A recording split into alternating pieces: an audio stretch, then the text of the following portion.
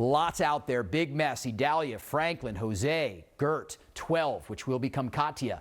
None of these will affect us in any way, except maybe, and this is a big maybe, this system right here, a wave that has a 50% chance of becoming a tropical depression. Let me just put all this into motion. You can see nothing coming toward us. By the way, that right there is still tropical depression 12. But again, if it gets a name, that name would be Katia. But this is the tropical wave we need to watch.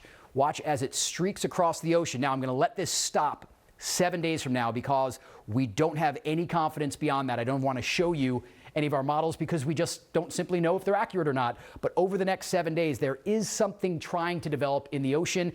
It's at that trajectory, at that latitude that we have to keep an eye on just in case it keeps coming like this. We simply don't know. In the coming days, we'll know more about this, and we'll be able to tell you if there's any chance that's going to make it to South Florida. Let's talk about the tropics because we have a new invest to talk about as of now, and this thing could really get its act together. We could be talking about a tropical depression before it's all said and done, but there it is right there, Invest 95L. So this was the one that we were actually watching the last time I showed you this. If you're just now tuning in, yeah, we're watching this area right here. So this is the one that has 70% chance of development over the next several days here. And again, this could become a tropical depression, tropical storm, maybe a hurricane. But again, that's well down the road, and we're going to continue to update this for you. So we'll watch the tropics, and I want you to watch whenever we show you this map. This is basically the spin, anything that you kind of see spinning out there. This is the Euro model. I'm putting this into motion now. So watch the areas that will spin. So we're going to continue to watch this as we go in through September 4th through Monday. Not a whole lot of activity, nothing going on, but watch that one right down there as it gets closer to Barbados. Once again, this is the Euro model. I'm going to then show you what happens as we go in through the GFS model. The same thing. So they're on the same track. Again, this is ways away. These tracks could change, but this is what it looks like as we head over towards Idalia. You're thinking, I thought Idalia was done. Well, it's pretty much done, giving us direct impacts, but yes, we could be dealing with indirect impacts because of all the waves and the surf and those rip currents along the beaches, the eastern beaches here. But this is kind of lopsided. All the activity is off to the north and east. Plenty of thunderstorm activity across that area. Unfortunately, this will be impacting again Bermuda. And I say again because Franklin impacted Bermuda as well. And then finally, this starts to work its way on off towards possibly maybe Halifax. But we're going to look at this around the Canadian Maritimes in the next few days or so. Well, turning now to the weather, Brooke, it's been a beautiful weekend. You saw all those people at the beach in Steve's story earlier. Yeah. They looked like they were having a great time. Very nice weather, of course. A little bit too choppy to get into the waters. We have high rip current risk. We'll talk about all of that in just a little bit. But let's focus on the tropics. We do have Invest 95L. Started off as a wave over Africa, emerged, and has developed quite some bit over the past several days. And now we're going to continue to watch this for further development. It could become our next depression as early as tomorrow or even Tuesday. But it is fairly organized, and it is moving to the west fairly quickly. Again, something that we are going to be monitoring. So let me show you the computer models. This takes it out to the west. Good agreement right there over the next several days by Wednesday into Thursday. And then we start to see a more widespread of the models there. So that's showing just a little bit of uncertainty. So once this actually does become a tropical depression, we'll get much better data coming in. But let me show you what some of those models are putting out. So this is the American model, the GFS. This does take this out to the west, and it develops it into maybe a tropical storm, eventually into a hurricane. So any systems that form off the Cape Verde Islands, just to the south of that, in the low latitudes, have the potential to become the strongest hurricanes of the season because they have a lot of water to heat up, to warm up, and to develop. So here we go, Saturday afternoon. This does take it to the north of the Lesser Antilles and north of the Leeward Islands. Now let me show you where the European model takes it. Also very, very similar conditions there. So again, something we're going to monitor. So far, it could be maybe a threat to the Bahamas, maybe curving out to sea. But for now, again, too far out to tell, but something that we are going to be watching over the next several days. So far this season, 11 named storms. In fact, we did have an unnamed storm that was back in January. Not counting that, but we do still expect to see a lot more activity, still about 70% of the season left. We had about 3 hurricanes already, 2 major hurricanes out of that number. NOAA projecting about 2 to 5 major hurricanes, so still plenty of room to see the action happen. Now, we also have another area that's going to develop off of Africa, move into the Atlantic waters. Low chance of developing for now over the next couple of days as it moves out to sea. Katia is now back into a depression, so no worries there. And then we have Gert will continue to weaken and then eventually get absorbed into what was Idalia, so no effects for us here across South Florida or pretty much the continental United States. In fact, that's going to move off towards Canada as a big rainmaker. So again, tropics really starting to heat up. Peak of hurricane season is September 10th, so about a week away. We are not. We're not in the middle of the hurricane season even yet, with about 70% of the hurricane season yet to go. And the Atlantic Ocean right now is bubbling with activity. We've got that little circle there. That's the next thing to watch. We talked about that last week. And guess what? It's been evolving as advertised. This is called Invest 95L. There it is. Not that far off the African coast or the Cabo Verde chain of islands there, but it is going to be moving westward and it's got a very good chance of turning into our next named storm. Last week, the odds were at 50%. We knew that were going to go up, and they have as we extended the outlook further in time. And looking at it right now in the satellite pictures, there's good reason to suspect that eventually this thing will get maybe pretty strong, maybe into a hurricane, and maybe more than that.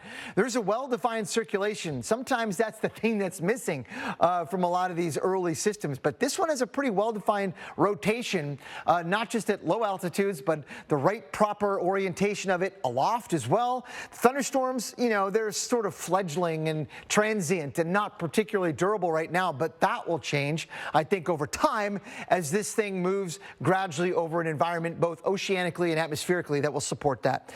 Look where it is, though. It's a long way out. We have a ton of time to talk about this. They're the easternmost islands of the Caribbean. We're 4 or 5 days away from there if it ever approaches them, and it might. And then even much longer than that from areas farther to the west. So, look, there's a lot that can happen with this thing in all kinds of different ways. But let's have a look at where the Hurricane Center believes the development, if it's going to happen, would take place. Over progressively increasing oceanic environment here that's supportive of a hurricane. We have the heat content plotted underneath it, which is not just the surface temps, it's the depth of that warm water as well. So not susceptible to transient systems moving by and cooling the surface water temperatures. This has a lot to work with oceanically. And I would argue that, yeah, probably got a lot atmospherically as well. So kind of a green light here for this thing to get stronger, moving in roughly this path. So let's say by Saturday, we may end up dealing with a named storm here. Interest in the Caribbean islands of the Lesser Antilles and nearby heads up as we go into the weekend. And thereafter, it's going to continue on roughly that path we think. This is all according to the data that we have at hand, and that could change, of course, so you're going to want to tune back in. But from what we know now, if you look at the guidance, it's pretty clear. This is run simulations many times over. This is from GFS, but I can tell you the European Center's ensemble guidance is not all that different. We may end up dealing with a significant named storm in this zone, perhaps with interest in the Turks and Caicos of the Bahamas and the eastern United States. Don't turn your back on this thing, Alex. We could have a pretty strong hurricane not that far away. Let's get on to the Atlantic now. The last advisories today were written on Gert and Katia, so now we're kind of back to square one. But it won't be like this for long. We're still watching an invest area here. Let's go to the south across the open tropical Atlantic. And this is invest area 95, and it's likely on its way to becoming our next tropical depression or tropical storm. We'll see what unfolds tomorrow. I think over the course of the next likely 36 hours, we're going to end up with another system. This red area, this is from the Tropical Weather Outlook for the National Hurricane Center. This is a development area. This is not a forecast cone. The forecast models right now running within that. And so we're going to try to keep this away from the Lesser Antilles, but we're going to monitor that as we go through the next few days, way too far ahead to see where this ultimately ends up. So we'll keep an eye on it. This is 7 News at Noon. Your storm station tracking the tropics off the top this afternoon. A new depression has now developed in the Atlantic. Good afternoon, South Florida. The system still a ways away from us, but it is worth watching. Meteorologist Erica Delgado is live in the Weather Center with what you need to know. Erica. Well, Vanessa, a reminder that South Florida is slowly approaching the peak of what is our hurricane season. It's not until September 10th, so still very active across the Atlantic, across all of the tropics. And as of 11 o'clock, the National Hurricane Center did begin issuing advisories on the newly formed Tropical Depression 13, halfway point between the Cape Verde Islands and the Lesser Antilles. So here's the advisory, the first advisory on TD13, winds of 35 miles per hour, moving towards the west-northwest at 15 miles per hour. So it is a fast-moving system. Right now it's being tracked out of the Lesser Antilles, and it's a little over 1,400 miles east of the islands. Now, as we go about the rest of the week, here's the latest forecast track. High pressure to the north of TD13 will continue to steer this system in that west to west-northwest direction. A strengthening, likely becoming a tropical storm as early as tomorrow. Once it is become a tropical storm, its name would be Lee. And then forecast models suggesting that as of Thursday morning, we could be dealing with a hurricane already with winds of 80 miles per hour and then moving over record warm waters over the Atlantic that are very similar to what we're seeing as far as water temperatures in the Gulf of Mexico. So this system is forecast to quickly strengthen, and as it moves possibly close or just to the north of the Lesser Antilles, possibly already a major hurricane of winds of 130 miles per hour as we work our way into the upcoming weekend. The spaghetti plots, the models are all in agreement, and this is unusual for a first advisory, that they will continue moving towards the west-northwest, and then high pressure will continue to steer it. But right now, the islands and especially into portions of Bermuda should monitor the progress of this system. So here's a comparison of what we're looking at between both models. And the European model does have this system quickly strengthening, and as it comes close to the islands, possibly already as a major hurricane, eventually taking that turn towards the north as we work our way into next week. So as you can see, a very strong, a very powerful and organized system, possibly coming very close to the islands and just south of Bermuda. The question is, when will it take that turn between the European and the GFS? We'll take a closer look at that coming up in just a few moments. For the last couple of weeks, every tropical wave leaving the west coast of Africa has led to development of one kind or another in the tropics, and that trend continues. Well, it's peak of the hurricane season in what was anticipated to be and is a busy hurricane season. Tropical Depression 13 and the next wave behind it, both leading to development. And in fact, there's another wave behind it over Africa that has a decent chance of developing. So it's all a matter of where they go and how strong they get. Now, we are definitely saying when it comes to Tropical Depression 13 that we can't rule out impacts even on the east coast of the U.S. With the next one, I'm a lot less concerned about that one because that's going to turn north a lot sooner, even though it's got a high chance of becoming a depression or storm in the next few days. It will be hanging out over the eastern part of the Atlantic more likely than not. But TD13, a different story. It's going to be steered west-northwestward by the ridge that's building over the central Atlantic, and it is likely to strengthen significantly. This might not be exactly right in terms of when it becomes a major hurricane, but in all likelihood it will. And when you've got a significant hurricane passing even relatively close to the northeastern islands of the Caribbean, that can at least bring tropical storm conditions. So that's at least something to prepare for in that area for this weekend. The colors showing you the low-level spin in the models here. There's TD13 and there's Invest 96L. And oh, by the way, there comes the next wave off of Africa that has a good chance of developing. Notice how 96 stays out in the eastern part of the Atlantic, but with that ridge building as ex-Idalia's low departs, this is getting into the area between Bermuda and the Caribbean. But again, as we get into next week, where will it make that turn? Will the troughing over the northeastern U.S. keep it off the east coast of the U.S.? We don't know the answer to that yet, but we already know that there's going to be troughing over the northeastern part of the country, and Climate Prediction Center is talking about that's going to be a period where we're going to have cooler than average temperatures. So the overall pattern we see coming in general, but the details could matter in terms of the timing. That was the Euro. Here's the GFS, and again, again, there's Idalia departing. There's the ridge building in to bring it between Bermuda and the Caribbean into the weekend and early next week. But again, how far left or right will that turn happen, and how fast will it be moving? Just don't know the answer to that. The models are in pretty good agreement out through this weekend into early next week, but then the spread really starts to increase anywhere from the other side of Bermuda to not all that far from the Bahamas. So this is one reason why the Hurricane Center doesn't issue track and intensity forecasts out to 7 days. But again, for the northeastern islands of the Caribbean, at least a chance of winds of tropical storm force arriving there this weekend. But Mike. All right, Dr. Knapp, thank you for that. And of course, now we've got the brand new advisory that's come in, and we do have a 45-mile-per-hour tropical storm. Lee has been named now, Dr. Knapp, so we're on our way, aren't we?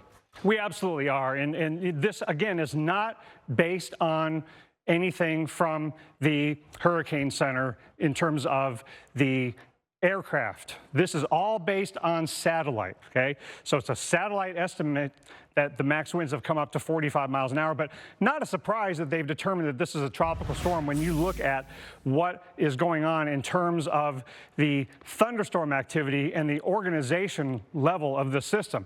It just has that look to it. And not only has the thunderstorm activity increased near the center, and on the visible, it looks even more impressive. But look at the upper level outflow. It's just tremendous. So this is on its way to intensifying rapidly. So the overall sense of the forecast from the Hurricane Center is essentially still the same, still forecasting this to become a major hurricane and get near just to the northeast of the Caribbean islands here over the next few days. So there's the visible imagery. Look at how thunderstorm activity has really blossomed near the center.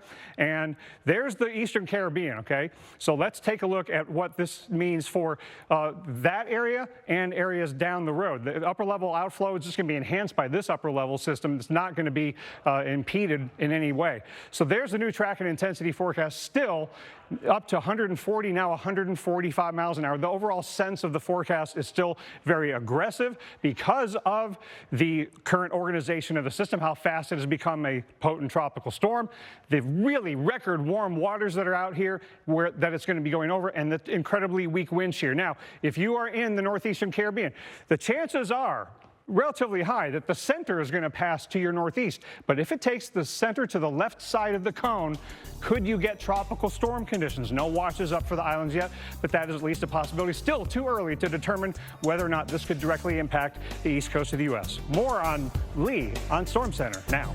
Thanks for joining us, everyone. I'm Jim Grimes. Liz has the evening off. Another hurricane could be brewing in the tropics.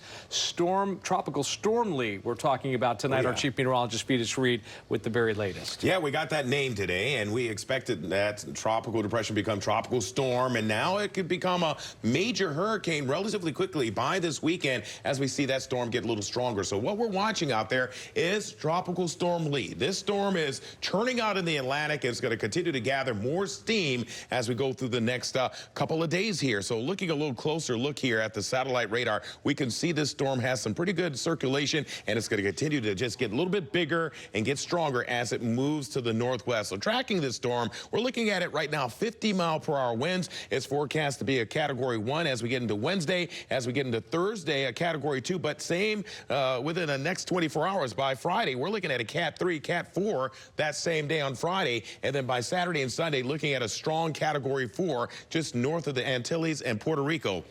Now remember, this storm can go anywhere in this cone of possibility. A little closer look here, just north of Puerto Rico or further to the north of that line. So center of circulation, we want it to be more this direction to make a right turn. A lot of the earlier models are showing a right turning of this storm, but once again, we have to watch this very closely because it's still a lot of days out. Moving west-northwest at 16 miles per hour, looks like we're going to continue to see that out in the Atlantic. One thing we'll watch is a barrier of high pressure. That's helping us out, and it's keeping us on the dry side of things, but we'll continue to track this system very closely and have a closer look at your local forecast coming up.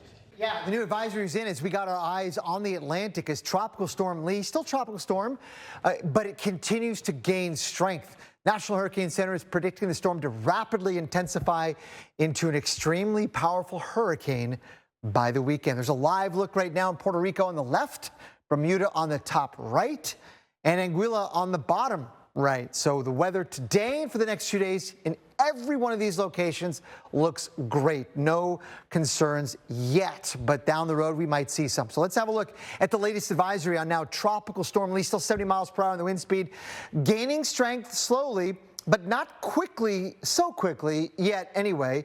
It's a long way from the islands, and you can see the weather here all the way from Anguilla to Dominica in areas to the south and Barbados. It's just fine. It's actually even better probably than your average early September day. We're not going to see any impacts at all from Lee anytime today, tomorrow, even the next day probably. Maybe in the U.S. Virgin Islands, maybe Puerto Rico, we get a glancing blow down the road, but we'll be watching that, of course, very carefully. By all indications are that Lee will pass north, certainly of the Windward and the Leeward Islands by a considerable distance. There it is right now. It's got a little habitat right here, a little cocoon of some moist air. So it's going to be taking advantage of that. So that locally humid environment is one of the factors that the atmosphere is giving it to strengthen down the line. But there is some dry air right now in the nearby proximity, right? And some of that may be getting into the circulation. There's a bit of wind shear. And when you have wind shear and some dry air aloft, sometimes that can disrupt the organization at least a little bit. And, you know, maybe that's one of the reasons why we're not seeing a much stronger tropical cyclone right now, but it will probably get there. I think that atmosphere will, the humid air around it will expand and give it that breathing room. That's atmospherically. So that will be working in its favor. Oceanically, I think we're also going to see significant intensification for a large degree because the water is going to get warmer, but the heat content is also going to go way up as it moves in that region. The ocean will be well suited to support a major hurricane the entire time. So given the fact that this thing is spinning around very coherently now, and it's in an atmosphere and an ocean that's going to become only even more favorable for development down the road, this is where we think it's going to go as a major hurricane, maybe a Cat 3, maybe a Cat 4 in this zone by the weekend. Bottom line is if you have interest in Puerto Rico or the U.S. Virgin Islands, British Virgin Islands, Lesser Antilles, I think we're going to be just fine. Again, nothing is ever for sure. You're going to want to tune back. But it should, given the data that we've seen, Lee should be passing well to the north of the region. But as a very powerful hurricane, look at some of the guidance still coming in. We'll fix this graphics for you in a little bit. 150 miles per hour north of the islands. But Alex and Jen, coming up in about 10 minutes, you know what? We're going to talk about the future, the distant future, potentially, of Lee, giving us an idea that residents along the East Coast, we're not off the hook yet.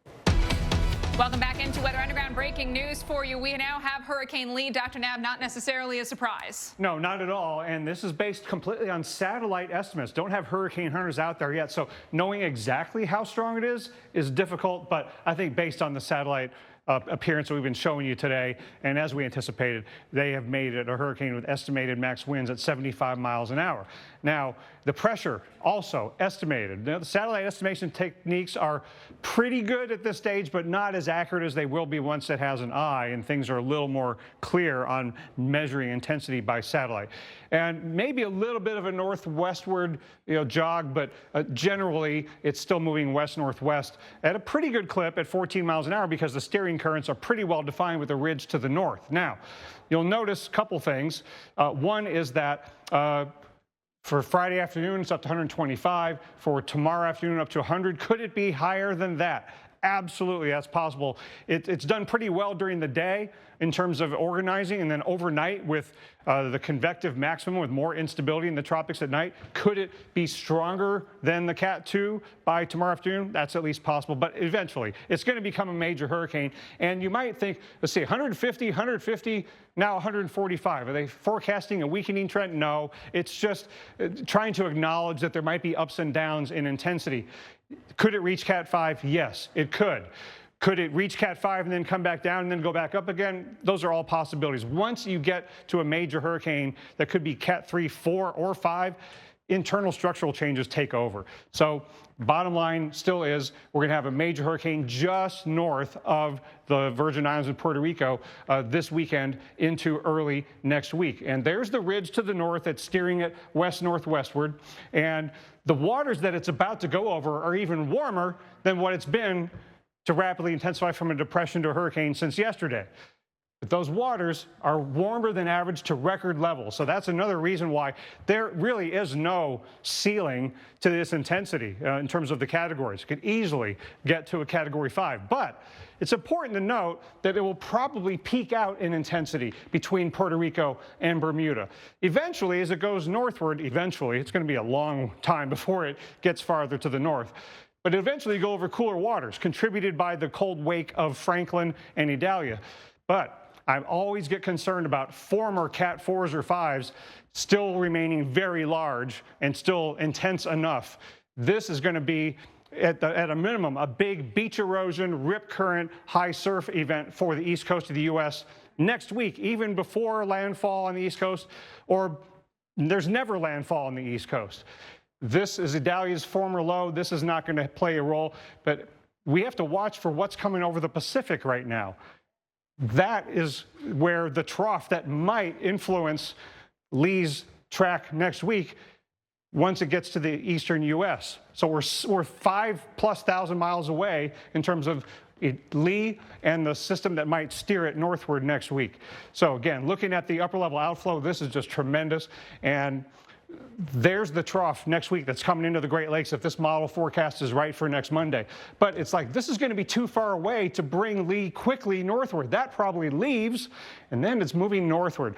So, Mike, Alex, this is a scenario in which the ensembles are really, really useful because the ensembles themselves could change. You know, this does not give us the complete set of possible tracks. These down here have been expanding a little westward, Turks and Caicos, Southeast Bahamas, and a lot of them are up in Canada. A lot of them are south of Bermuda. There's a big speed difference for next week. So it could, can you imagine what it's going to be like next week when we're trying to wait to see for a landfall that might be 7 to 10 days plus away? You know, eventually it could come ashore, but it might take a while. The intensity is one thing, Dr. Neb, but size is another. You know, how concerned are you about the size of this and what impact that may have, even if it stays off our shores? I am extremely concerned about that because you can think of past former major hurricanes like Ike, like Florence, that peak out and then they come ashore or near shore as former Cat 4s or 5s. They usually, if they weaken like that, then they get larger. So can you imagine? After it maybe peaks out as a 4 or 5, it's a slow-moving, northward-moving system not far off the East Coast for a week or more. I mean, my goodness, the beach erosion event that we could have and the life-threatening rip currents and surf, and then if some of these western ones are correct and it ends up making landfall, could you have all of that, and then you have a landfalling hurricane? But everybody, Turks and Caicos, Bahamas, East Coast of the U.S., watch this closely. Things could change. All right, Dr. Nab, thank you very much. 10 News starts right now. Off the top at 5 o'clock, we are tracking Hurricane Lee, now a Category 1 system, which is forecast to become a major hurricane by Friday. The Local 10 weather team is here. And hurricane specialist and storm surge expert Michael Lowry and chief certified meteorologist Betty Davis are here with the latest on Lee. And Betty, we start with you. Good afternoon. This Category 1 hurricane is 1,130 miles east of the northern Leeward Islands. Maximum sustained winds 75 miles per hour. It is moving west-northwest at 14 miles per hour. Here is the projected path as well as the intensity forecast from the National Hurricane Center, and they still show that it rapidly intensifies, becoming a major hurricane heading into the weekend, reaching Category 4 strength by Saturday. Look at that. Maximum sustained winds 150 miles per hour. But do take note of where it tracks. It is expected to stay away from the Leeward Islands, staying north of these islands along this trajectory. Michael, you did say at the top of the last hour that you expected this to be a hurricane with this next update, and here we are. A lot of people still interested in this forecast track, though it is forecast to stay away from these islands, some fringe impacts, but people want to know, where does it go beyond Monday? Yeah, absolutely, Betty. I mean, this is what they're forecasting here is the upper echelon of hurricanes that we only see, you know, maybe once a year, if that, in the Atlantic Ocean. Take a look at the satellite here for Hurricane Lee. No surprises, really, Betty, with the new advisory from the Hurricane Center. As you look at the satellite, this is a sort of a textbook outflow of this system. You can see the clouds just streaming out in all directions, telling us that the upper level wind pattern is conducive for this to continue to organize and to grow. We did get a microwave satellite satellite picture just moments ago that showed sort of a nascent eye wall forming. You can't quite see it on the conventional satellite here, but the center of this is right on the edge of where those deepest, strongest thunderstorms are, the warmest colors that you're seeing there. Once it wraps completely around, once those red colors wrap completely around where the center is, it's going to strengthen very quickly, and it may already be doing so. In terms of where this is headed, Betty, we have high pressure steering to the north of this. That's going to guide this off to the west-northwest over the next few days. We're very confident with that. In fact, speaking of confidence, our computer models have been very consistent in terms of this staying to the north of the island. So, you know, there is some wiggle room here, and this could get close enough to have certainly have some fringe impacts there in the Lesser Antilles all the way over to Puerto Rico for the weekend into early next week. But for the most part, the core of this, certainly we expect to stay to the north of the islands. The big question, though, for us is what happens beyond that point into early next week? Well, we have a big dip in the jet stream. That's like a good defensive line, and that's going to protect Florida at the very least from this one getting far enough west to impact our weather. We may see some rip current impacts, but this is going to turn into early next week. The question, though, Calvin and Nicole, is where does it head? Does it go toward the eastern seaboard? Does it go toward Bermuda? Still left to be seen, so we'll keep you posted here in the days ahead. First at 11, Hurricane Lee maintaining its strength tonight as it moves through the central Atlantic. We have the new models coming in that show where Lee could have the biggest impact. Good evening, I'm Todd McDermott. Thanks for joining us here at 11 o'clock. Our chief certified meteorologist, Chris Martinez, just got the latest advisory. And Chris, we are, of course, watching closely for any changes here. And the only change tonight, Todd, is a little bit stronger. Winds up to 80 miles per hour. Storm getting a little bit stronger. You can see, again, this started to expand as far as the wind field is concerned. It's still tracking towards the west-northwest at about 14 miles per hour. So the forward motion and the direction of travel still the same, 14, but the winds have increased to 80 miles per hour. And the track still remains pretty much the same. Still anticipating a Category 3 by Friday night, Cat 4. So we're looking for some really good intensification as we head into the weekend. So here's a look at Cat 3 status by Friday morning. Friday night, it's 140. That's Cat 4. Saturday morning, 150. That's high-end Cat 4. And then we'll continue on that west-northwesterly track as we head into Sunday into Monday. Again, it's starting to open up as far as the cone is concerned, but there are no models tonight that show anything having a direct impact to us right here in South Florida. In fact, as I run the spaghetti plots tonight about what we've been tracking, still here's the measurement from us right here in South Florida to where the curvature is supposed to happen. And you can see the latest run of the models still showing some good consistency of turning and curving this system by Sunday into Monday, and then eventually true north by Tuesday into Wednesday. Still about 720 miles away from the state of Florida. So what is steering Lee? Well, high pressure in the near term. It's strong right here, so we'll continue to steer Lee in the short term. Then we'll be tracking a cool front coming down into next week. The flow is like this, so that is going to be pressing Lee between the cold front and the area of high pressure. So we could see a little more of an impact across the Pacific, or excuse me, the northeastern section of the country by next week. But as you can see, no direct impacts for us. We'll continue to track this system and, of course, have a peek of our weekend forecast where we see you in just a few minutes. Todd? All right, guys, let's talk about Lee. I've got the easy part here because I get to talk about it through Sunday. We know it's going to blow up and become a major hurricane. We know it's going to track in a west-northwest fashion around the subtropical ridge. And we know it's going to park itself likely north of the Greater Antilles. All right, potentially giving the Lesser Antilles a little bit of wind and certainly some big surf. So that's what we're looking at. I mean, that's it in a nutshell. That's easy. We're very, very confident in that. You kind of wind up with this, what we call wet bulb or you know, what do you call it? The turkey baster looking situation. 155 miles an hour, by the way, is on Sunday. That's when we're closest forecast-wise to Cat 5. And if you want to know what a Cat 5 hurricane looks like, go look at Jova in the Pacific. Holy smoke. Did you guys see that thing? 160 miles an hour.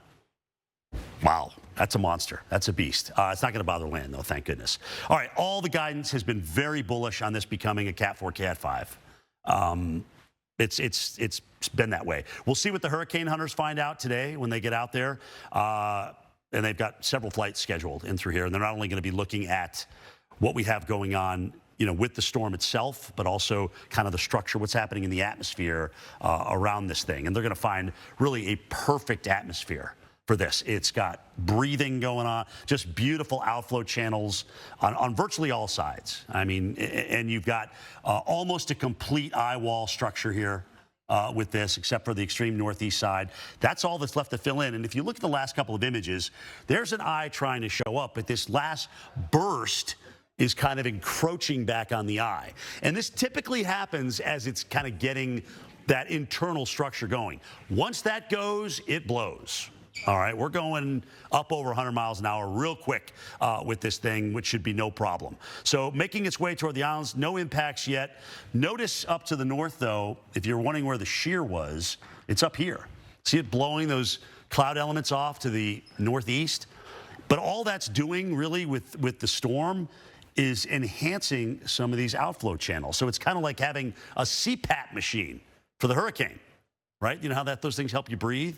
Well, that's what it is. That's what that trough is doing right now. So it's creating the perfect outflow channels. This is a perfect athlete over the best conditions in which to perform, and that's these warm waters. And that's what we're looking at. So again, we wind up with this turkey baster. Here we are Monday, Tuesday. Don't be surprised if this slows down or even stalls a little bit as it waits for the new synoptic pattern to come through. Meanwhile, it's going to kick up big waves, and they are going to be marching toward the United States. That's what we do know about Lee for us. As to the other points of being a direct impact or not, I'm going to let Steph take over the story. So let's talk about that. And we can show you where Lee is right now. There it is. I mean, it looks pretty good here on satellite. So we know this is only going to strengthen. And as Jim was talking about, you know, we have this high pressure over it. Well, right at the surface, down by the ocean, you have a low pressure. Low pressure, everything comes up and it wants to evacuate out in order to strengthen. What the high pressure does on top of it is it evacuates everything out on the top of it. And so when you have that structure, that's why you're going to see, or one of the reasons that you are going to see this strengthen as we head over time. But it's not only this high pressure that's sitting over it that's helping evacuate everything off the top so it can keep growing up. It's also the warm water that it's going over. We don't really have shear associated with it. GFS taking it north of the islands, but we'll see the waves this weekend. Puerto Rico, U.S. Virgin Islands, places like that. Bermuda, as we head into our Thursday, we will see the effects from this. That's the GFS. Then we have the Euro, kind of the same path, but maybe a little bit farther to the west of Bermuda, and everywhere along the East Coast, we're going to feel the effects of this, at least in the form of waves and rip current. High pressure, clockwise flow around that. The question is, does it go closer to Bermuda? Does it go closer to the East Coast? It's going to get squeezed between this high and this trough that we have, and so we're going to see exactly where that path ends up as we head into next week. Now, if you live in New England, I keep a very close eye on this. Can't rule out it's scraping the Cape at this point, but it is going to make that turn around the periphery of the high pressure, and it looks like that will happen here before it gets to the Bahamas. So there's nothing really showing us that it's going to go into the southeast. That just doesn't look like it's something that's going to happen right now. But we are going to see these waves propagating out from the south into the southeast. So that means rip currents are going to be an issue if you are headed to the beach this weekend, from the Florida beaches all the way up to the Jersey Shore and into New England as well. So that will be a major component. If we look at September, this is a time we've had a lot of Category 5 hurricanes. Right now, Lee is forecast to be a high-end Category 4, like 155. A Cat 5 is 157. It's neither here nor there. It's going to be an extremely strong storm, taking a similar path to some of our storms that we've seen, but we do think it's going to take that turn north. And Jordan, look at how many recent Cat 5s we've had in the Atlantic. 2017, 2017, 2018, 2019, 2022. Yeah, it is. All right, let's get you guys caught up. Thursday morning front lines. We're going to get started here in South America. Flooding from an extratropical cyclone. Man, this thing ended up killing at least 31 people in southern Brazil. We've got drone images here capture the vast scale of destruction caused by nearly a foot of rain in only a 24-hour time span. Homes, roads, bridges, and schools have been destroyed by waters that reached rooftops in places. Authorities say at least 1,600 Brazilians have been left homeless. And you heard Jim talking about Hurricane Jova. Well, it's raging. Category 5 monster in the eastern Pacific this morning. Peak winds howling around 160 miles an hour. It could get even stronger. Fortunately, Jova is not a threat to land and is forecast to peter out into a depression early next week. Look at that thing. Here's the track. over the next couple of days. Now, let's go over to the latest in the tropics because we've got Hurricane Lee rapidly intensifying up to 105 miles per hour.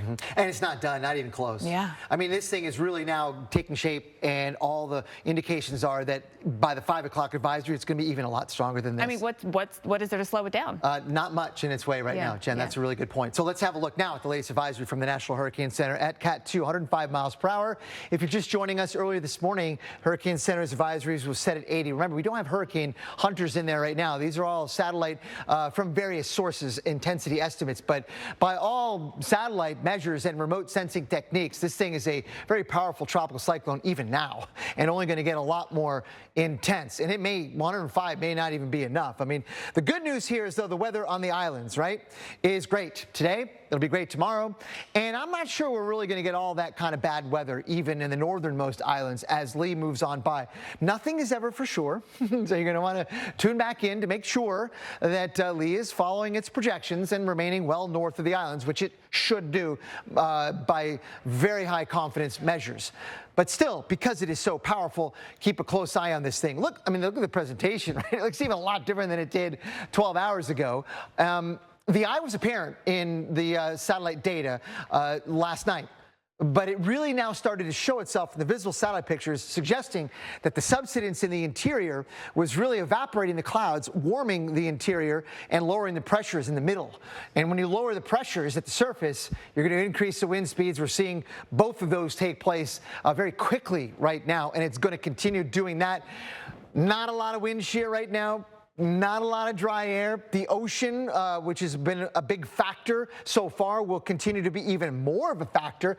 Look at those colors going from orange to red over the next 5 days or so. Lee is only going to be moving over waters that are warmer with more heat content, so the water extends to a great depth, that warm water. That is fuel for this thing to access. And no surprise, it is very likely now that Lee will become a Cat 5 hurricane in the Western Atlantic. Now let's talk about maybe some peripheral impacts along the islands. Again, this is the European Center's forecast, well within inside the cone. Certainly reasonable here, showing you that the core of the circulation is going to pass way north, hundreds of miles north of the islands. Maybe a chance of some tropical storm force winds, but even those odds here, Puerto Rico, Anguilla, U.S. Virgin Islands, the odds of tropical storm force winds, maybe 30 to 40 miles per hour in this case, are 10 to 20%, so not all that high. That's good news there. But Jen and Alex, I wanted to show you this. This is the new data. 160 miles per hour by Saturday morning is the official forecast from the Hurricane Center, and it is still lurking here in a dangerous position off the southeast U.S. by early next week. We'll talk about where it's going to go from there coming up in just a little bit. Jen and Alex. What are we going to see in North Carolina as opposed to like Long Island, New York, or Cape Cod, or Maine? Yeah, well, that's why point number one is so critical. No matter what, we're going to have life-threatening surf and rip currents the entire east coast of the U.S. all of next week into the following weekend. We could have beach erosion that threatens coastal structures. You could have enough wind and water impacts to affect road travel at the coast, air travel, tropical storm conditions, and even cruise ship and cargo ship traffic. So with the new advisory now coming in, Mike, I think this will just ramp up the concern level. It's already a Cat 4. So we knew as we went through the afternoon that this was becoming a major hurricane because of the way it looked on satellite, but it has absolutely rapidly intensified dramatically. One thing that really sticks out to me is the pressure drop is 30 millibars from the previous advisory, right? And you think it's going even stronger tonight. Oh, absolutely. And now, here's an important point. This is completely based on satellite intensity estimates. These data numbers are not based on aircraft data, but when you've got major hurricane, the satellite intensity estimation techniques are more accurate than for weaker systems. So while those numbers are estimated and the aircraft going in about 2.5, 3 hours will confirm the size and intensity, this is probably pretty close to accurate. You've looked at this, I mean, for decades in your career, right? What do you glean from looking at this on satellite today? It reminds me of, hurricanes in this part of the basin in the past, like Isabel. I remember being on the hurricane operations floor at NHC when Isabel reached Cat 5 in this zone of the central tropical Atlantic, northeast of the Caribbean, all that. And it just, what a sight. And what I also see when I look at this is, okay, it's going to do its thing as a Cat 4 and then a Cat 5 hurricane over the next 5 days without it having the full brunt of its strength on land. But I worry about what a former Cat 4 or 5 will do after this 5-day period, and then it moves northward. It'll be big enough as a Cat 4 or 5, but a former Cat 4 or 5 could be even horizontally much larger, and the center doesn't have to come really close to the east coast of the U.S. to have dramatic impacts. A lot of these tracks on the Euro ensemble are very concerning with a large former Cat 4 or 5. We'll be talking about it for days to come, that's for sure. Be prepared along the East Coast. There is a view of a rapidly intensifying hurricane. They'll have more coming up top of the hour on Storm Center.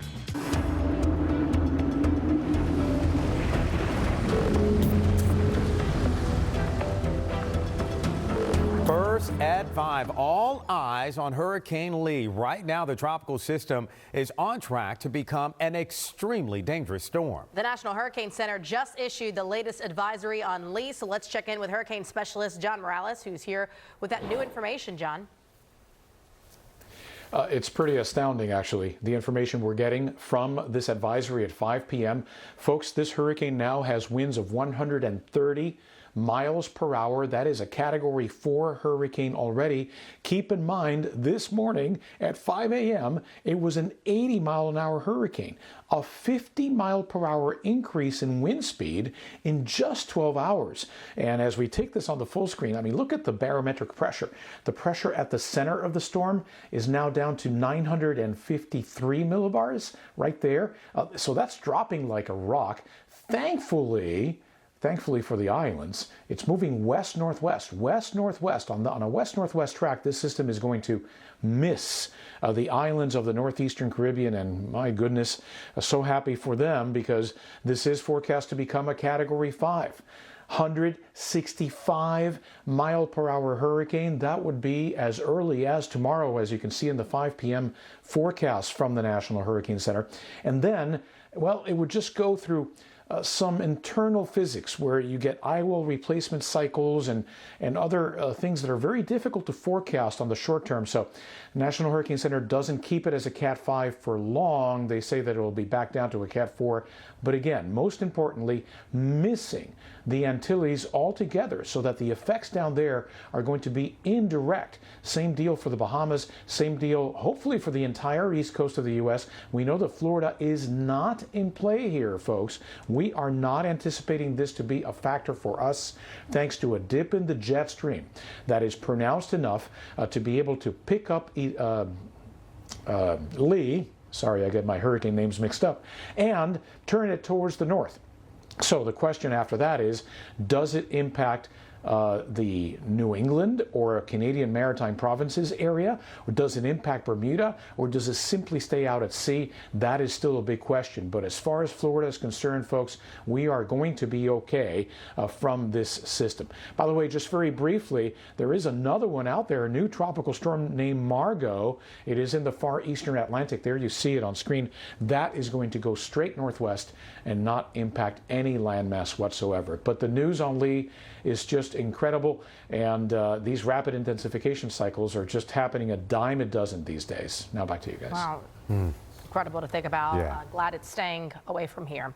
Live, the one and only Local 10 News starts right now. Off the top at 11, we are tracking Hurricane Lee, which is now a Category 5 monster. And it only took a day or so to strengthen from a Category 1 to a 5. And our chief certified meteorologist, Betty Davis, here now with the all-important 11 o'clock advisory. Betty. That's right. The details just coming in. Maximum sustained winds 160 miles per hour. Pressure 928 millibars. The first Cat 5 of the 2023 Atlantic Basin hurricane season, moving west-northwest at 14 miles per hour, and it's about 705 miles east of the northern Leeward Islands. Still on a forecast track that shows it passing north of the northern Leeward Islands this weekend. And notice along the way, maintaining that Cat 5 Category 5 strength into the weekend, and then a Category 4 as it starts to move a little bit farther away from those northern Leeward Islands. So the great news is that it stays north of these islands. However, the effects of the rip currents and the hazardous surf will still be felt. We will track the system even beyond the weekend into next Monday and Tuesday, and the forecast track shows it steering clear of Puerto Rico. Hispaniola looks as though it stays away from the Bahamas as well. Still anticipating that northward turn next week. The steering flow set up in a way where high pressure weakens, and the trough over the eastern U.S. should allow for that turn northward, and that would keep it away from Florida. So still thinking this is not a Florida storm. It continues to trek northward over the Atlantic waters, and places like Bermuda and also the east coast of the U.S. still need to keep an eye on it, even if it stays out over the western Atlantic waters and doesn't touch the east coast of the U.S. or Bermuda. Certainly the surf will be churned up, and Sunday into next week along the east coast, the rip currents and the hazardous surf, that certainly will be felt. I'll be back in a few minutes with a closer look at our forecast right here at home. And by the way, Tropical Storm Margot formed earlier today as well. It's out over the Atlantic. We won't have to worry about it. Calvin? Here we go. First at 5, we continue to track now Category 5 Hurricane Lee. It is quickly gaining strength, expected to be one of the strongest storms on record. It's a monster, that's for sure. I want to say good morning to you. I'm Erin Guy. Yeah, good to have you with us. I'm Stephen Graves. It is Friday, September 8th. Yeah, we have our first warning weather team joining us right now, monitoring the latest models for Hurricane Lee. You can see Vanessa Vanette here as well, but we do start with Sandra Shaw with the latest at that 5 a.m. advisory. Sandra. It picked up more wind speed, so now Hurricane Lee, a monstrous Category 5 storm, has 165-mile-an-hour winds that extend out from its center 45 miles, and 140 miles out from the center extend those tropical storm force winds. It is located to the east of the northern Leeward Islands, about 600 miles or so, and is moving west-northwest at 14 miles an hour. The interesting thing is Lee maintains its status as a Category 5 throughout much of the weekend and even into early next week as it goes north of the southern Bahamas, and eventually is still expected, per the global modeling, to take that right swing northward away from South Florida, but close enough that it could cause some real problems for beaches as we hit the mid-Atlantic and northeast coast. We'll have to watch it very carefully. The interesting thing about Lee is, as we had predicted, it underwent that rapid intensification. That's qualified or classified as a 35-mile-an-hour wind jump. Guess how much Lee jumped? More than 55 miles an hour with its speed. So in less than 6 hours, it went from a 2 and to a 4, and now it's a 5 with 165-mile-an-hour winds and a well-defined eye. Everybody wanting to know what it's going to do, and there's a good agreement with the modeling that it does get pushed away from this trough. So that's good news there. Hey, let's talk about Lee and what it's doing, because we have a very formidable foe out here at 926 millibars, 165-mile-an-hour Cat 5. The hurricane hunters are out there. You got dual mission going on between NOAA and the Air Force reservists, and so they're finding this pretty much holding steady state. What's interesting is I thought earlier this morning this may have been going through what we call an ERC, because the eye was filling in, which is an eye wall replacement cycle. All the big ones do this. But if you look at the shear profile, there's about 25 knots of shear sitting on the northern side of this. So that may have just bumped it a little bit. But it didn't do much to the pressure, because the pressure hasn't really come up all that much, 928 millibars. But if anything, the eye is tight, and it may be bypassing that shear. And this shear maybe acted more like a CPAP machine, which helps you breathe, than anything else. Again, a look at the internal structure of this thing. This is the heart of the hurricane. Without the heart, it's not doing good. All right, the lungs are the outflow channels, which is the big ridge underneath it, over the top of it. And the forecast is very much intact to keep this a 4-5 right through Tuesday. This is a 7-day cone. And what we've got here are some interesting solutions as we get toward the end of this. Where are we in this cone? Remember, this is a track cone. Are we here, or are we here, or are we here? And that may make all the difference in the world in where this eventually winds up getting into next week, okay? There's the dual missions that you see going on. Both of these things leaving St. Croix, hurricane hunters, both NOAA and the Air Force. You can see when they go into the eye, that quick drop in the pressure and the wind. But when they're in and out of it on both sides, they're getting very formidable winds. The visible just looks beastly. I mean, you've still got this perfect heart going on right in the center of this, starting to clear out a little bit. Either way, this is not going to change intensity over the next several days by much. All eyes on this monster storm, Hurricane Lee, as we continue to track the new developments in the tropics. Hurricane Lee has now been upgraded to a Category 5 storm. NBC 6 hurricane specialist John Morales is here with the newest information. Hi, John. Good afternoon to both of you. Indeed, this system went very rapidly to Category 5 intensity with winds that ended up at 165 miles per hour. Now it's backed off just a little bit in that intensity. And as you look at the satellite picture, you're going to know why, because you'll see that early this morning as the sun was rising, the eye for just a little bit, just a few hours, became not quite as well defined as it had been. Now, as you see it sliding towards the northwest in the midday hours, it seems strong again. I just want to give you a perspective of how far it is from the islands here.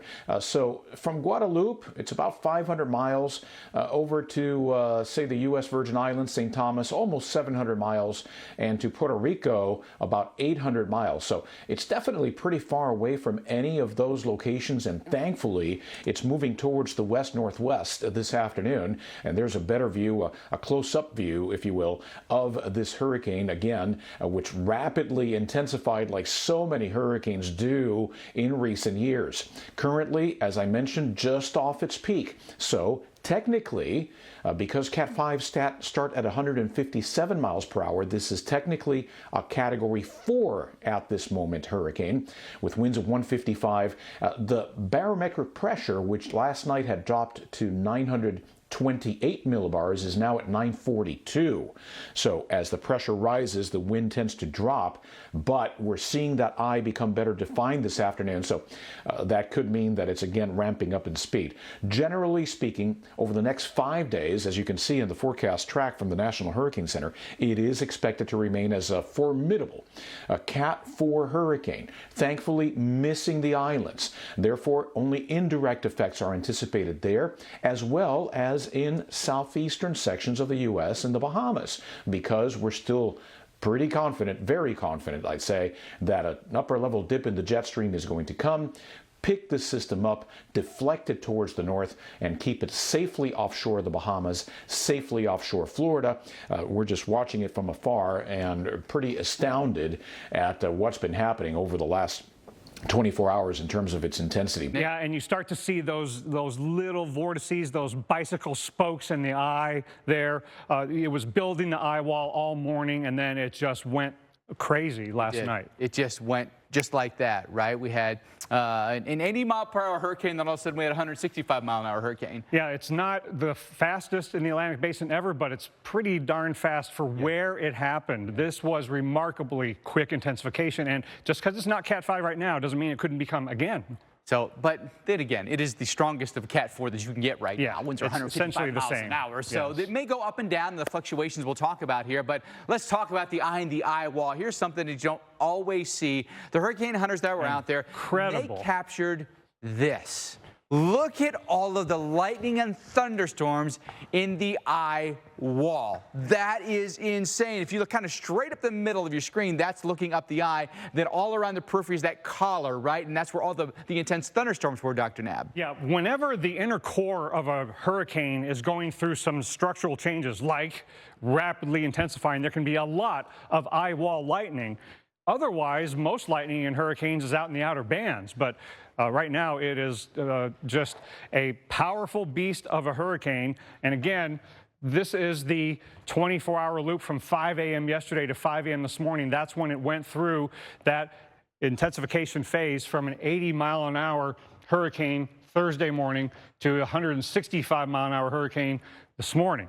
And that 85-mile-an-hour increase is remarkable. Now, it's not the fastest we've ever seen because Wilma went from a 70-mile-an-hour tropical storm to a 175-mile-an-hour hurricane in the Western Caribbean back in 2005. But for where this happened, this is remarkable. And it's another one in a long series of Category 5s that we've had in recent years.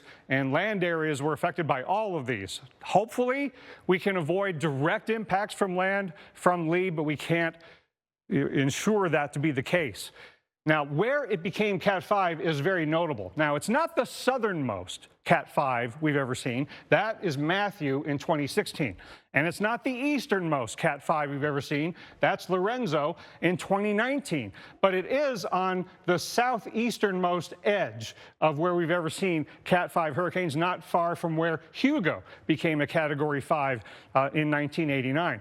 Now, another thing is, while I'm thinking about it, is that Maria used to have, outside the Gulf and Caribbean, the greatest intensification rate at 80 miles an hour, and so Lee eclipsed that. So it's pretty much the greatest intensification rate we've had, at least in the last several decades, outside of the Gulf and Caribbean. And also, you remember Lorenzo in 2019, a Category 5, you think that far east had no effect on the east coast of the U.S.? That far away, it sent swells all the way to the east coast, and several people died on the east coast at the beaches because of the swells from Lorenzo. Just a reminder of what Lee is capable of doing along the east coast during the next week plus. And this all happened over the warmer than average waters here in the Atlantic. This record warmth is a big part of what's going on here. That's where it became Cat 5, over that central area of the tropical Atlantic, where it is now about to go over even warmer waters over the next several days. But these warm waters have been expanding eastward, so that's kind of why we're getting Cat 5s farther and farther to the east. But Mike, this over the next several days, it's going to be at least a Cat 4 in the Hurricane Center's forecast, but I wouldn't be shocked if we see 3, 4, 5, 3, 4, 5 ups and downs during the next 5 days. That can be the nature of them, right? Yeah. Definitely wouldn't be a surprise.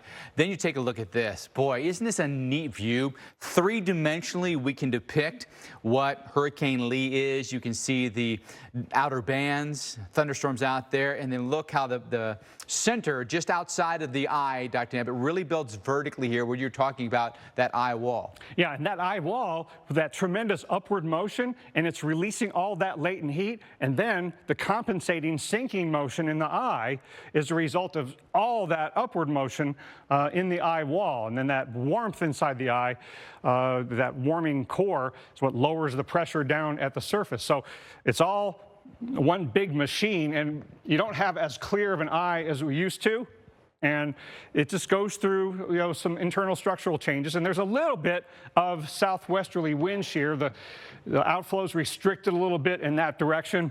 Everywhere else, the outflow is very well defined, but as it moves farther to the west-northwest, I think the shear will go really low once again, and the entire next 5 days, it's over super warm waters. It's not till beyond 5 days, maybe as it moves north, that it reaches some cooler waters. So these numbers, even though it's a straight trend down, it stays at Cat 4 all the way. But again, don't be surprised to see some significant ups and downs in intensity along the way. Here's case in point. Look at this pink line that has the downward trend, and then it goes back up again right near the Cat 5 threshold. And that's a statistical model that responds to what's going on mostly in the environment. So it sees conditions getting more conducive again. So definitely within the realm of possibility to get Cat 5 again. And how strong could it get? How long could it spend at Cat 5 over the next several days? We don't know that. These systems tend to kind of do what they want to do at this stage, but you can have cumulatively, like an Irma or an Allen or an Ivan, systems go through multiple Cat 5 episodes and accumulate up to multiple days at Cat 5. But most Cat 5s don't stay at that intensity for very long. And can't rule out sometime in the next few days it re-intensifies. Could it make a run at some of these higher end Cat 5s? It isn't close to those yet.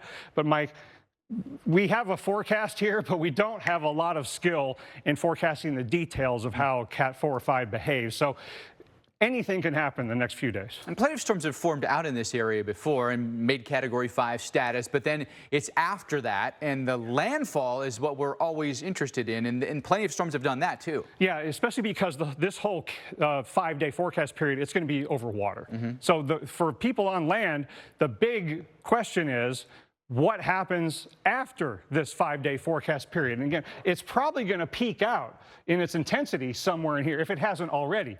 But it'll remain really intense over these warm waters. But after that, all indications generally are that at some point, along some exact path, we don't know yet, it'll move generally northward. and it probably will not make landfall anywhere as a Cat 5 or even Cat 4. But what can ex-Cat 5s and past Cat 4s do along tracks like this?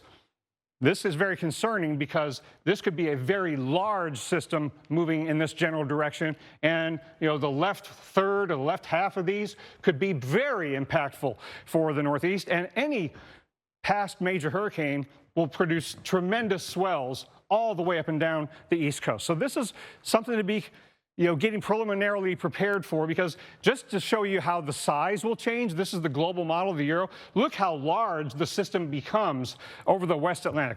Where the exact track will be, we don't know, but this gives you an idea of how former Cat 4s and 5s can really become very, very large.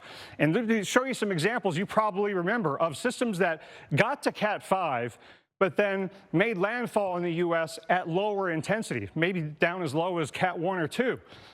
Last year's Ian did that at Cat 5 right offshore, and then it made landfall as a Cat 1 here in South Carolina. Other notables, like Isabel, 2003, right in here. That had been a Cat 5 out kind of where Lee will be going, and made landfall as a very large system. Devastating impacts there on the East Coast.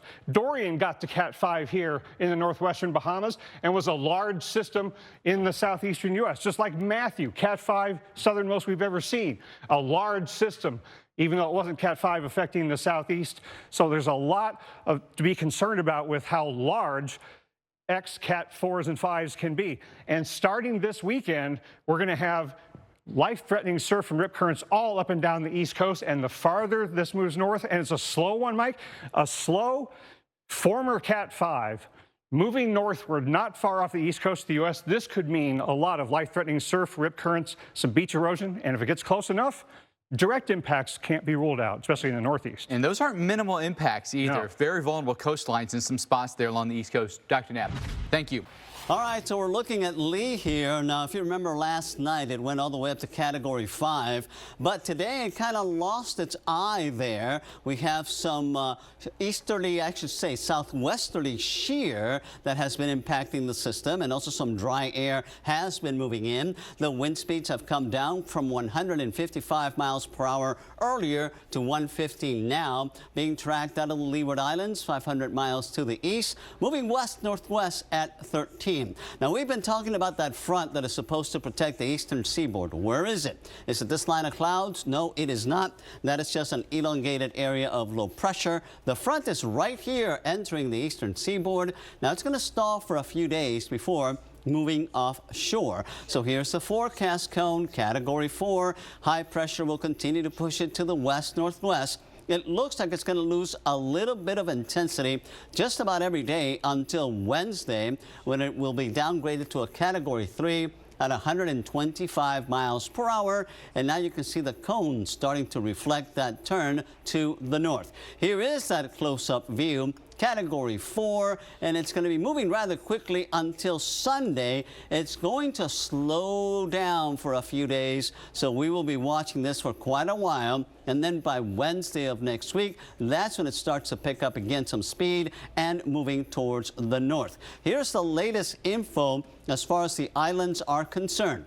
Life-threatening surf will start today for the Leeward Islands, and then by tomorrow, it looks like Puerto Rico, the Dominican Republic, Haiti, the Turks and Caicos, Bahamas, and eventually Bermuda could see some of those large swells and rough seas. Now, for us here, the local National Weather Service office says that confidence is high that Lee will turn before the Bahamas. That is good news. However, next week, rough seas and rip currents will be in the offing for us. Take a look at some of the models along with the cone. You can clearly see all the models now in a fair agreement that it'll turn north. However, we really won't know if it's going to make a turn closer to Bermuda or if it's going to swing a little bit to the west and maybe impact the northeastern states. We'll be watching out for that very carefully. And then in the far eastern Atlantic, there's still another system by the name of Margot. 40-mile-per-hour winds this afternoon. Not looking too healthy, but still the National Hurricane Center says that it could become a Category 1 by Monday. It should remain an open water system. We'll have a lot more on this a little bit later on in weather. So we're on to the weather, and we have, Hani, some activity in the tropics. We have the new advisory coming out on Lee, and we also have, of course, Margot off in the far eastern Atlantic. This is struggling tonight. Winds at 115 miles an hour, Category 3, but earlier today it was a 5. It is expected to regenerate into a 4 by Sunday, 8 p.m., and continue on that west-northwest track, and then a big turn toward the northwest and eventually the north. That'll happen on Wednesday. I'm talking about that all week. It's going to be, it's going to be a little bit painful watching this and waiting for this until Wednesday. But all the models are in pretty good agreement here, taking this toward the north, becoming more of an issue up into New England and Atlantic Canada next Friday, roughly, and maybe as a significant hurricane up there. But even with no direct impacts, there will be an indirect impact in the swells. I'm going to show you that in a second. Why is it making this pretty dramatic turn on Wednesday? Well, it's riding under the southern side of that Bermuda high. And it can't go through the high. It wants to, strong hurricanes especially, they want to naturally go north. Conservation of momentum, but it can't do it, so it rides underneath that high. It eventually finds a weakness, helped along by this trough that's also digging down. So it acts like a funnel and takes this storm north. Even if it stalls for a day, which is possible in this area, the steering flow is still all week long west to east, and it'll keep it away from South Florida. Water temperatures are very warm. We're looking at high 80s and low 90s. Here's the big thing for us, the wave height forecast. And these are swells from this hurricane that start to arrive on Monday, and they continue through Tuesday. I think they'll peak on Thursday or Friday. During the week, they're even higher up the East Coast. But we are looking at the threat for significant beach erosion next week because of that storm. All right, the far eastern Atlantic, we have Margot. Margot still forecast to become a hurricane, but it is not having any impact on land areas and off in the North Atlantic. Meanwhile, Caribbean islands are bracing for the effects, or at least the indirect effects, of Hurricane Lee this weekend. Significantly high, dangerous rip currents. We've got the water conditions, the wave action running high as major Hurricane Lee is now a Cat 3, but it's still going to re-strengthen back to a Cat 4 in the coming days, and we'll show you why that is. So for now, the Virgin Islands here and also Puerto Rico dealing with some of the surf being, the wave action emanating out from the center of Lee. Still a potent storm. It's a major hurricane. Anything 3 and up is a major hurricane. Winds are 115, and for now it's moving right along at about 12 miles an hour. But unfortunately, it is going to slow down significantly, and it's going to sit over these very warm waters of the Western Atlantic Basin. But just to kind of recap for you, it was a Cat 5 this time yesterday morning. It was up to 165. Then it did undergo some dry air and therefore some weakening. But look at the forecast. Monday into Tuesday, it's back to Cat 4, 130 to 140. And then by Thursday, it's still just east of the Bahama Islands. So it's going to take its sweet time in getting up in that direction. The confidence is certain that it will do that. But then after that, you can see the models going kind of all over the place here in terms of where it goes by next weekend. So that's why Mark and I were saying we're going to be talking about Lee for a while, because for now, it's the indirect impacts, Mark, the dangerous rip currents, and boy, those waves, they're going to be towering out here. Cruise ships, take notice. Let's start out by it's not going to the Caribbean. Okay, so we could say that it's actually out in the Atlantic. Here it is, the Caribbean's down here, and the islands are going to be spared. In fact, look at the track. I mean, it's just dodging land throughout its next course over the next 5 days. Bermuda eventually may be threatened by that. This was a 160-mile-per-hour Category 5 storm just 2 days ago, but it ran into some unfavorable conditions, really did a number to it, down to a 105-mile-per-hour Category 2 storm at the moment, but the conditions are again expected to become more favorable, so by Monday, forecast to be back up to a Cat 4, and then weaken yet again, back down to a 2 by Wednesday or Thursday as it makes that turn to the north, goes over some slightly cooler water, and conditions become a little bit less favorable. But by that point, this is going to be a very large storm. Okay, here you can see it on satellite. Doesn't even have an eye on it now, just to show you how beat up it got by those unfavorable conditions. All right, so this is the steering. High pressure, same story here. We've been talking about this for several days. Steers it to the west and then hooks to the north by Tuesday or Wednesday. By Thursday, it's already on a northward course, and it stays 800 miles east of Florida, give or take, though Florida and the eastern seaboard, we're still going to feel it with the big waves, dangerous rip currents, that kind of thing. For Florida, especially North Florida, 5 to 10 foot waves. Then the dance comes in with these 2 upper level lows. The timing and placement of those, we're going a long way out here. This really is a ballet. That will determine how close this gets to the U.S. A lot of range of possibilities here. This is next weekend. We're going way far out there. And what we'll be looking to see is, will it pose a threat to the Northeast U.S. or Atlantic Canada a week from today or 5 to 7 days out? That's what we'll be watching for. Still talking about Lee for a long, long time here. Larry, back to you. Lee got on my nerves. Thank you much, sir. Let's see what's happening in the Caribbean. This is a live camera from Barnes Bay, Anguilla. The forecast calls for partly cloudy skies today with temperatures in the 80s. Sounds good, right? But some of the Caribbean islands are already seeing maybe little clouds, high clouds out there, and a choppy surf as Hurricane Lee churns up there, well north of the islands, but definitely can have some impact. And we'll see that on those northern beaches in Anguilla. So let's take a look at where we are in the season, because today's the day. It's the peak of the hurricane season, and we are 58% still yet to go. So September is a busy month. October is actually a busy month as well, and there's always that little secondary peak in October. So we are, we unfortunately really only halfway through, really, when you think about activity-wise in the hurricane season. And we've got a busy map out there with the outlook. We've got Hurricane Lee, the Tropical Storm Margot, another invest behind that, 97L, and an area to watch just now coming off the coast of Africa with another tropical wave. So let's go ahead and get that latest on Lee. The new advisory came out showing a slight increase in the intensity to 110 miles per hour. Cat 2 still. The movement has slowed down by just a smidge. It was at 9, now it's at 8. But I think that's telling, because once it kind of makes that turn, we lose a lot of the steering flow. The high kind of nudges on in, and we're going to be watching for a very slow-moving hurricane at this point. You can see that reflected in the track, actually. Also, at this time, we do expect some increase in intensity, getting back to major by Monday morning, 125 miles per hour, and back to Cat 4, 130 by Tuesday. But then we see that once we get beyond that time frame, it is expected to reduce its intensity. But at that point, it will be expanding out in size. So the wave impact will still be there. Bermuda, you'll see the waves for sure. Could there be more of a direct impact? It's possible, so we got to keep an eye on Bermuda. And then, of course, the Northeast, New England mainly, and Nova Scotia, watching the forecast very closely. This is the ensemble forecast, and if it was a farther west track, there'd be more direct impact. If it's a farther east, there would be more just in terms of big waves for New England, and that would be about it. We're still a week away, and we know that time frame when it comes to model error is certainly one that's significant. Bermuda, though, it's close. This is the wave forecast. We know waves are going to be a big deal for everyone. Bermuda, we're keeping a close watch, specifically on the track of the hurricane itself. But waves, North Carolina, by early this week, you're going to start to see those waves and rip current risk go up, Molly, thanks to Lee. And then Margot out there, thankfully, this will just be a central Atlantic storm.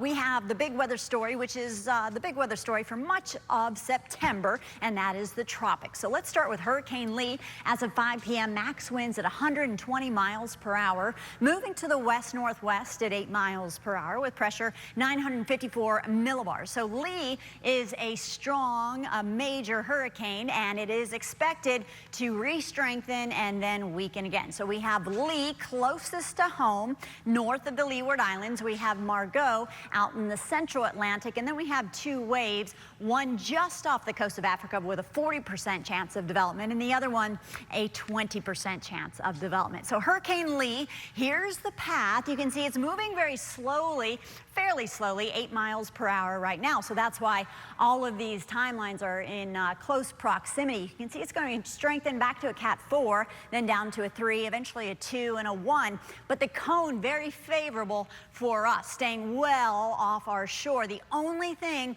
we will see from Lee is the potential for some northeast swells as well as some beach erosion and rip currents. But I think the worst of that will affect probably the coastal Carolina beaches, Virginia. And then Lee could end up moving into Canada. So we'll have to watch that for you. Now, We go from Lee to Margot. Margot's still a tropical storm, but Margot is expected to strengthen to a hurricane by tomorrow, moving north at 9, max winds at 65 miles per hour. So it is a strong tropical storm and doesn't have to gain a whole lot of forward wind speed before it would be classified as a hurricane. Now, Margot heading north, so Margot will be a very friendly storm to us. We call these fish storms because they generally just stay out in the open waters. So that's the latest on Margot. Now, this is another invest. This is located a couple hundred miles to the southwest of the Cape Verde Islands, and you can see the spaghetti models have it generally moving west-northwest. We have a long time to watch that one. It only has a 20% chance of development, and you can see we are just checking off these names one right after the other. And the next one on the list will be Nigel. We, of course, want to keep you guys as updated as possible with what's going on in the tropics, given this time of year. We've got a lot of action, even outside of Lee. But let's go ahead and take a look at our high-res enhanced satellite. And you can see we've got some convection swirling around the eye. You're like, okay, what's happening with the eye? It's there, and then it's not. And you've got thunderstorms on the outer bands. Couple of things you need to know. Number one, this thing is very large still. We're still talking about a major hurricane, but notice what happened here over the weekend. We kind of saw a dip, and with that, we were looking at what's called an eye wall replacement cycle, which took place over the weekend. And now that that is done, we work our way into our Monday morning, and we're back up with a 120-mile-per-hour storm. And so going forward, this thing could potentially strengthen maybe a little bit more, but the reality is it's eventually going into cooler waters. All right, so let's go ahead and take a look at what the hurricane hunters are finding right now. Literally just seeing these guys fly through it, and you could actually see some of the peaks that they're going through, getting, you know, around that 120-mile-per-hour range, which is what the forecast is at, or what the current storm is at. And so that data coming in right now as we've got flights taking place several times throughout the day today. So pretty confident that we're sitting at that Category 3 status here with a very large storm overall, okay? It is still, you know, working its way west-northwest, and it's going to be making that turn more of a northwest to north-northwest eventually over the next couple of days. Now you can kind of see this bulge here on that southwest side of the high pressure ridge, so it's still going to kind of keep it in that northwest trajectory before it takes that turn due north. And at that point, we know, or we've got pretty good confidence that this thing is going to stay west of Bermuda. So anyone thinking about going, I know we're getting into, you know, late September. Believe it or not, there are schools that are already going into like some kind of fall break, and there are families going out on cruises or anything like that. But we've got a lot of disturbances coming down the pipeline, just FYI, so make sure you guys stay updated with that. But it's a slow mover, all right? Things only moving at 7 miles per hour. So by the time we head in throughout this week, we'll start to see and get more confidence as to what happens once it gets basically in line with Bermuda heading northward. So there's your flight plan for today. You got the one in the storm, that's the NOAA 43. Later this morning, you got the TL 71 heading out, and then another NOAA flight going out this afternoon. So we'll get that update. And again, it's likely to see this thing potentially staying in that Cat 3 if it gains 5 miles per hour or so. That's not really that big a deal. What the big deal is here, Kelly, is what happens to the Northeast, and everybody is asking that million-dollar question. And it's like, well, yeah, I'm sorry to say, we just kind of wait and see. We have to wait till we get more confidence in the upper level steering. And then we got to talk about what's going to happen in New England, because you are in this cone of uncertainty for Hurricane Lee. If the Hurricane Center forecast, and I mentioned this to Jen off camera, if the Hurricane Center forecast is right, we're going to avoid hurricane force winds in eastern New England. That doesn't mean we can't have damaging winds at tropical storm strength and lots of weather impacts, and of course marine forecast, marine impacts as well. That's all good news, but there's still a lot of uncertainty in the forecast. You're going to want to tune back in to get all the details going forward. And even before we worry about a hurricane in the Northeast, we've got rain that's been flooding. So because of a front, this happened yesterday. I mean, look at this. Roads completely inundated. No, not at all. Right. So this has been what we're sort of the antecedent conditions before we get our next front, which could bring more rain like this again, which we're pretty concerned about flooding because of that. It is amazing, the air mass that has supported very heavy rain events in the Northeast this summer. Yeah. This is yet the most recent rendition of that. Yeah, it's been a wet summer. One of our top 10, really, for most of us up here. So, you know, the rain is going to come with the front, but I know you're wondering about Lee and the track, so let's get to the latest because the new advisory has come in.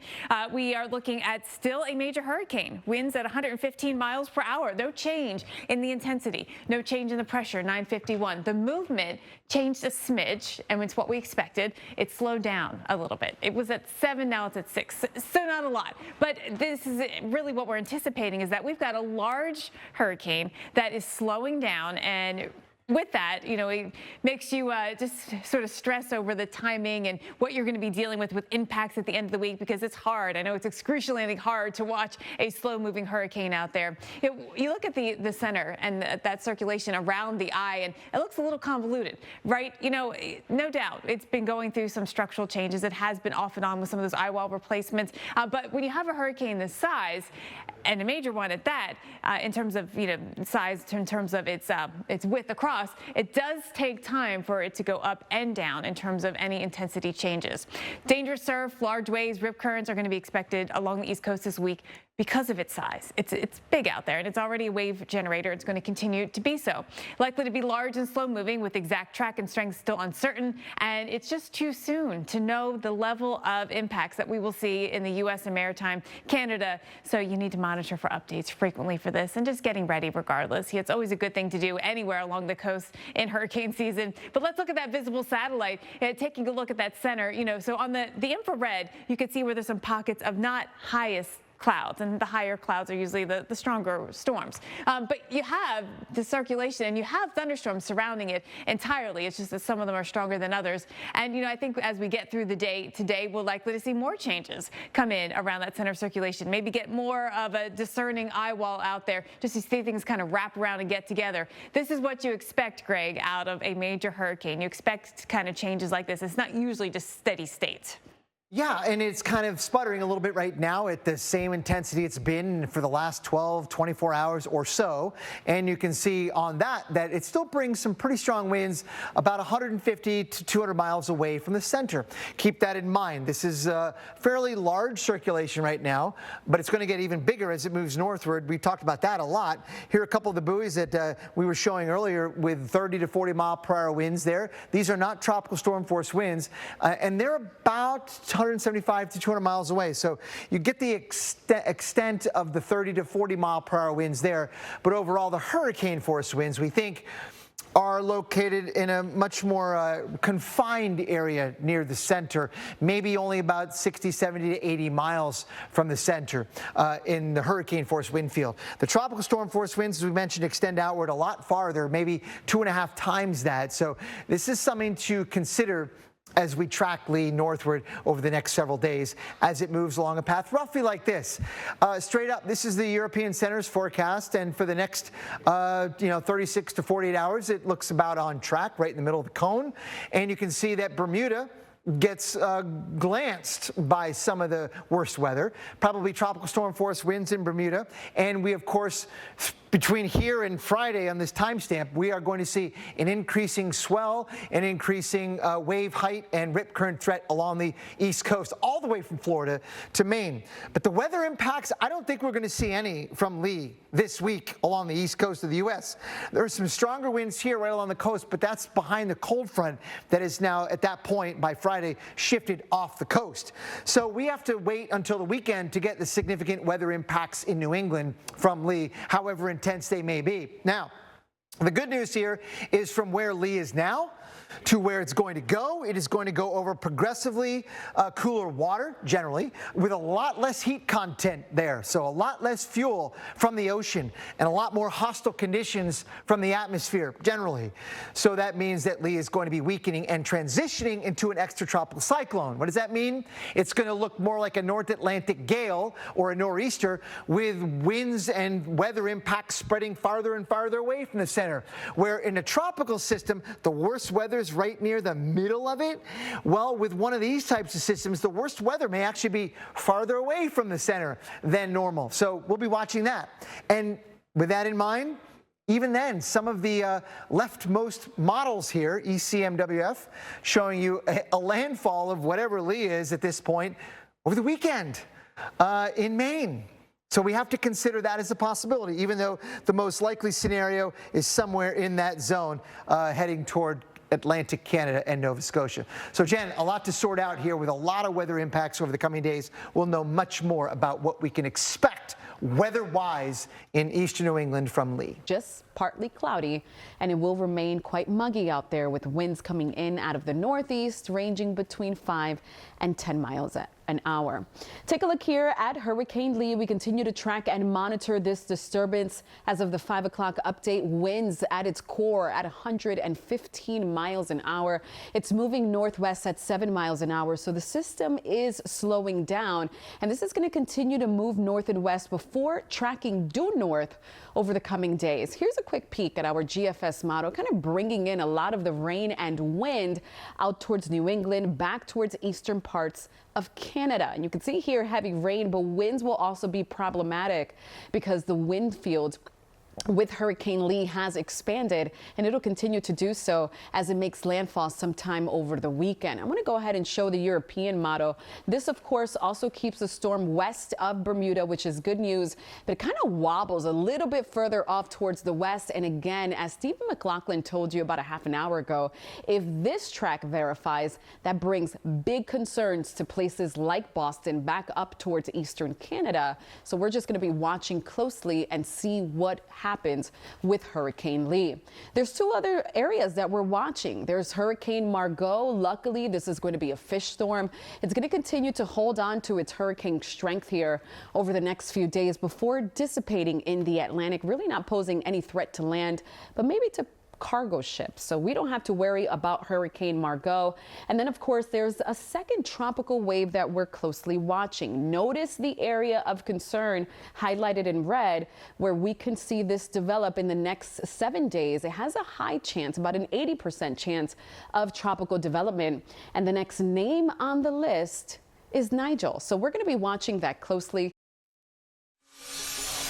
It is Wednesday, September 13th. This is America's Morning Headquarters. Hurricane Lee is making that very slow turn around the western edge of our high pressure. It's going to pick up forward speed as it turns off the east coast of the U.S. The National Hurricane Center says watches could be posted today or tonight for New England. Even without landfall, the U.S., there could be significant impacts. But I'll tell you what, there is that potential that this could get shoved right into Maine, and it's something we're going to be watching very closely. More on the hurricane in less than 10 minutes. But first, the Northeast dealing with weather problems even before Lee. We could see flooding, and then this could enter the picture and make things worse, Jordan. Let's get a check on your max defender rate forecast right now with meteorologist Rebecca Berry. What are you going to start with, local or the tropics? You've got a lot on your plate. That's right. I'm going to start with tropics because it's still kind of no news is good news. And so here's what's going on in the tropics right now. Hurricane Lee's down to a Category 2 storm and doing exactly what we expected, turning to the north. We've got Hurricane Margot, which is still barely clinging to hurricane strength status, but it's going to just sit here. It's not headed anywhere. Now, Invest 97L is the new one to the party. It's not formed yet, but it has a 90% chance to. It could form as early as this evening or maybe tomorrow. But let's focus on Lee right now, since that's the more imminent storm. Down to a Category 2 storm, starting to see a little bit of drier air move into the system. It's also moving over cooler sea surface temperatures, which will help weaken it.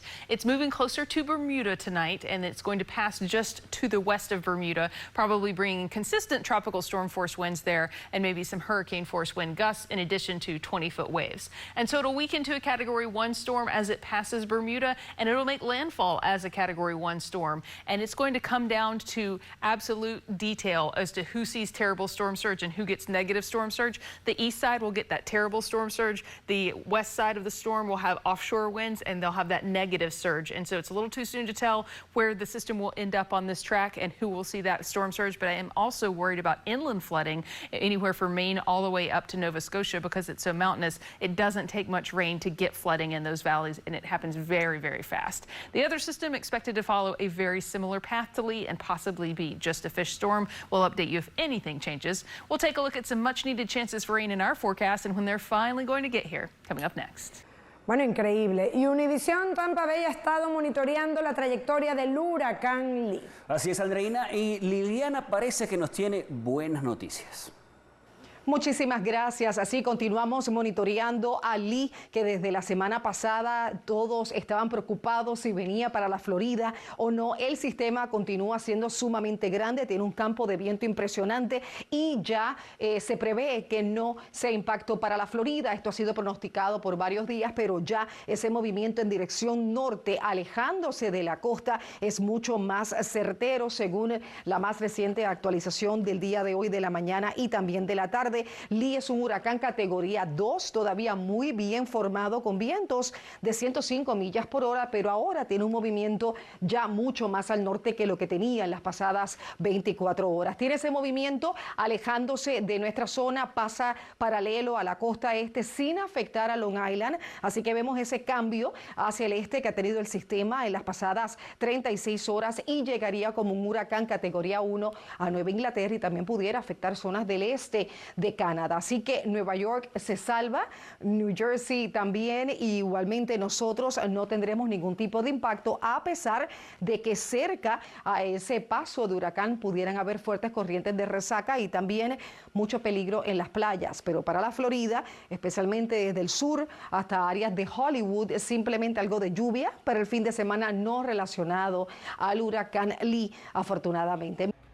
And although it seems that the Northeast will be getting pounded the hardest, Lee is also expected to bring dangerous surf to the southeast from Florida through the Carolinas. And South Florida, we've been very lucky here at home, certainly so far this hurricane season. But for an update on Lee, we're going to take things over to the 7 Weather Center, where team coverage will continue with meteorologist Erica Delgado.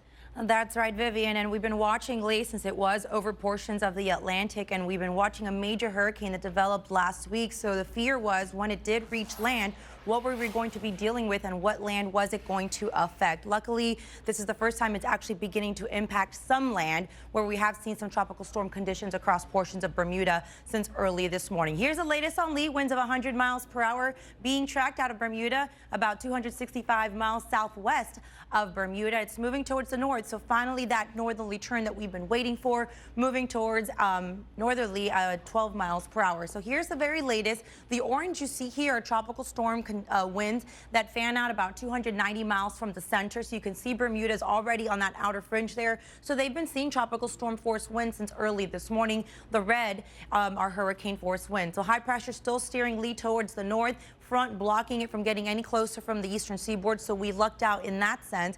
And then as we work our way into the weekend, watch what happens. The orange that you see here are still tropical storm force winds, and you can see coastal areas, southern New England, all the way through areas of Maine and even portions of the Canadian Maritimes already seeing some of those tropical storm conditions as Lee early Saturday morning, still a Category 1 hurricane, eventually moving and becoming a concern for northern New England and, of course, the Canadian Maritimes, as we've been talking about. Now, for us here in South Florida, winds out of the north, and that's courtesy of Lee, since we have Lee on one side of Florida and high pressure on the other side. So showers today will be moving from north to south.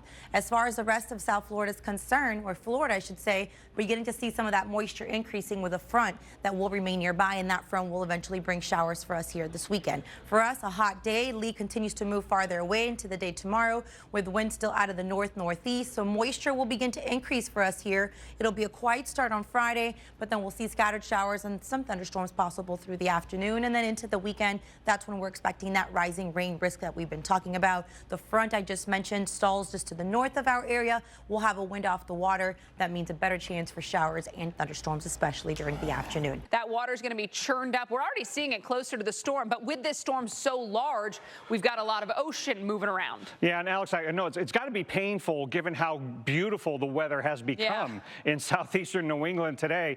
But you know, that front has come through, but the seas are growing from south to north. You know, 7-8 foot seas not far off of Nantucket, and those are only going to be building today and tomorrow. New advisory. This is the intermediate public advisory from the Hurricane Center. Again, as expected, the maximum sustained winds gradually coming down, but look at that pressure. It's still really low. 957 millibars. The pressure difference being used not to create an intense hurricane, but to create a very, very large one that is moving generally northward. And because it's going to be, you know, going over cooler waters and experiencing more wind shear, it will gradually weaken, and somewhere in here, lose its tropical characteristics, but that won't change the impacts or the forecast, the warnings, or anything like that. Still be a large, powerful cyclone, and the extent of the winds and the water impacts will be way outside of that cone, which has shifted a little bit more to the east, but not far enough to take the impacts away from New England. Bermuda is in tropical storm conditions, bona fide, because we're measuring it at the airport there at Wade International. Had sustained winds of 39, gusting now to 55 miles an hour, and those winds of tropical storm force extend out 250 to 300 miles on the northern side. Buoy 48 certainly getting in on it, and look at how windy it is still way to the south. So that gives you an idea of how long the winds will last as this goes by. 28-foot seas near buoy 48, and look at here, just off of Cape Hatteras, buoy 25 measuring 10-foot seas, and those are just the significant wave heights. You know, the average of the highest 1/3 of the waves, but individual waves higher than that. So this is really pushing the ocean around. And here's the front that came through New England, so at least the preparation weather today and tomorrow, pretty good. But with the two high pressure areas, you got the opening there for this to go to the north, over the Gulf Stream, but then over much cooler water. So it will weaken, but again, because of the increase in wind shear and the cooler waters, the weakening of a large hurricane is going to be gradual, not rapid. And there's the two troughs that are going to be bringing it northward and bringing it that S-shaped curve, because the first trough, again, is going to miss it. Then it bends back a little bit as the next trough approaches. That's what brings it into the Gulf of Maine. And then by Sunday, it's finally moving northeastward, but it's doing so over land. Too late to avoid land impacts. But I don't want you to be thinking here in New England that we're out of the cone, so we're out of danger. That is not true. This large hurricane is going to have its winds going way outside the cone, and some of these tracks on the left side could bring an even stronger impact and a longer duration impact to even southeastern New England. Now, we got today, and we got most of tomorrow to get ready for the winds of tropical storm force arriving maybe first on Nantucket tomorrow evening, and then spreading overnight to the rest of the New England coast, potentially. This is the maximum extent in that northwestern quadrant. Not necessarily everybody will get sustained winds of tropical storm force, but you'll notice this is going to be, wind-wise in New England, primarily a coastal event, not just because of the western extent of the wind field, but because in Massachusetts, you're going to have northerly wind coming off the land, so it won't have as much exposure. But look at Cape and the islands, you are really exposed to those winds, and then it will eventually, calm down by Sunday morning. But when I look at the watches and warnings, the areas most at risk are the Cape and the islands, not just from the storm surge coming into Cape Cod Bay.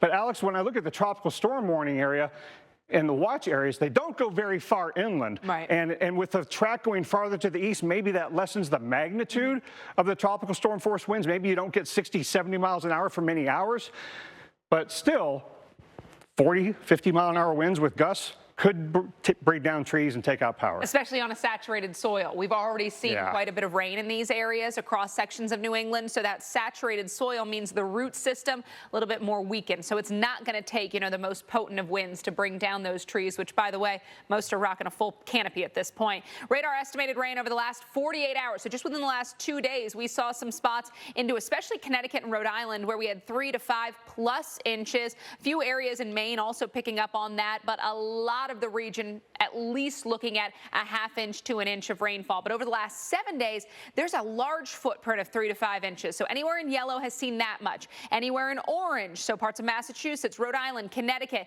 you guys have seen 5 to 8 inches, and even some localized totals where we've seen over 8 inches of rain. So we are running on the soggy side. Soil moisture wetter than average from northeast and central PA all the way up through Maine. So the ground is saturated. It's not able to absorb a lot more, and that's going to lead to a flash flooding threat, but also with the tree canopy still leafed out, I think we have a higher likelihood that we look at a little bit more tree brought down or tree cover brought down than, say, what we would deal with in a nor'easter. Keep in mind, that's in the middle of winter. The trees don't have leaves. Now when they've got all their leaves, they're going to be more easily knocked down. Forecast wind field, as Dr. Knapp mentioned, it is going to be the coastal sections of New England, I think, that hold the best chance of seeing those tropical storm force winds.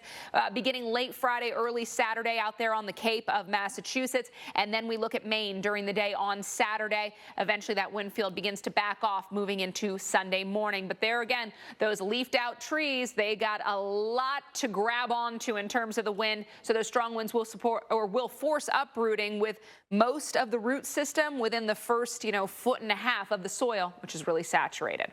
Mike? Joining us right now is Dr. Michael Brennan, director of NOAA's National Hurricane Center. Dr. Brennan, thanks for being with us. I want to ask you about your biggest concerns right now along coastal New England. What are you watching for right now? Yeah, I mean, it's multiple hazards like every tropical storm and hurricane event. Certainly Lee has such a big wind field. We're going to see widespread tropical storm impacts, gusts to maybe close to hurricane force in down east Maine.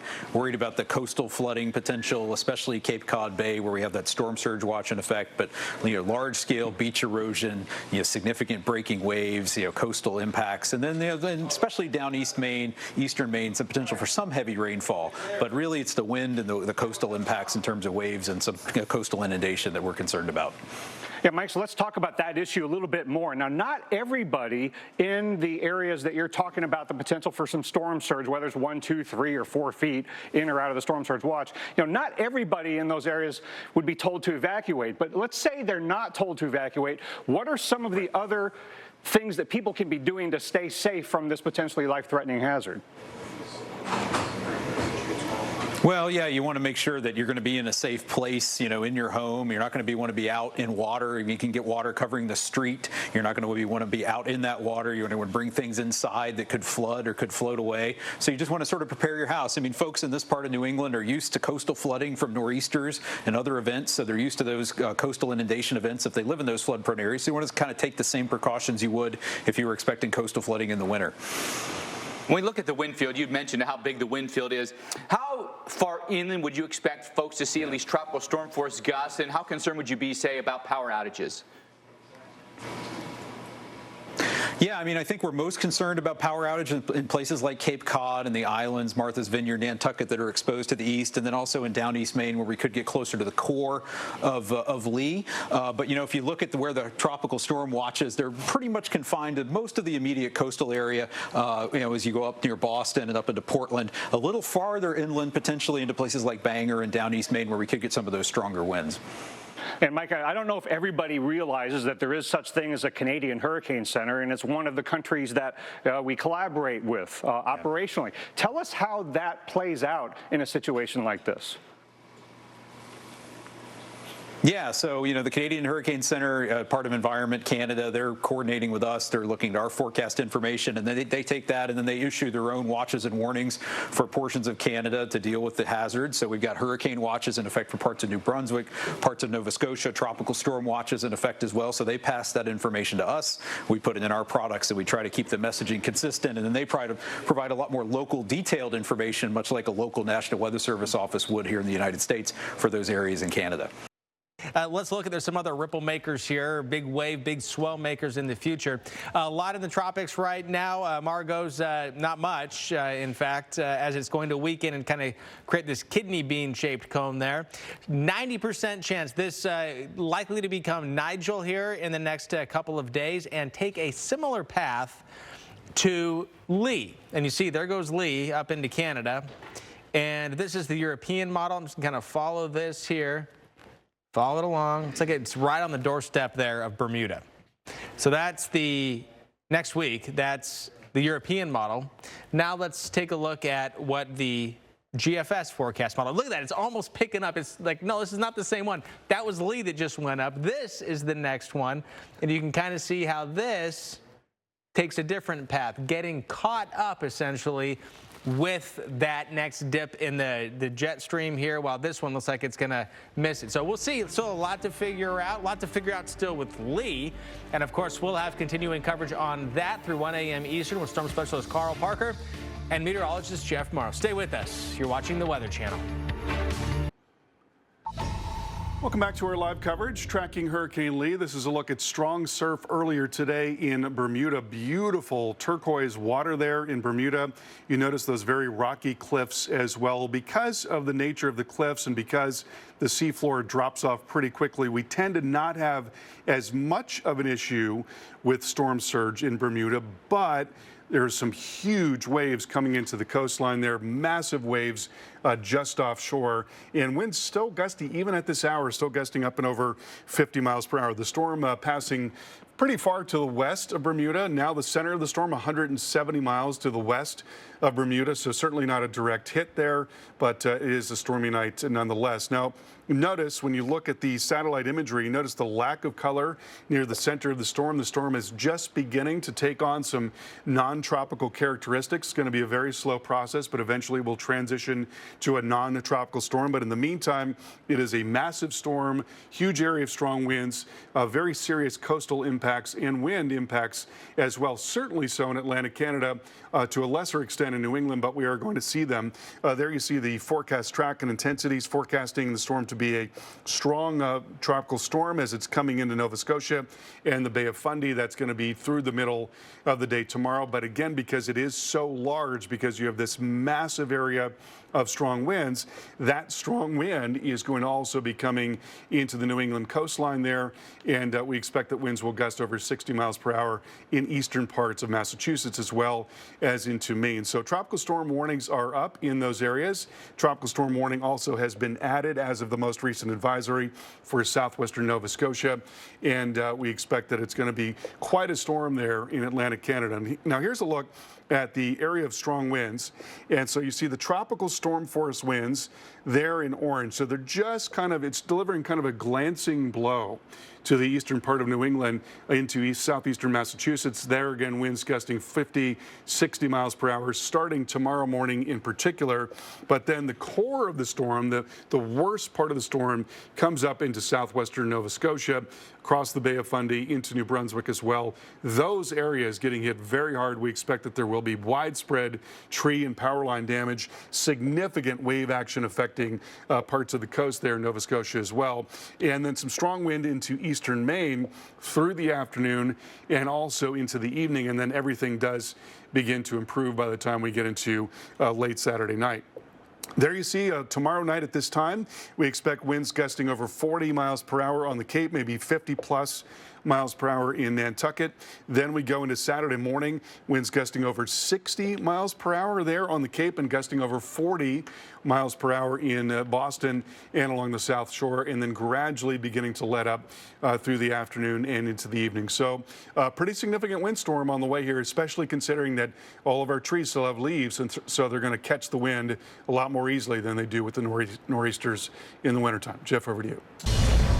We got to give you the latest on Hurricane Lee as the system is bracing for its effects across parts of the Northeast. Again, the outer bands of the system is really going to be the issue. We have two areas we're watching in the tropics too, as well as Margot. So the Atlantic not calming down yet. As we go into the weekend, all eyes on Hurricane Lee as the worst of the weather will start to impact parts of the Northeast by tonight into tomorrow. 5 AM advisory has winds of 85 miles per hour. It's moving at about 16 miles per hour to the north. And again, the system has pushed a bit more towards the east, but the impacts are being felt well displaced from the actual forecast projected path because of how large the system is. So we do have those tropical storm warnings in effect for the Northeast, anywhere from Boston up towards Maine. They're expecting possible tropical storm force winds as well as the rainfall, not just for tonight, but also going into Saturday and Sunday. Our local forecast, as you heard me mention, will turn wet. I'll have those details coming up. Well, now is the time to make those final preparations. As Lee works its way northward up the Atlantic coast or near it, impacts will be felt well outside of the cone. Winds are already becoming gusty along Cape Cod and parts of the New England coast. Now let's have a look in the big picture and talk about those winds that are getting gustier along parts of the Northeast coast, because I think the vast majority of that wind is actually not Lee. A front moved off the coast yesterday, and many of us in New England and the mid-Atlantic are dealing with a cool and dry fall-like air masses. Temperatures right now are in the 60s, and dew points are in the 40s, and you can see at these lower cloud streams here, the winds are out of the north. This is post-frontal continental air that is already now getting entangled in the circulation of Lee, and I can show you that up close, what that post-frontal air is doing to the circulation of Lee. And it might be hard to see at first glance, but let me help you. What we're seeing here is a lot of rain-free air in the southern semicircle. There are clouds, but these are not clouds that are producing rain. It's windy and it's cloudy, but it's not stormy out in that zone. That dry air from that front has come in and it basically eroded the southern semicircle of Lee. This process has been underway for a little while now, but you can see it. The center circulation, well, is probably, I'm just going to take a guess here, somewhere around there. And most of the thunderstorm, well, to the extent that there are any thunderstorms left, but most of the convection and heavier showers and squalls are right here on the northern part of the circulation. So it's almost like looking at it, it's kind of like half a system in cloudway and in rain. But in the wind, we're seeing the wind still in the clear air to the south extend outward a long way. Jen brought up this great point. I'm just going to give a sense of what the weather's going to be like tomorrow in coastal New England. We are going to likely see the wind first along the coast, and then we'll get some weather moving in, and then the weather moves away, and the wind is still sticking around. The wind area is much bigger than the bad weather area, if that makes any sense. But let's track Lee northward over the coming hours. There's the center now. It's going to be moving over the Gulf Stream. What's the little ribbon there of warm water? I put that in background here, right in there. So there's going to be a few hours later on this afternoon and evening where it's going to be moving over some locally warmer water that may flare up some thunderstorms, but that's not going to perceptibly change the overall circulation, which you can see is much bigger and now being controlled by other factors. So either way, later on tonight, tomorrow morning, and tomorrow midday, we're going to see this thing move over water temperatures that are in the 50s and 60s. So it's going to continue to fall apart in that sense. But the wind will be significant still along some coastal sections where tropical storm force winds are possible in coastal New England and heavier rain in down east Maine overall. And I'm going to leave you with this graphic right here to show you that the coastal flooding still, Jen, is a threat with a couple of feet of water rise above normally dry ground in those shores that are facing the wind. A check on the tropics. We have 3 systems now.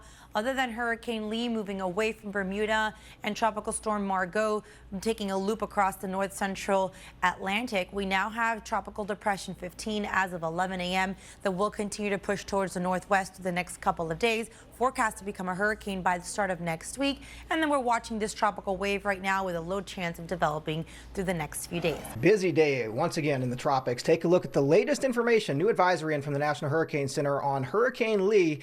This one's still an 80-mile-per-hour Category 1 hurricane, but make no mistake about it, this is a very large system that's having far-reaching impacts. Look at those wind gusts that we're seeing in buoys offshore, above 50 miles per hour, 55-mile-per-hour wind gusts at the buoy, 200 miles to the north of this.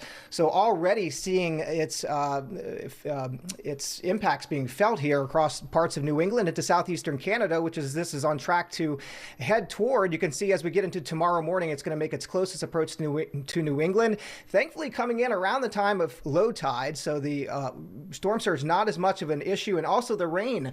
Notice where the coastline is next to where the heaviest of the rain is, offshore of New England. So this primarily a wind maker, looking for some widespread power outages here, maybe some downed trees.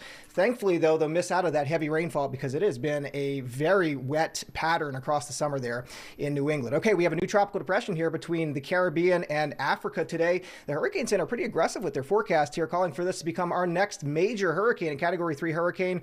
We'll watch for Bermuda, but this one headed to our east. Not going to have to worry about this one here in South Florida. Otherwise, across the tropics, we have Margot. That one is just meandering there over the northeast Atlantic. And then another area that's going to be coming off of Africa, middle part of next week. This one's not going to be turning out to sea, and our model's kind of latching onto this one. So Calvin and Sinella, it looks like we're going to be following that one next week. So things just not slowing down here in the coming days across the Atlantic. And welcome back to our live continuing coverage tracking Lee, still a hurricane at this point. Before too long, and our next advisory comes out at 11 Eastern time, we may be down to, well, it still may be a hurricane, but it's verging on tropical storm or even extratropical status, and we'll get into that a little bit later on. But right now, let's talk about the wind field and where this is going to be headed as we head through the overnight hours tonight. Again, we're already getting some tropical storm force gusts right along the immediate Cape Cod coastal areas there from Provincetown down to Chatham and out to Nantucket. Martha's Vineyard may be a little less than that, but we'll probably continue to see those winds ramp up as we head through the overnight. Right now, the highest gust there at Provincetown at about 35 miles an hour. Nantucket doing more than that at 43 miles an hour. Chatham itself only gusting to 28, but again, these winds will continue to pick up. Falmouth at 38 miles per hour, and out on the Vineyard just over 30 miles an hour. So it is windy there.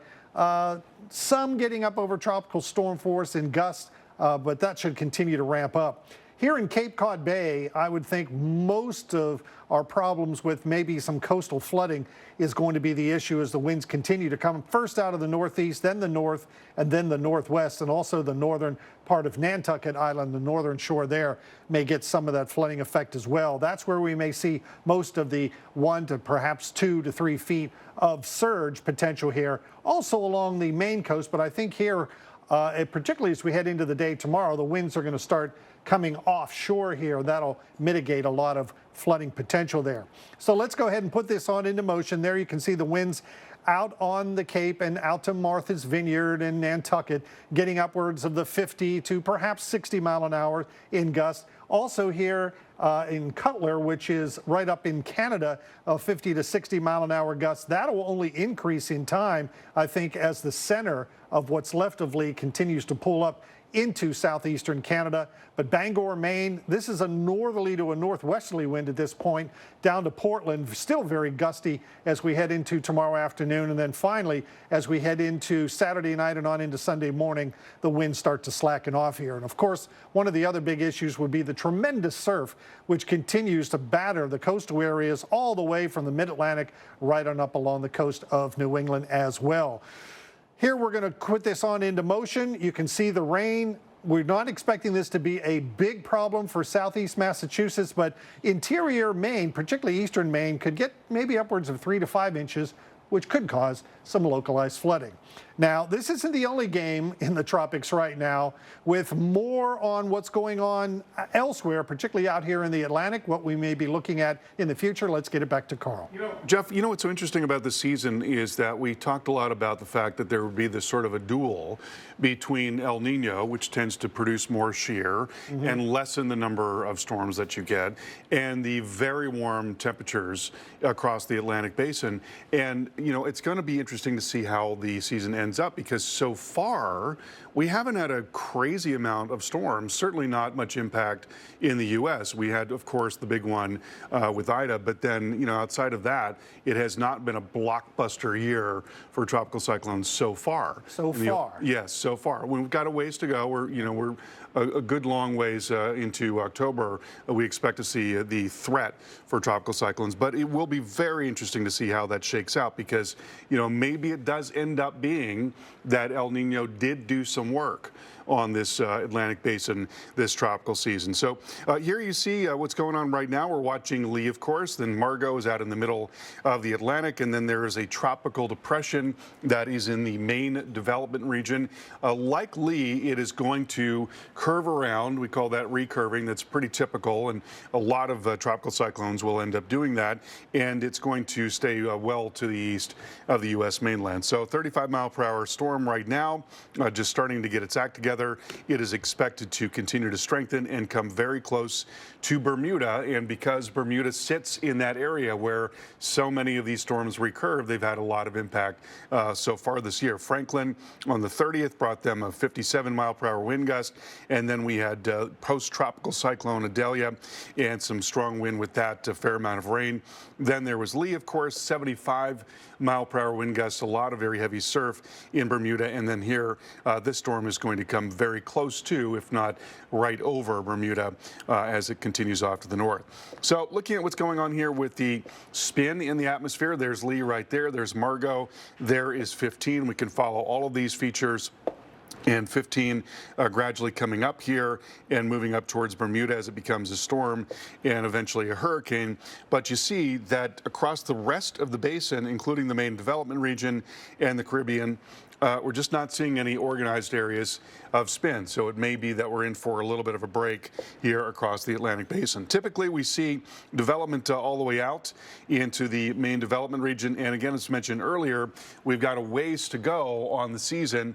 Right now, we've got about half of the season remaining. So certainly don't want to let your guard down, but thus far we have not seen, an enormous amount of impact. We certainly have seen some impact, but not nearly what we've been fearing so far, anyway. And a couple more days, and it's out of the way. But for folks up that way, they're certainly watching this closely and getting all those preps in place. And you can see the outer band's already beginning to produce tropical storm conditions across places like Halifax, all the way down the coast there into Cape Cod. And that's what it looks like. I mean, what you see is all of the action, all the convection, basically in the northwestern quadrant. It's just kind of ripped the center of the storm to pieces, and that's why it looks so ragged. Meanwhile, the storm is flying. Movement is north-northeast at 20. This is the latest. Still a hurricane, but you'll see it go from Cat 1 to a low-pressure system. That's just because it's going to lose a lot of those tropical characteristics, and as such, it expands, but still a powerful system moving through that area here tomorrow morning. And then, of course, we got 15, and this is a new tropical depression. It's going to get a name soon. Nigel is what we'll call it. It'll be a tropical storm, then a Cat 1, then 2, then 3. And then, of course, we'll watch how close it gets to Bermuda, but it shouldn't be a problem for us. But again, another potential major hurricane. It would be our 4th this season. Margot's still out there. We'll watch this area for potential development. Not super exciting, but 20% is what the Hurricane Center is giving over the next 7 days. And here's a live look at Boston right now. You're looking at the Charles River and towards the Back Bay with Harvard Square, Kendall Square on the right there.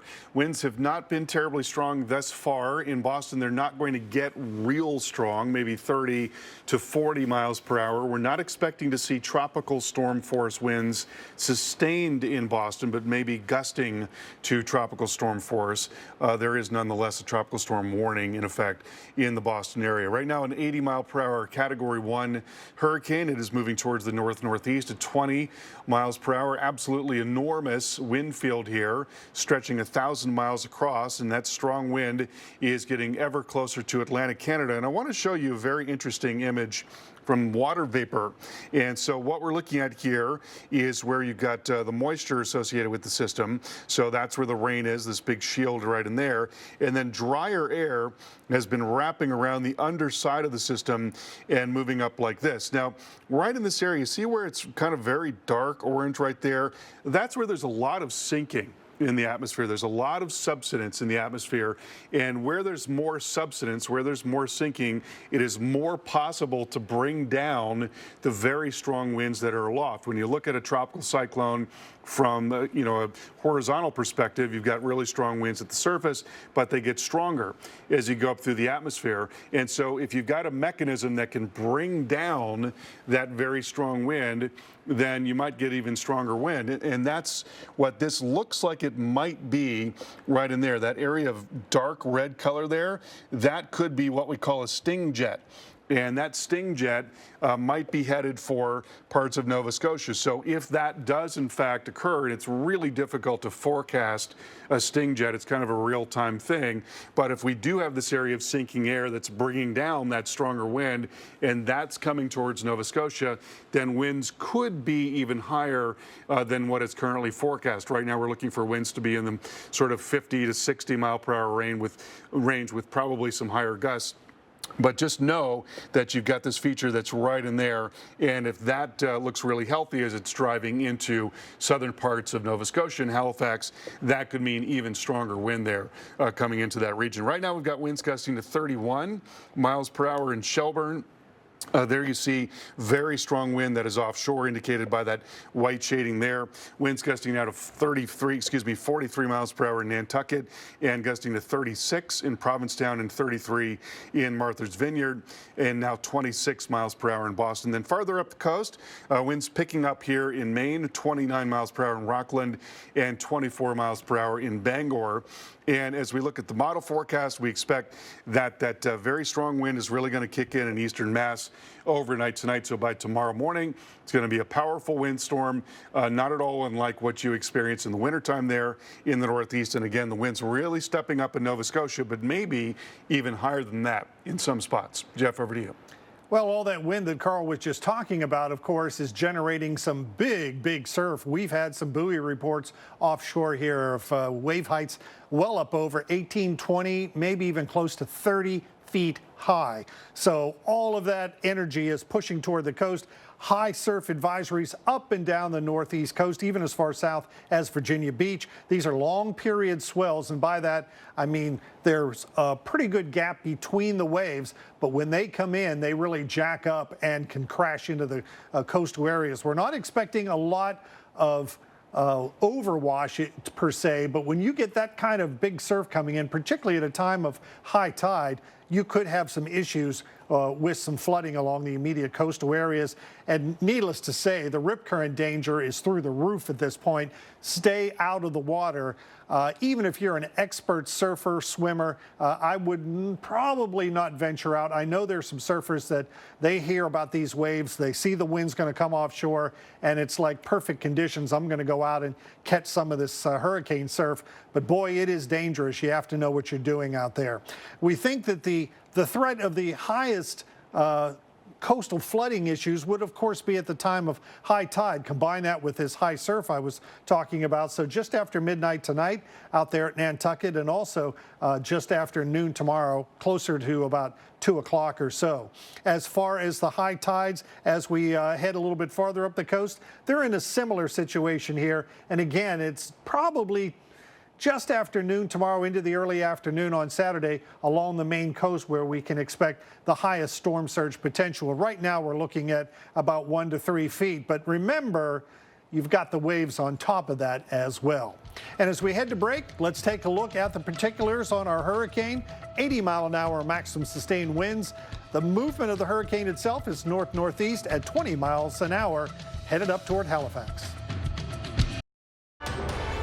NBC6 First Alert Weather, certified most accurate 10 years in a row. Well, I want to start by showing you that we have tropical depression out there. This is farther to the south. This is 15. And we also have tropical storm Margot. Margot continues to fall apart. 15 will start to take on some more tropical characteristics and likely get his name either today or tomorrow and move farther to the west. We are still tracking Lee, now post-tropical, meaning that it's just into some cooler water. It doesn't have that warm core, but impacts are all still relatively the same. We still have tropical storm warnings for coastal Maine into New Hampshire and coastal Massachusetts. Winds are around 80 miles per hour this morning at its core. It's going to quickly fall apart as it interacts with the land, as it moves onshore in Nova Scotia. But wind, rain, and the choppy waves and rip current dangers will still be out there for coastal areas, not just of New England, but for all of the eastern U.S. The wind field is large, and you can see the center of this storm, as it continues to move closer to the shore, is still producing those tropical storm force winds early this morning. As it moves onshore, it's going to quickly diminish that, and the winds are going to lighten up. So when the Dolphins play tomorrow, we shouldn't have any tropical conditions lingering. It will all be clearing away as this works through areas of Canada. Good Saturday morning. Welcome back to Weekend Recharge. I'm meteorologist Paul Goodlow. I'm live in Cape Cod in the town of Dennis, specifically in the village of West Dennis on the south shore of Cape Cod. So people talk about the Cape being like that. That's Chatham there. West Dennis is on the south side of that Cape. So the good news is the tropical tropical storm warning has been discontinued for the Cape Cod area as well as Nantucket and Martha's Vineyard. So that's the beginning of the end of the impacts of Lee. The widespread impacts. We're still being kind of pelted with gusty winds and from time to time some scattered light rain showers, but we do think the worst of this storm is past us, but it's not quite done with parts of Maine. We'll have a live report from Chris Bruin coming up momentarily, but right now, let's go back to studio with meteorologist Lynette Charles and Dr. Greg Postel, who are standing by with more of the latest on now post-tropical cyclone Lee. All right, Paul, thank you. We're going to catch up with you a little bit later. You're going to have a full report. But welcome in again. I'm Lynette Charles. And I'm Dr. Greg Postel. Of course, America's weekend depends on the weather, especially today along the coastline of New England, where Lee, now a post-tropical system, is impacting the region with rain and wind. Yeah, now Lee may be post-tropical, but it's still producing hurricane-force winds. It's causing big waves and life-threatening rip currents along the New England coast. People have been preparing for days in anticipation of what's unfolding this morning. I will say, Dr. Postel, so, you know, at first this was a tropical entity. Then it started to make that transition. And, you know, people were talking about along the coast, New England coast, people aren't seeing that much. We haven't seen, like, what was it? We had that some type of alert along the coast there, and the New Englanders haven't seen that in a while. Tropical storm there force it is, winds. exactly. Yeah, you know, they've been kind of few and far between, the tropical storm force winds, those true measures of what we think of a tropical system. Lynette, thank you very much.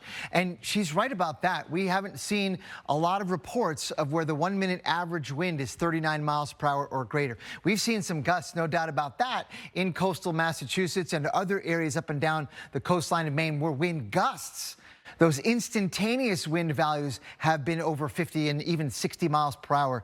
But the average wind hasn't been that high. And that's characteristic, of course, when any system moves near land, but also in particular with this nature of Lee, which is a post-tropical system, right? It doesn't have a lot of heavy rain showers anywhere near the middle of it. It's kind of spread out over a large area.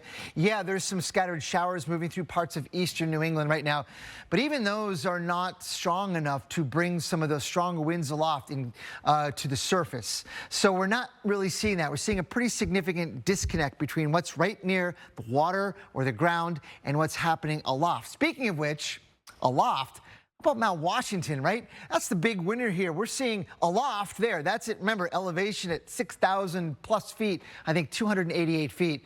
That's one of my weird things with mountain. I know a lot of mountain tops, but we're gusting to 84 miles per hour. But once you get lower down, not even close. And that's the kind of thing that Lee is presenting to us in the data as it transitions away from being a tropical cyclone into one that's more of a nor'easter, right, in the Gulf of Maine. You can find your spot on the map. And for the most part, our winds have been out of the northwest for many of us, which is exactly what we talked about yesterday and even the day before.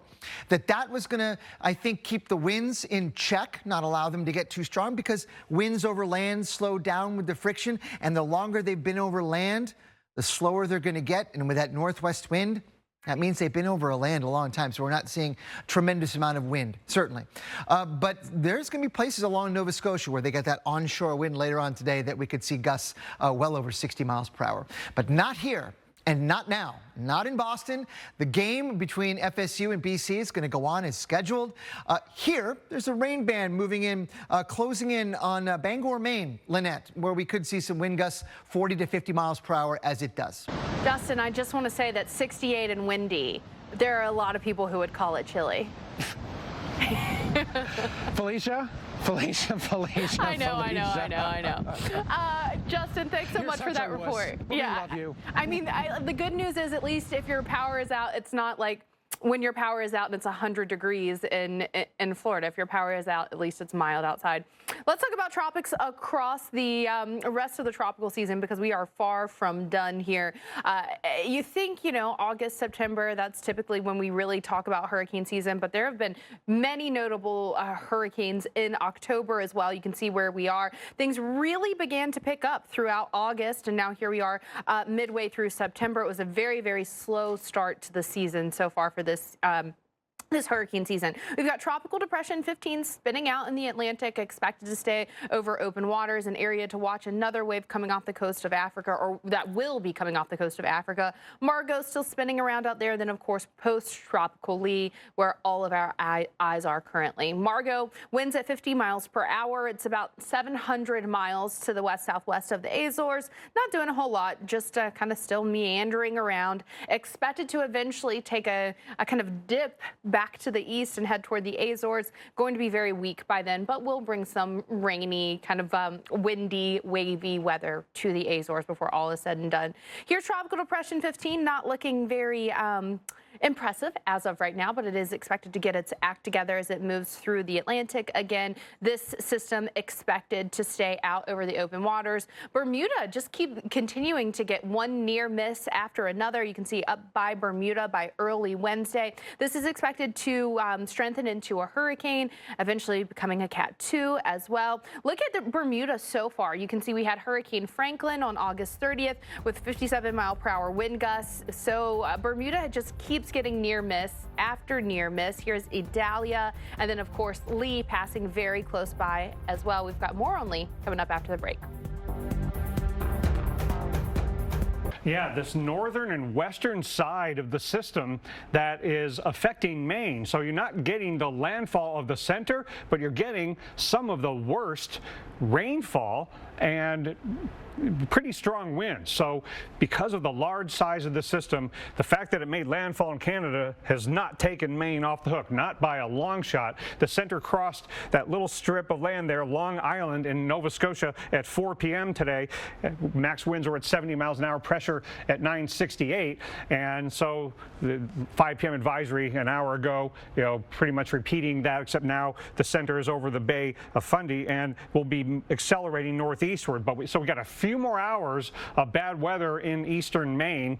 Tropical storm warnings are still up from near Portland eastward, and they go inland quite a ways as well because you're closer to the center in Maine than you were in New England. So the pressure gradient here over the state is pretty significant. Even on the weaker side of the system, stronger winds are just offshore and on land in Nova Scotia, and that's where the biggest waves are crashing ashore, although the ocean is still pretty angry in the Gulf of Maine, where you still have 9-foot waves there right off the coastline, but a lot of them are breaking there over the banks. But this is where the center of circulation has been going in this general direction as we lose the sunlight of the day. But here's where it crossed Long Island there. But look at the last visible image on this loop. On the west side of the circulation, look at those overshooting tops there east of Bangor. That's where the heavy rain is really coming down there on the west side of the system.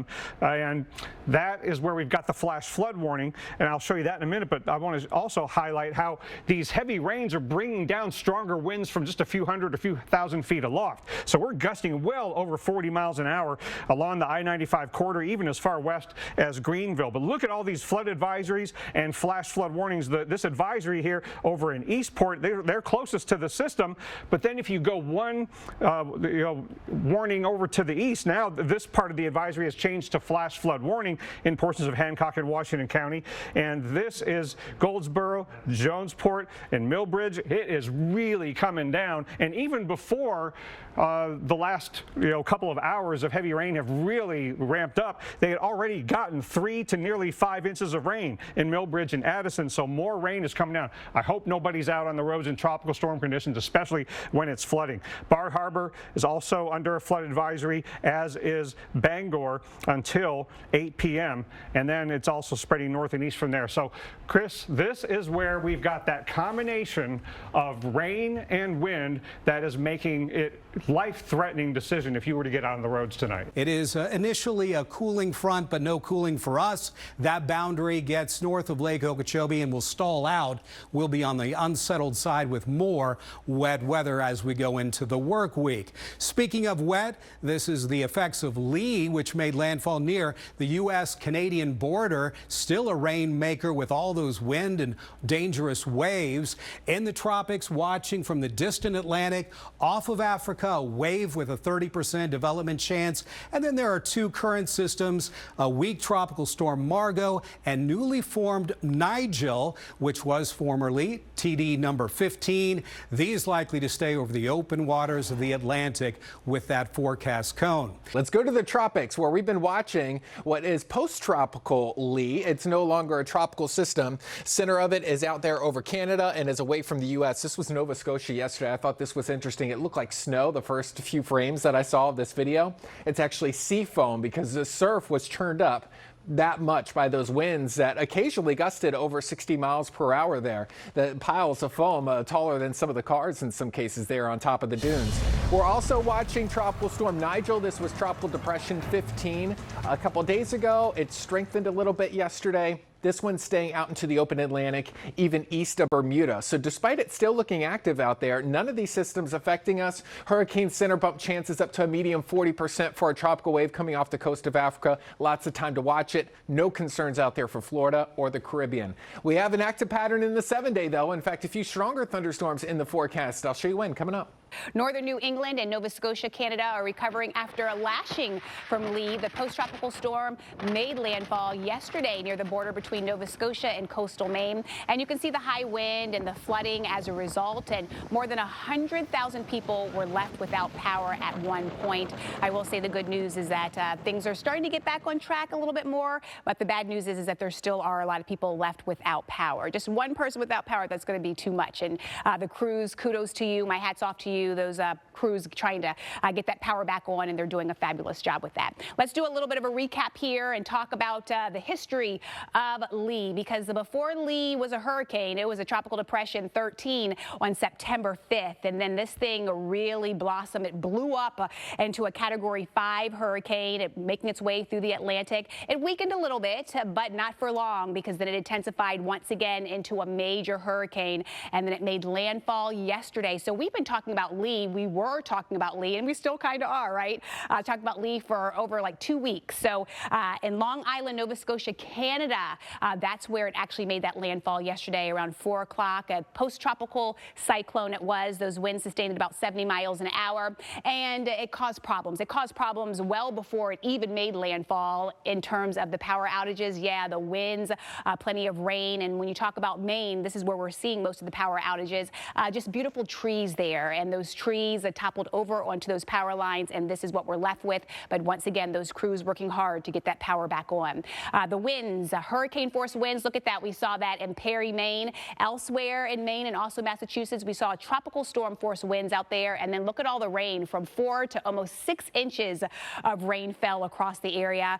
Lee, 45 miles an hour at this point, but again, it's a shadow of itself as it continues to work its way on out. Little doubt that Maine bore the brunt of Lee on the American side of the international border. From Portland, national correspondent Justin Michaels looks at the storm's aftermath and its cleanup. The calm after the storm here in Portland, Maine. Much of coastal Maine dealing with Lee yesterday. In fact, coastal New England all the way down through Cape Cod dealing with extreme winds, also rain, and of course those amazing waves. The video was just incredible of the waves coming in. In fact, take a look at some of the video we were able to capture in Cape Elizabeth, Maine, not far from where we're standing here in the port of Portland. Incredible 20, 30-foot waves coming in, crashing in to the coast. Another issue that presented and is still being dealt with today, power outages. At the height of this, nearly 100,000 customers in Maine, coastal and inland, dealing with power outages. And Central Maine Power is still working today to restore power to thousands of customers. Listen. Well, our crews worked through the night. They've been working continuously. We've been collapsing from less damaged areas to more damaged areas. At this point, we're hoping to have the vast majority of customers restored today, with some extending into Monday. We are also focusing on businesses. We know that Monday is an important day for commerce, and so we're going to look to get those businesses back online as well.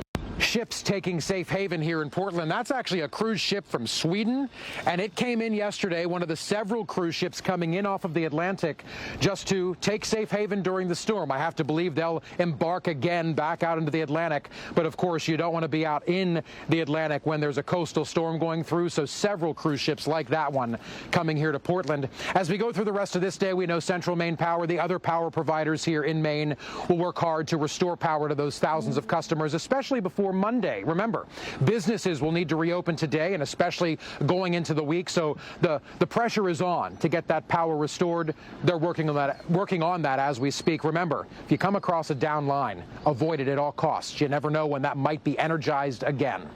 In Portland, Maine, Justin Michaels, the Weather Channel. We take you from Maine to eastern Nova Scotia, where you're looking near Lockport Crescent Beach, and it looks a lot better than yesterday. The sea is not as angry. We have a few high clouds still. That's from some of the far outer bands of what's left of post-tropical Lee, but it's still very active in the Atlantic Basin. We were watching Lee 16 days, almost the entire month of September so far. We have been talking about Lee, where it was going, what was the intensity forecast, and now we're saying goodbye to Lee. But we have other areas to watch, and we still have 46% of the activity of our season in the Atlantic remaining. Several circles on here. We're going to take them one by one. Lynette just talked about post-tropical Lee, post-tropical Margot, tropical storm Nigel, and then right behind that, another area to watch that's in the MDR, the Maine Development Region. Let's start with Margot. It is post-tropical, as it's been kind of going in circles for the past couple of days, and it's going to continue to go in circles before it starts to move off to the east, but it is rapidly weakening, and that's good news. And then we have tropical storm Nigel, 60-mile-per-hour winds, a little bit of a lopsided appearance right now with a lot of the activity on the northern and the eastern side. It's going to ramp up in intensity over the next couple of days. By the middle part of the week, once again passing right by Bermuda as a Category 3 hurricane. Now we've had Idalia, we've had Franklin, we had Lee last week, and we're going to have Nigel this upcoming week making an uncomfortably close pass to Bermuda. So interest there. Keep a close eye on that one. So we have a lot of areas of spin. There's Margot, there's Nigel, but look at this wave coming off the coast of Africa, especially towards the later part of this week, so Wednesday into Thursday, across the Maine Development Region, showing some spin. This is the European model, by the way, and this could be our next one to watch, Lynette, and the next name on the list is Ophelia, and I have a feeling by next weekend, we're going to be talking about Ophelia. Yeah, I had that same feeling, Molly.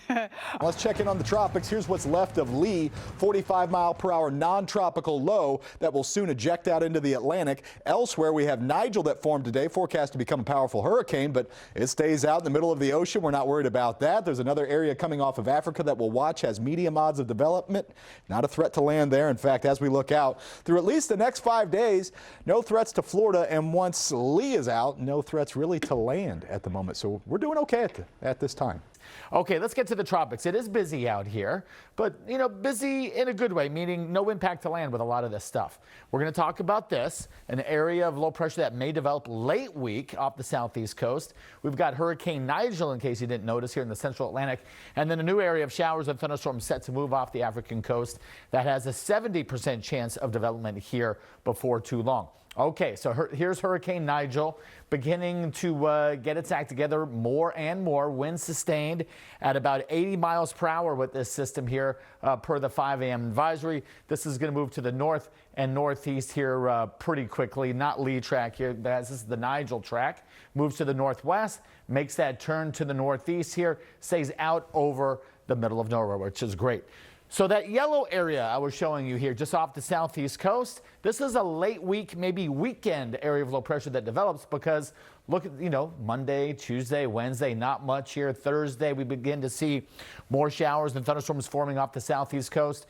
Pausing here. Then we go into Friday. You can see some of that darker greens, definitely some moisture trying to wrap around this loosely defined area of low pressure. And then, you know, some of the models by Saturday try to close off a low right in through here. So this is something we'll watch.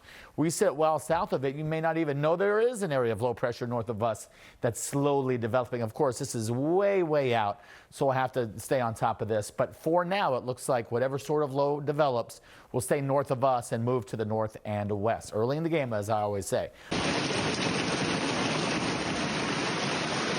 Wow. Nearly 3 inches of rain that fell in Charleston, South Carolina yesterday, and all that water, well, just flooded the streets and the sidewalks. Pedestrians had to slosh their way across the College of Charleston campus, and cars sent waves rippling as they drove through the water-covered roads. Ooh, this is the type of thing that can happen. Short period of time, a lot of rainfall coming into Charleston. That can be the result. And we're going to keep an eye on things along the southeast coast over the coming days. National Hurricane Center is outlining a zone here, giving it about a 30% chance of developing as we work our way through the next 5 to 7 days. In that time frame, towards the end of the week, will be the timing here of something to develop somewhere in this yellow hatched area. So we're going to watch this zone because this is an area that's kind of primed for that to take shape. Thanks to a front. We've been talking about this front that's moved its way all the way down into Florida. Well, here's an example of what these fronts can do. Stall out, exactly what this front that we've got right now is going to be doing. And along that front, winds are coming in opposing directions.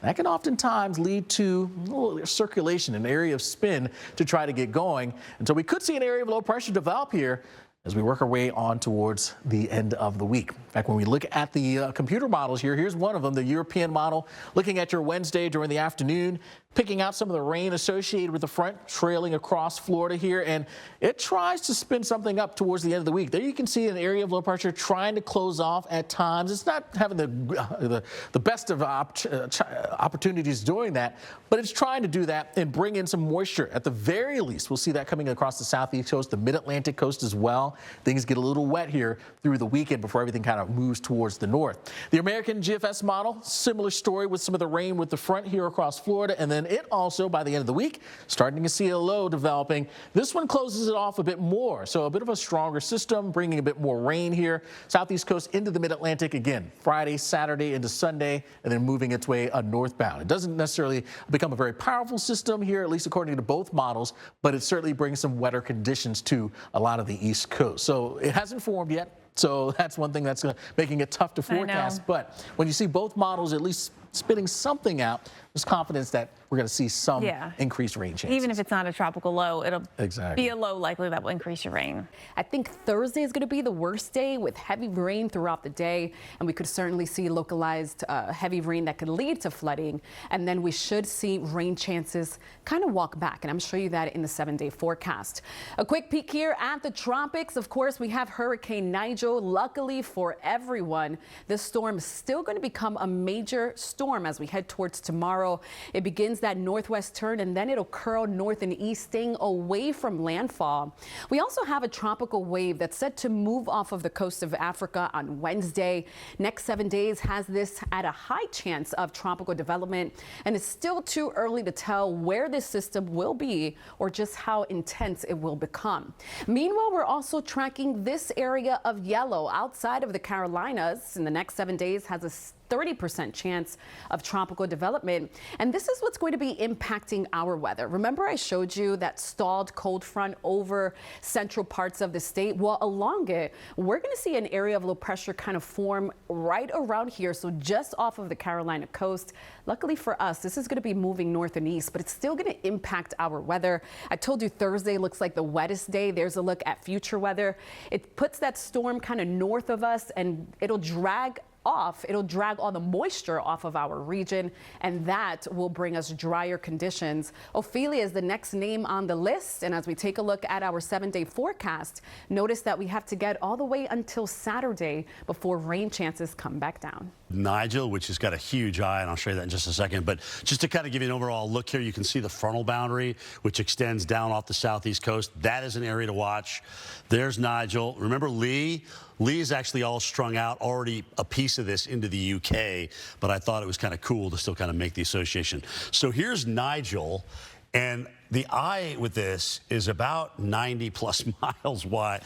I mean, you could probably put maybe 4 Rhode Islands in here if you wanted to. I mean, just huge, huge eye here with Nigel. So unlike a lot of our hurricanes, which have been small eyes, rapid developers in through here, this one's kind of got a mind of its own out through. The good news is we don't have to deal with Nigel, neither does Bermuda. They'll have some waves, but this thing goes up and out, gets caught into Iceland, and eventually will come into the UK as well as it moves east. Now, off the southeast coast, first of all, what do you notice so much much of already. Just a lot of shear, right? Jet stream's right overhead here. That's almost in the exact same position, right, that I drew this frontal wave. So it's paralleling that. And as it parallels that, it's not really going to move it all that much. NHC at 30%. We're waiting, I think, on the 8 a.m. update. We'll see if they change all that. But nothing really changes in terms of where it's going to develop. And we'll talk more about that at the top of the hour and certainly during the show. 70% a new area. And I actually think it's going to be this disturbance that comes off that kicks this into gear and heads off toward the west. And as it does, this too will follow a very similar path in what we've seen with a lot of these systems in the MDR. All right, that subtropical ridge has been set up kind of the north of the Cabo Verdes, and that's where we're watching the storms track. So Nigel, all right, the new wave which is coming off. There's the evolution of the potential subtropical low and how it starts to come back toward the west, unless you're, of course, the GFS, Molly, which never brings it on shore. Parts of South Florida getting quite the lightning show as thunderstorms rolled through tonight. This is what it looked like in Pompano Beach. And did you feel the cool breeze, though, that came after those storms? Chief Certified Meteorologist Betty Davis is here with a look at your radar, Betty. We'll take a rain-cooled atmosphere. Temperatures dropped into the 70s, and the rainfall finally is diminishing. I am keeping an eye out down around the lower Keys, especially Key West. A thunderstorm on the Gulf side is managing to build out toward the Key West area, so getting drenched right now, and also noticing the lightning and that stormy weather extending down toward Marquesas Keys.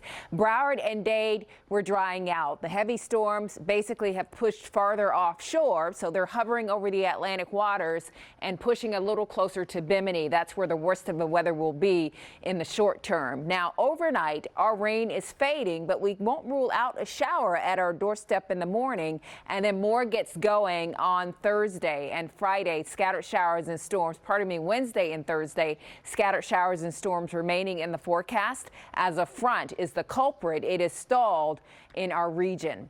Let's get you the tropical update now. We are anticipating an area of low pressure developing along that front later this week, and that low is going to be monitored by the National Hurricane Center for some development. We'll see if it tries to take on tropical characteristics off the southeast coast. At this point, doesn't appear as though it's going to be a feature that we're going to have to worry about here. There's Hurricane Nigel, Category 2 over the Atlantic water, stays out there, not a concern. And then a tropical wave coming off the west coast of Africa. That may become a tropical depression as we're heading into the weekend. It is likely to develop. I'll be back in a few minutes with a closer look at our forecast here at home. NBC 6 First Alert Weather, certified most accurate 10 years in a row.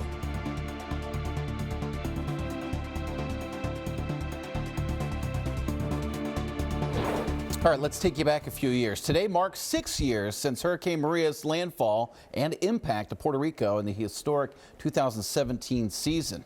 The storm marched through the eastern Caribbean, leaving islands left with billions of dollars of damage and years of recovery. At landfall, Maria was a Category 4 storm that brought 10 to 15 inches of rainfall, and that sent 13 rivers to major flood stage. Look at this video. This is incredible. Island-wide flooding, the dismantling of the power grid, and a death toll in the thousands marked many of Maria's devastating impacts.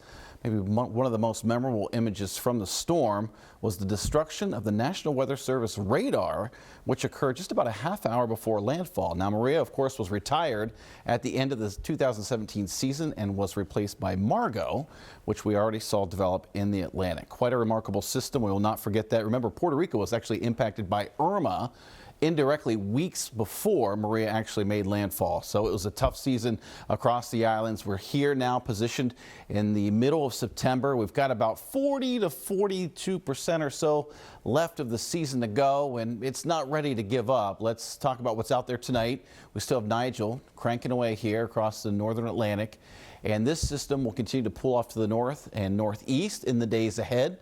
Behind it, we're going to watch, at least across the central Atlantic, an area of development. About 70% chance here that we're going to see a system unfold likely later into the upcoming weekend. That'll be something to watch. And then there's a development area that's just offshore here from the southeast coast that we'll watch. This will actually bring us some decent weather leading into the weekend. You know, it's just been so wet over the course of the last few days. It's allowed us to play catch up on what was a very dry start to the month of September. Remember, we had 6 days in a row with no rain in Miami to start off the month. Now at this point we're at 9.5 inches, over 6 inches in Fort Lauderdale, and we've had some welcome rainfall in Key West over the course of the last few days.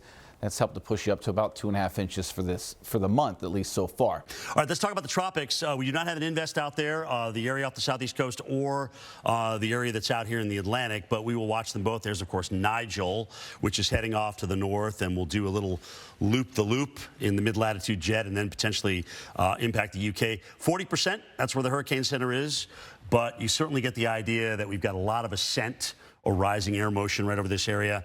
And along the surface boundary, which we have this morning, there's definitely something that's trying to go right where that X is. If the Hurricane Center thinks it's a big deal, they will actually head out tomorrow in the early afternoon to investigate this. So if you look, you can kind of see the old boundary, which is starting to break up quite a bit. And that's probably about all that's left of it.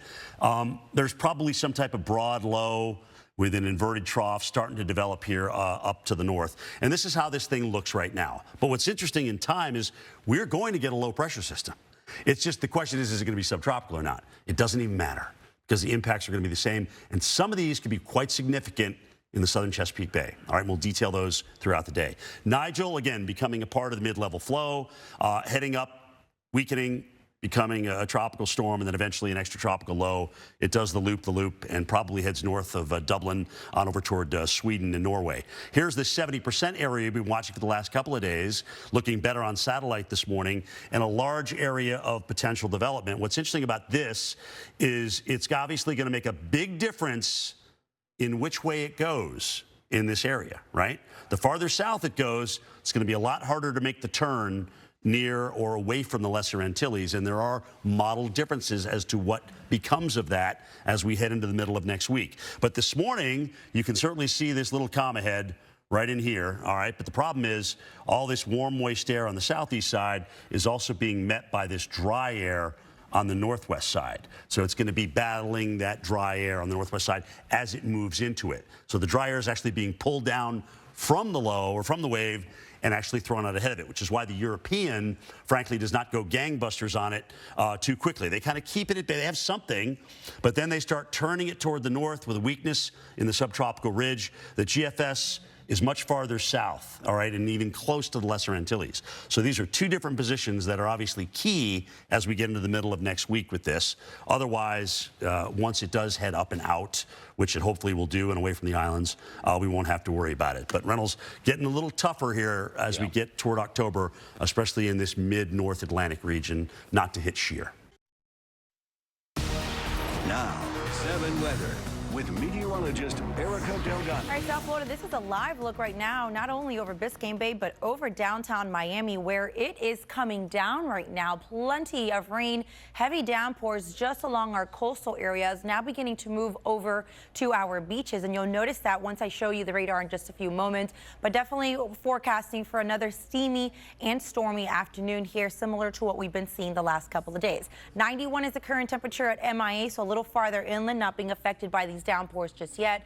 Low 90s from Marathon, mid 80s across the lower keys, where temperatures are starting to rebound after starting off the morning with plenty of rain and thunderstorms. Now, as far as the cloud cover is concerned, we saw it in our roof cam, and you can see just along our coastal areas from Broward through Miami-Dade, and you'll notice that all of this is moving from west to east because the steering flow that we've been talking about, those are the winds that steer thunderstorms, have been out of the west. So everything has been favoring the east coast each afternoon as showers and storms developing, and that's what's going to happen once again today. And we're seeing those downpours already extending across some of our western and metro areas of Broward County, and then all along coastal areas from Dania Beach and Hollandale all the way through North Miami Beach, beginning to move through North Miami, downtown Miami, and now into South Beach. We're beginning to see some of those downpours as well. And that's the trend. And we basically have a very unsettled weather pattern since we still have that stalled front nearby. And you can see how unsettled it is. So the afternoons, the thunderstorms back into the forecast today. There is that area of low pressure, that potential storm 16 that the National Hurricane Center is keeping an eye.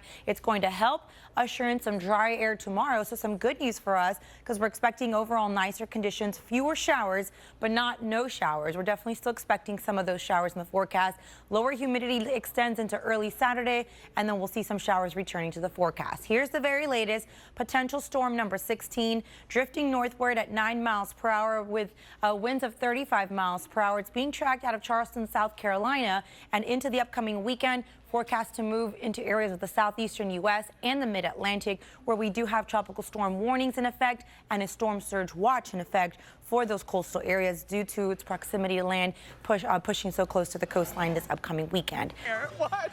There's like all these trampolines set up. I don't know. As a teenager, I went to the Netherlands to visit a friend, and we went up to the North Sea, and I do remember it being very gray and windy, and I remember like trampoline jumping to red wine.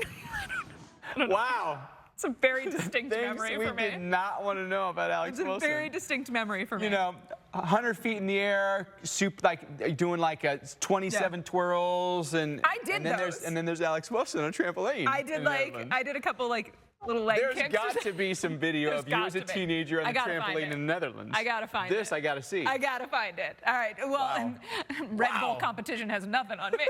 So we'll work on that. I'm Alex Wilson. He's Mike Bettis. I leave you for Klumped at least once a week. You are watching Weather Underground. We got Dr. Nab, our professional in the house, our hurricane expert. Dr. Nab, we got potential tropical cyclone 16, likely to be Ophelia, likely to bring us some big impacts, maybe some windsurfing weather. Yeah, pardon my shivers. I get cold just looking at that video. Can you imagine how cold that water must be? Unfortunately, the waters here off the southeast coast, plenty warm with the Gulf Stream, and that is fueling the tropical part of this whole setup, while there are non-tropical parts like this surface front and like this upper level low that's over to the west that has helped to induce this surface low along the front. We got sustained winds of tropical depression strength, gusts approaching tropical storm force, but the gradient hasn't intensified yet. As the low strengthens and the high strengthens to the north, the winds will increase, and they will happen on land farther north, and that's why the Hurricane Center started advisories to get the tropical storm warnings up. North Carolina, Virginia, up the Chesapeake a bit, and up into Maryland, along with storm surge watches for the possibility of life-threatening saltwater flooding, in addition to the rain-induced flooding that we could have at the coast and inland. This will probably become tropical enough to designate it a subtropical or tropical storm by tomorrow evening, and that 24-hour period into Saturday evening will be its most tropical part of its life and its most impactful and strongest part of its life before it weakens and becomes post-tropical at the end there.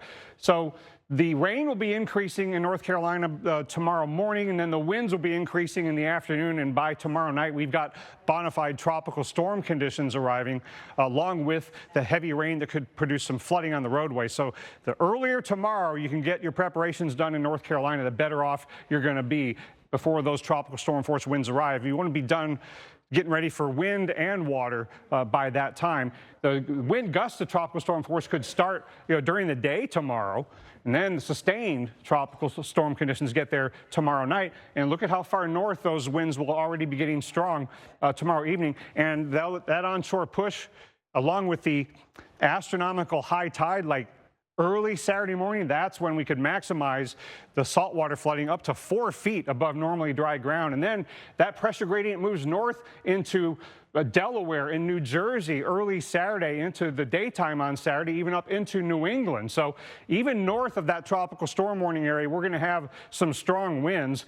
Ocean City could gust to 50 Saturday morning. Atlantic City the same later on Saturday. So this is not just going to be a southeast and mid-Atlantic system, Alex. There will be impacts in the northeast and in New England. Welcome back to our continuing live coverage of potential tropical cyclone 16. And here is a satellite imagery of the system from earlier today. Now you're looking at, first of all, the daytime view, visible satellite imagery.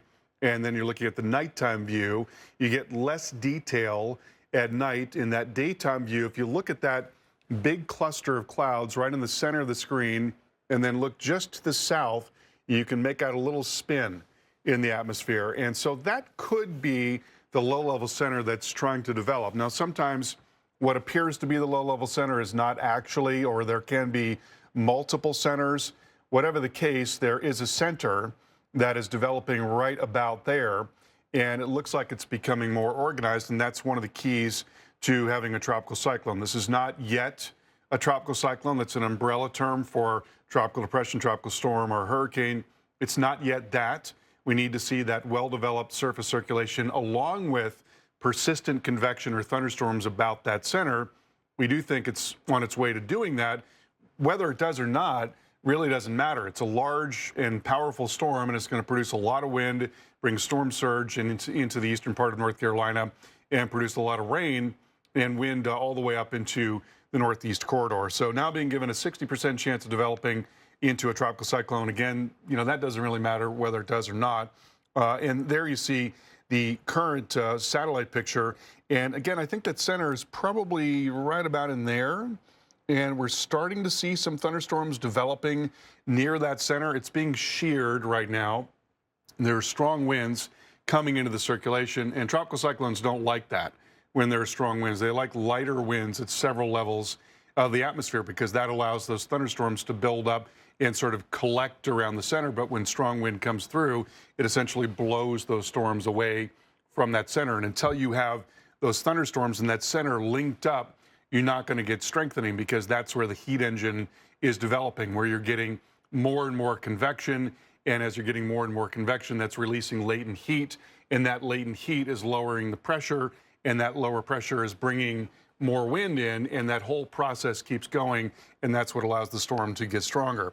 So here you see the forecast. It is expected to be a mid-grade tropical storm, probably getting up to about 60 miles per hour as it comes into the eastern part of North Carolina, the Sounds, the Outer Banks, then moving up towards Tidewater, Virginia, going into later Saturday. Now, as always, this is not an impacts cone. This is showing you where the center is likely to be, along with the average forecast error, but the winds are going to be way outside of that.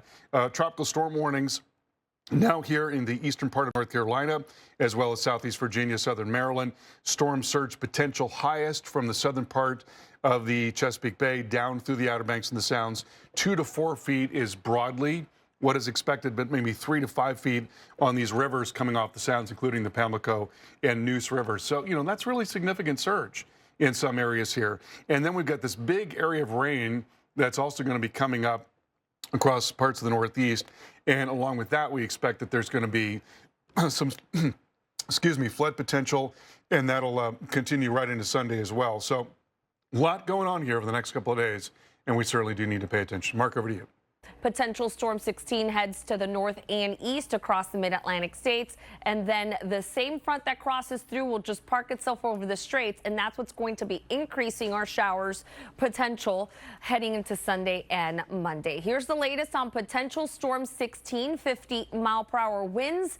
It is moving to the north, and it is going to be producing some pretty strong winds and significant waves and rough surf across the mid-Atlantic region. It should be making landfall sometime around North Carolina on Saturday morning into Sunday, interacting with land, and then eventually what's left over pushes out to sea on Monday. Nigel, last advisory written on this one at 5 a.m. It's just lost tropical characteristics in the middle of the Atlantic Ocean. And then there's this broad low pressure system showing signs of organization that could become the season's next depression or storm heading into the weekend. The 8 o'clock intermediate advisory is now out. This is America's Morning Headquarters. I'm meteorologist Jim Cantori alongside meteorologists Reynolds Wolf and Lynette Charles. So let's get into this. Here it is, 50 miles an hour still. That hasn't changed, not surprising. 80% chance that it does get a name, Ophelia, but there's also a 90% chance that the one in the eastern Atlantic gets a name. So will the real Ophelia stand up? All right, or do we get Philippe out of this. It'll be interesting to watch how this goes down. And I've seen it before. That's why I'm like, I wonder. All right, so hurricane hunters get in here this afternoon. They're leaving about 10:50 this morning from Biloxi, and they'll fly out over Florida and head out into this thing. And this will give us a really good idea of what we've got. Do we have enough by definition to call this a subtropical storm? And that's really what they're looking for before they give it a name, right? But in the meantime, you have to have the ability to warn people in case this thing all of a sudden decides 10 seconds before landfall, I'm going to be Ophelia or Philippe. And that's why you have to put these alerts out. So that's why you get this thing called potential tropical cyclone. Potential is the key word there. And that's really all that does, is give the weather, Hurricane Center the ability to put out these advisories. Storm surge warnings existing up to the Chesapeake Bay. Again, we'll see if they include Delaware Bay at 11 o'clock with at least a storm surge watch. We are expecting water rise up into Delaware Bay and the Jersey Shore. We're talking about the gauges that could get to moderate flood stage. There are about 28 gauges that go to moderate to major flood stage. 8 of them are major. And some of these tides will be either record-setting, potentially, that's the Weather Service forecast, or very, very close within the top 5 or 10 of what we've got here. The center, that's going to help, too, in terms of what it does, but it's going to bring its rain and its impacts north. A lot of this will exceed the center, though, Reynolds, so it'll be interesting to see what Mike deals with, even at Atlantic Beach. Does his worst weather come in this afternoon and tonight, and then tomorrow, the center's completely convectionless and comes in almost unnoticed? Yeah, That's a possibility. Could be sunny skies tomorrow on the beach. Exactly. That's how it works out Exactly sometimes. Oh, my goodness. But there's some new information coming out soon, and so we'll get some changes. I want to show you the latest of what we know right now with this potential tropical cyclone, which was needed to be called a potential tropical cyclone so we could get products just like this, which is a track forecast, the cone of uncertainty. It has it making landfall sometime early on Saturday morning, and then watching those impacts and the tracks spreading up through the mid-Atlantic coastline through the weekend. Really takes all weekend to do that. And it's because the shield of activity with it is so much larger than the circulation itself. There'll be a lot more rain outside of this area and really impacting people well outside of the zone as we get through the entire weekend as well. So here is that area that we're watching right now. The latest has it at 50 miles per hour, moving north at 12. Is this new advisory? I think. Yeah, this is it. Okay, the new advisory is in. Yes, the change right now, I guess, is just that it's 12, moving at 12 miles per hour instead of 14 miles per hour, which was last time. No change in strength, as you would imagine, since we really just have the buoys as measurement. The hurricane hunters will get in there to get some better data. The other difference is just positioning, of course, because it's been moving. So now it's 255 miles east of Charleston, South Carolina, and it still has an 80% chance of developing either into a tropical storm or subtropical storm. All right, the hurricane hunters I mentioned are en route. So one flight right now. There's another flight that's expected to take off tonight at 10:45, and that one too will give us more information about what's happening in this core of circulation right here. You can see it on the visible satellite. I mean, you can see there's a circulation for sure. There's a low pressure, but when you look at just the whole perspective of what's going on, a lot of activity on the north side, some on the east side, a little bit out here trying to form on that west side, but nothing on the south. We do, probably think this is more likely to be subtropical than it is purely tropical, but we got the data. We got to know what's happening. Is it a warm core system? We got to know, and that data will come from the hurricane hunters. The impacts, though, will probably be the same regardless, and that means that the rain that we're seeing right now is only going to get worse because the system is pushing in closer to shore. Some of the heaviest of rain is now just offshore, but we've been getting some of that here, stretching from the outer banks down through the lower banks in North Carolina. Wilmington getting into some of the lighter rain. Winds here have picked up a little bit, now gusting to 35. That's an increase. Winds in Cape Hatteras gusting to 31, and the buoys about the same. One closest to that center of circulation gusting to nearly 50 miles per hour still.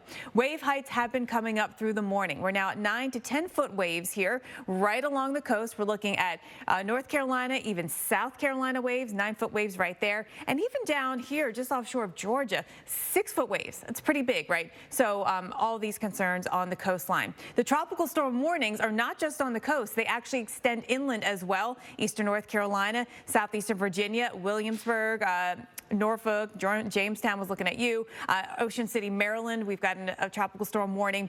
Gusty winds will continue to pick up through the day today, really ramping up tonight. This wind field is going to be really spread out. We've got a low pressure, the pressure gradient associated with that, which will be right here, and the high pressure, which is out there, really sending and driving these winds right onshore. So where you have the onshore wind is where you have the water problems. So that's Jersey, Delaware Bay, especially watching the inland of the Chesapeake on the western side, especially because you'll have that onshore wind, and we'll do the same thing in North Carolina with some of the sound side concerns that we'll have, and the inlet areas again with the onshore wind. Well, you are watching Weather Underground. We got some breaking news for you. Dr. Nab, the newest advisory or intermediate advisory from the National Hurricane Center has given us Tropical Storm Ophelia. Yeah, and this is generally messaging-wise a good thing, because I think a lot of people getting hung up on when's it going to get named, and not taking it the same way, and maybe not preparing the same way as you would as if it were actually a named system. So now it's got the name, so we can focus on the hazards. And when you look at the satellite image, you'll look at this and go, it doesn't look like a totally tropical storm. Well, because it's not. It's got some hybrid characteristics to it. You could say it's subtropical. You know, it's a lopsided, front-loaded system. But so we could argue about this at the dinner table all night long if we wanted to, but arguably the impacts are going to be the same. Yeah, the only thing that tangibly this could matter is that if it starts to really form a well-defined inner core and really strengthens tonight and tomorrow, but structurally, because it's still got so many hybrid characteristics, that doesn't seem likely. But this could get like up to 65 miles an hour, a little stronger than it is now, because it's up to 60. Yeah, gusts are going to be significant out of this. We are concerned about falling trees, a lot of trees across this part of the country. So a soggy soil, big winds, not a great combination. No, and the weather's going to get bad a lot sooner than at these times because it's so front-loaded. Absolutely. All right, let's take a look at some of the locations that are expected to see some significant impacts from Ophelia here over the next 24 hours. We've got Avon, North Carolina, Manteo. We've got Nags Head. We've got Ocean City in Maryland. You can see it's gloomy. It's less than ideal. We got rough surf there in North Carolina beaches. Maryland, expect your beach conditions to go downhill as well. So the waves that are rolling a little bit lighter, a little bit more steady right now, they'll be crashing in as we move into the weekend. Dr. Nab, we got impacts in the water, inland. We got impacts everywhere.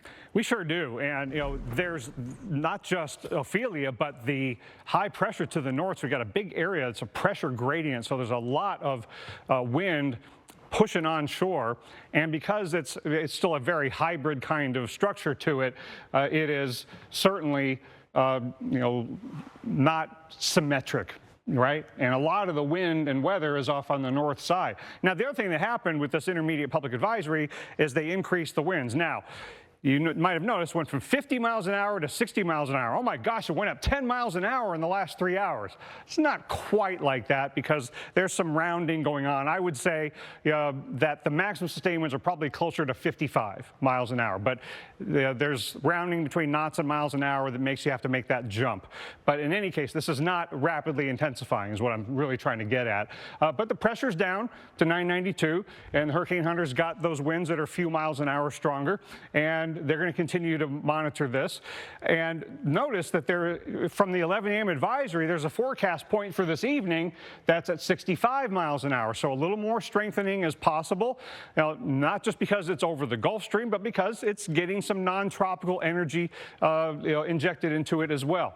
But over those warm waters, it could get a little bit stronger. And because of the strength of the system and the high pressure to the north, all that onshore flow, we could have saltwater flooding that gets up to 5 feet above normally dry ground. That storm surge warning goes all the way up to the Virginia-Maryland border. But notice that coastal flood warnings go all the way up into the Delaware Bay area, up into New Jersey, and even up the Potomac.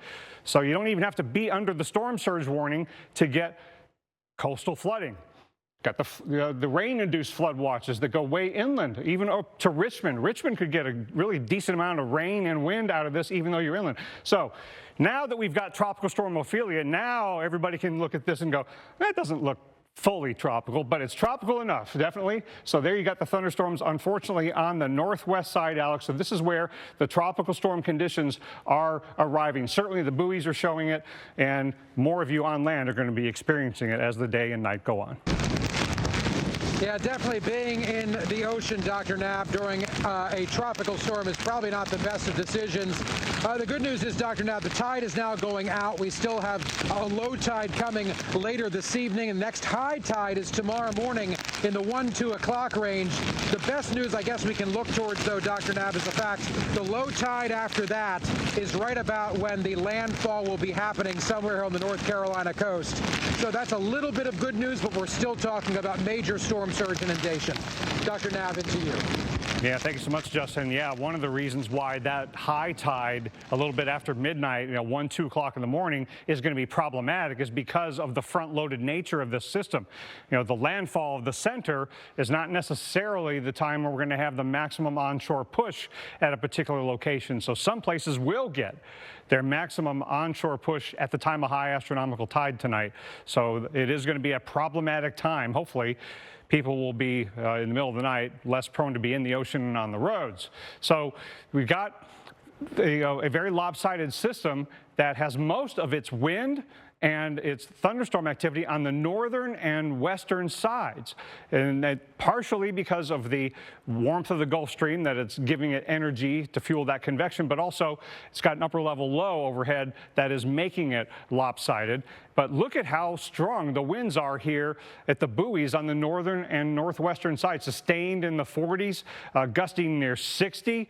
And we probably aren't measuring the strongest wind. In fact, the hurricane hunters have gone through this area and the values spiked. So could it be getting a little bit stronger than the 60 miles an hour? That's possible, but we got the strong winds already on land, at least gusting to tropical storm force in places like Cherry Point and Beaufort, gusting 45, 50 miles an hour. And there's the hurricane hunters now. One value there is above hurricane force. That's got to be contaminated, but there's a lot of other values that are in that 60 to 65 mile an hour range as they've been on the western side where that deep convection is. So this could be now stronger than 60 miles an hour. We'll see what they do at the 5 p.m. advisory, Alex, but they're forecasting it to get a little bit stronger before making landfall tomorrow. Hey there, Nicole. Watching our 15th named storm here in the Atlantic and very close to the coastline. We've actually had 11 named storms since August the 20th. Quite a spate of activity here in the Atlantic. Winds of 60 miles per hour with Tropical Storm Ophelia. We kind of suspected this non-tropical area of low pressure would slowly gather tropical characteristics, and that happened today, but it doesn't really change anything materially in terms of what the storm is going to bring to the coast. We're already seeing wind gusts above 60 miles per hour at buoys offshore, gusts above 40 miles per hour inland, and bringing the heavy rainfall to the Carolinas. This is going to move inland tomorrow into Sunday, and we're going to see that coastal flood threat extending up into the the lower Chesapeake Bay into parts of the Delmarva Peninsula. 2 to 4 feet. The Hurricane Center giving us a storm surge warning for life-threatening flooding with this. So it's not going to be a hurricane, but it's certainly going to bring some very strong tropical storm impacts here to the mid-Atlantic. Thankfully, no threat for us here in South Florida. Aside from Ophelia, we're watching a disturbance here, Invest 90L, that is moving through the eastern Atlantic. 90% chance of development with this one. The good news, though, is the models have trended to the east. We're seeing a bend to the north as this heads to the islands. We'll keep an eye on it for the middle part of next week, but for right now, this one's going to, I believe, kind of turn out to sea as a lot of our storms have. So a good note here to end the week on as we head into a nice weekend here across South Florida. Live look in North Carolina. Take a look at this. This is Cedar Island, North Carolina. And so you've got kind of the marshy, low country type landscape, right? But the tides come up and you've got now a push of water that's over normally dry ground. That is a road. That's the highway here on Cedar Island, and it's inundated with water. So that push of water is already being felt and will likely get worse as the strongest winds come ashore and we approach high tide in other areas along the mid-Atlantic coast. So we could see similar scenes like this, not just in North Carolina, but up through Virginia and around the Delmarva, parts of Maryland. Chesapeake Bay, by the way, is very notorious for storm surge and water rise, especially when you get a right wind direction that kind of pushes that water up into the bay. So that's something we're going to be watching here very closely. 70 miles per hour. So you may be wondering, okay, that's stronger than the last advisory. Yeah, it has intensified just a bit. And we're actually getting verification on some of the buoys of nearly 70 mile per hour gusts. All right. Now, the winds on the open waters of the Atlantic are going to be just a little bit stronger because there's less friction. So we've got winds really ramping up just offshore. Once they come onshore, they're northerly. So they're coming off the land and they're being slowed down by the trees and buildings and other things that will slow the wind speed down a little bit, has room to diffuse. So that's why your winds are nearly 20 to 30 miles per hour versus 40 to 50, even 60 miles per hour like we're seeing offshore. But those stronger winds are going to start coming in, especially as the center goes like this. We're going to get winds to wrap around, and where you get that onshore push is likely where you're going to have those strongest winds. It's also where you're going to have your highest water rise. And if that kind of coincides with high tide, we could have some significant rises. If it's more low tide, that may help us out, but we still could have some water over areas. So right now, some of the worst of the conditions are here around the Outer Banks, where you got more of an onshore flow, more of that stronger wind speeds, gusting over 40, nearly 50 miles per hour around Cape Hatteras and Cape Lookout. 35 mile per hour gusts right now. New Bern seeing gusts as high as 35 miles per hour. Wilmington now getting into tropical storm force wind gusts with steady rains in the middle between moderate and heavy at times. Not only do we have tropical storm warnings up to Ocean City, Maryland, and the Carolinas, Virginia, but we've got hurricane watches now that do include New Bern, Beaufort, North Carolina, down around Atlantic Beach, and even Morehead City. So, Colleen, it's going to be an active 24 hours for some of the Carolinas and Virginia. Yeah, I'll have to check some of the temperatures. You see the scenes out there right now, and it just looks cold and wet, and regardless of whatever Ophelia still becomes or does for the weekend, it is just going to bring in the rain and then the flooding and the persistent wind and rain, you know. And of course, Friday, Saturday, and Sunday. Alrighty, let's take a look at what's to come and talk about the timeline for areas across the area, across parts of the Carolinas. First, of course, pictures and video tell the story the best. So here's a look at Avon, North Carolina. Whoa. Yeah, there's what we're talking about, Chris. You look at that and it just makes you shiver. 69 degrees right now. Wow, the deterioration of those conditions have gone downhill very quickly. You can see the waves. Of course, many of these areas have so many advisories out, high surf advisories. We have flood watches in place. So rain and water coming at you in all different directions, just hammering the pier right now. So again, we're going to be watching as this goes into the evening hours as well. And then eventually this stretches all the way up across the Northeast. But the other side of this, it's not just the surf and the inland rain, but also the chance for some severe thunderstorms. So these same areas across parts of the Carolina coast, as well as getting up into Virginia Beach, have that chance for some stronger thunderstorms. So we do have a low torque on, but it's still there. It's not zero here for parts of Nags Head, as well as Elizabeth City, Virginia Beach, a place that we're going to be watching as we head through tonight. The bands of rain coming in. You can see it on the tower cams right now. This is moving inland as well. Raleigh getting inundated with rain across the I-95 corridor all the way up across Emporia.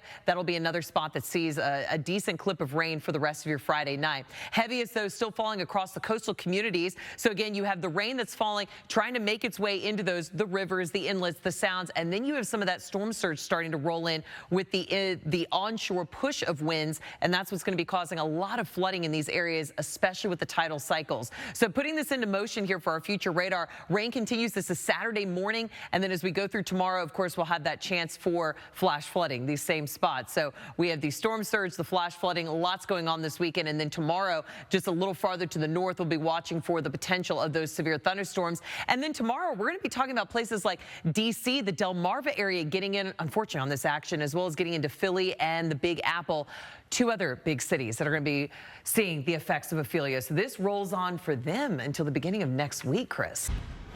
Well, live tonight along the North Carolina coast, this is Curie Beach in North Carolina. We've been seeing some very gusty winds here along the coast in North Carolina. Winds coming out of the north right now in the southern part of the state, so an offshore flow. Winds coming out of the northeast as you get up into the northeastern part of the state. And some drier air is now beginning to work around the east and north side of the center of the system, so the rain has shut off in many areas. You certainly are seeing that in this camera right here. It does appear to be fairly clear. clear right now. We want to get out to our Mike Seidel, who's been reporting on the storm in Atlantic Beach, and that is not very far away from Morehead City. And Mike, things looking a little bit better there tonight as that drier air has been working in, but the core of the storm has yet to come up. Most likely it's going to be to your southwest, somewhere between where you are and Wilmington. Yes, that's the plan right now. And whether it becomes a hurricane or not, at 11 o'clock, we get the next advisory. In about an hour and 20 minutes from the National Hurricane Center, it doesn't matter. The impacts don't change. The heavy rain right now is south and west of us, and you can see how it's rotating in. And that's where we've had the most power outages. In fact, I want to, as I'm talking, I will give you the latest power outages for North Carolina. Right now, we're up to 12,984. So that's up about 1,000 in the past 20 minutes. As far as Virginia goes, they've also got some power outages, 11,258. Most of those are in the Tidewater area or up towards the James River, up towards Jamestown, Yorktown, and those areas. So that's where you've got the power out. Certainly not huge numbers, and certainly it is relatively warm. It's not like it's January or February, but still, if you don't have power, you want that power back on as soon as possible. Back to our radar, you can see the dry air wrapping in. It's been kind of showing its cards all day off into the Atlantic, out over the Gulf Stream, and now it's come in. And you can see the center is basically now almost due south of Morehead City and where we are at Atlantic Beach. And it's moving north-northwest, so it's going to come in between here in Wilmington, and there is the core. That would be the eye wall per se, the strongest winds and the heaviest rainfall. So that may clip us on the far northeast edge early Saturday morning, say 2, 3, 4 in the morning. But other than that, in the meantime, this is what you get. It's basically dry, a few speckles coming in. You get maybe a heavy downpour for about a half a minute, and then that's it. But, Carl, the peak wind gust in the past hour, not even hitting 40 miles an hour. So we've really calmed down here after a very stormy day, especially since about late morning when the wind started ramping up. And that's what brought the surf up as far as the wave heights. This morning at 7 when we started, the wave heights were about 3 feet. And now it's hard to tell what they are, but probably 8 to 10 footers, at least on the coast or higher offshore at the buoys. Welcome back to our coverage of Ophelia. We have the new advisory from the National Hurricane Center as of 11 p.m. No change in the status of the storm. It's a 70-mile-per-hour storm moving north-northwest at 12 miles per hour now, 70 miles south of Cape Lookout in North Carolina. It's going to be a slow-moving storm right through the weekend, so it's going to take until late Sunday for the center to get up into the northern part of the Chesapeake Bay. Now, this is satellite imagery from earlier today. It got a lot more organized through the day today. You see that very well-developed low-level spin. One thing I'd like for you to pay attention to is, so here's the low-level center right in there. You can see that very clearly right in there. But also notice that you've got another area of thunderstorms kind of wrapping around, and there's a little bit of curvature or spin in that area of thunderstorms that was developing earlier today. And so it's not uncommon with a system that's, not fully organized like this for there to be two different centers where you've got a low-level center and then a mid-level center that is a little displaced from that.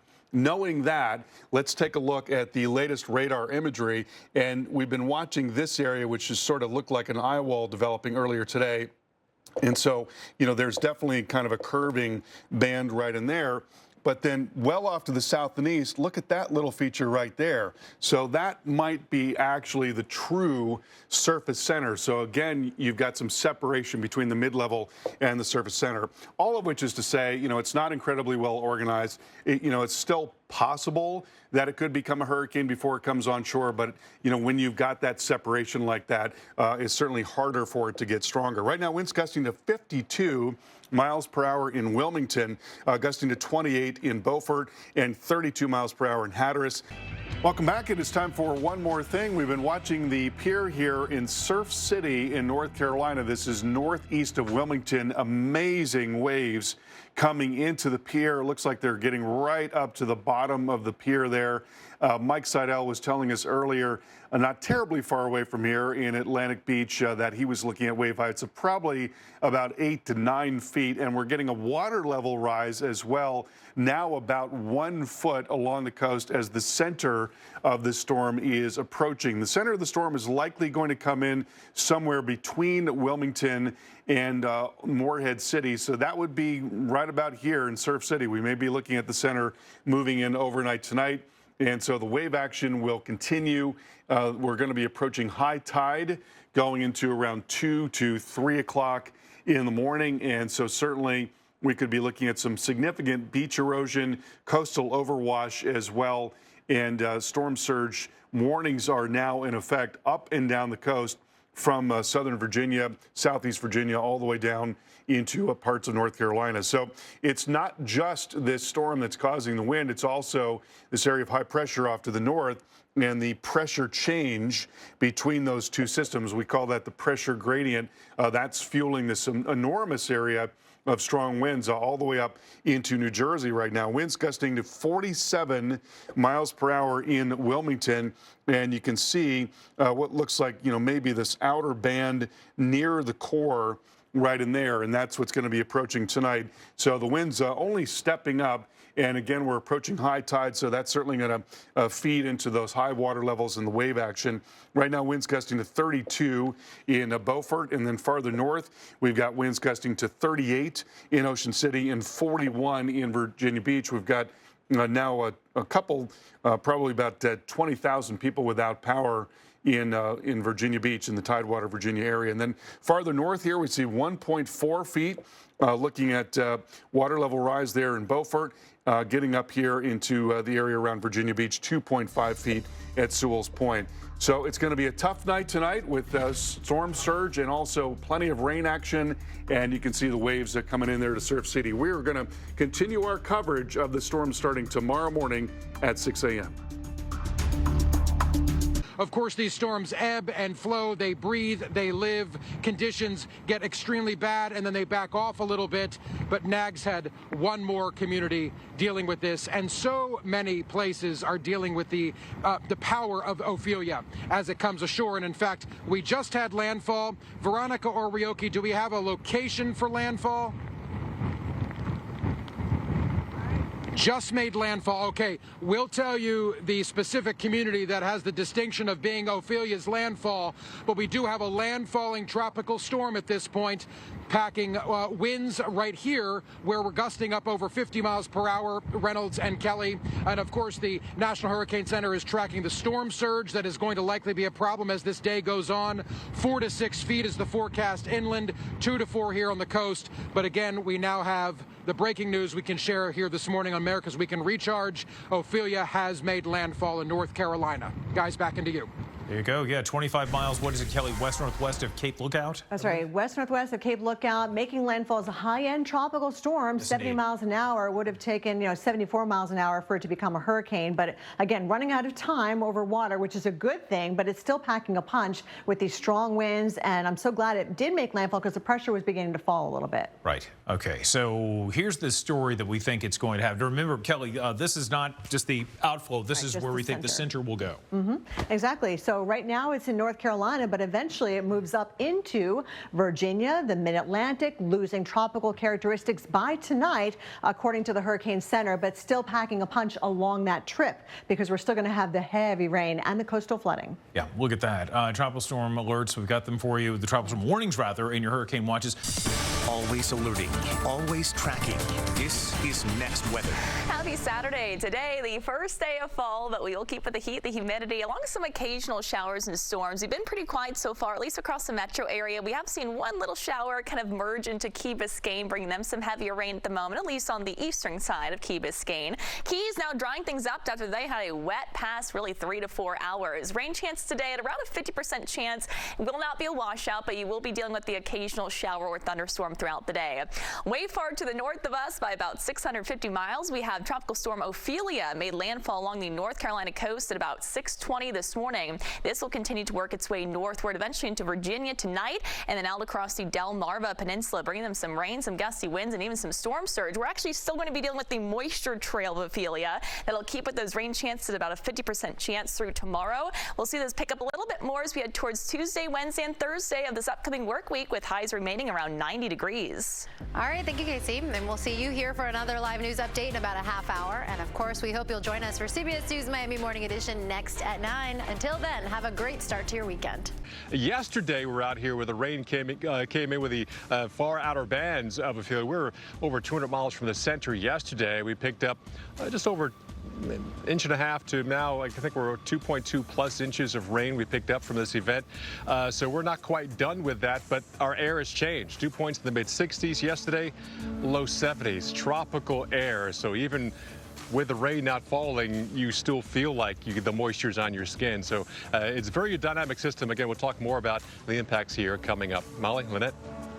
All right, yes, and if you didn't know, Paul's talking about me. I'm Lynette Charles. And I'm Molly McCollum. America's weekend depends on the weather, and we have a lot to talk about, including the latest on Tropical Storm Ophelia. We'll get back to Paul in just a minute, but first we take you live to Virginia Beach, where we are talking about some rough surf, cloudy skies, strong winds, but you even see a bicycler out there. Exactly. People are still out and about, you know, still curious, trying to brave what's going on. Just as long as you don't go in the water, I think you'll be on the safer side. Again, remember, never turn your back on that water. Those waves are pretty high. Absolutely not today. Let's get you the latest on Tropical Storm Ophelia. We just had the latest update from the National Hurricane Center.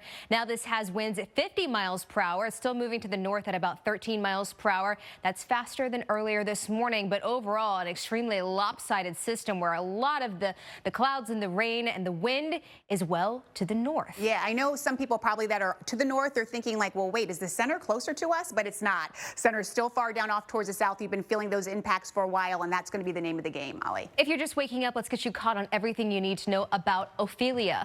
4 million people are under tropical alerts right now as Ophelia lashes the East Coast. The tropical storm made landfall early this morning along the North Carolina coast. Virginia, North Carolina, and Maryland are all under state of emergencies. So, Lynette, very early this morning, as this was making landfall, the winds were picking up, the pressure was dropping, and we were just right on the cusp of becoming a hurricane. I know. If we had 4 more miles an hour, then we would have had a hurricane, but we just really ran out of real estate there, and that's a good thing. 6:15 this morning, it made landfall, Emerald Isle, North Carolina. It was a strong tropical storm when it did so, and it will continue to work its way inland, move to the north, and then make that jog on off towards the east there. And a lot of people really going to be under the impacts of this. And we've already been feeling these impacts really since yesterday. And we do have power outages because of it. North Carolina, you are coming out with the highest power outages at this point. Tropical Storm Ophelia, 75 miles, I should say, northwest of Cape Lookout, North Carolina at this point. But again, as we were just saying, a lot of activity on the northern side of this system. And that's been the name of the game with this system. It's been very lopsided from the beginning, trying to get its act together. But all in all, it's been spreading plenty of rain and plenty of wind with it. So we go closer to the center, and that's where we're seeing more of those heavy rain bands right there, and those heavy rain bands leading to some flash flooding going on. But still plenty of wind. Look at this buoy right here, this gust, this offshore, 43 miles an hour. Once you go onshore, inland, look at Raleigh, close to a gust of 30 miles an hour. So yeah, this is really bringing in plenty of these impacts around Roanoke Rapids, Rocky Mountain, also around Wilson. This flash flood warning goes until 3 o'clock this afternoon, and the threat is considerable. You can see some of these yellows within that polygon there. So that means that we do have that heavy rain, really moderate to heavy rain, I will say, really adding up. So over the past 24 hours, we've seen up to about 3.5 inches of rain, up to about 4 inches of rain. And again, this is radar estimated, so we could see a little higher higher, a little bit lower than that. But all in all, we have those rain bands continuing to come in. You're in the mid-Atlantic now. This is what you're looking at. And we still have these gusts pretty formidable. We're looking at Philly, a gust up to about 32 miles an hour. And you're so far removed from the center of the storm. We still have other entities to follow out there. Yeah, it's amazing. After Don dissipated in late July, then we had Emily and Franklin form on August 20th. Since then, 12 named storms. Rapid fire. Philippe is the 12th one. We got another one out there. Now, that's in the far eastern Atlantic, but wow, has it been busy for the last month. So we have 2 active storms right now. Philippe is out here in the tropical Atlantic. But unfortunately, along with the tropical wave that's behind it, they both have plenty of fuel to tap into, as the deep tropical Atlantic hasn't been worked over as much as this zone farther to the north, with the multiple storms that have eaten up some of the energy in the ocean. But we are still way warmer than average in the tropical Atlantic. I wouldn't be shocked to see formation in the eastern tropical Atlantic last into October. And Philippe is here with upper level wind shear that's relatively weak and cooperative for development, unfortunately. Not ideal, but enough. And then the next tropical wave has now emerged off the coast of Africa. So as of 5 p.m., Philippe is now the next tropical storm that has formed. 40-mile-an-hour winds estimated by satellite, is moving off to the west.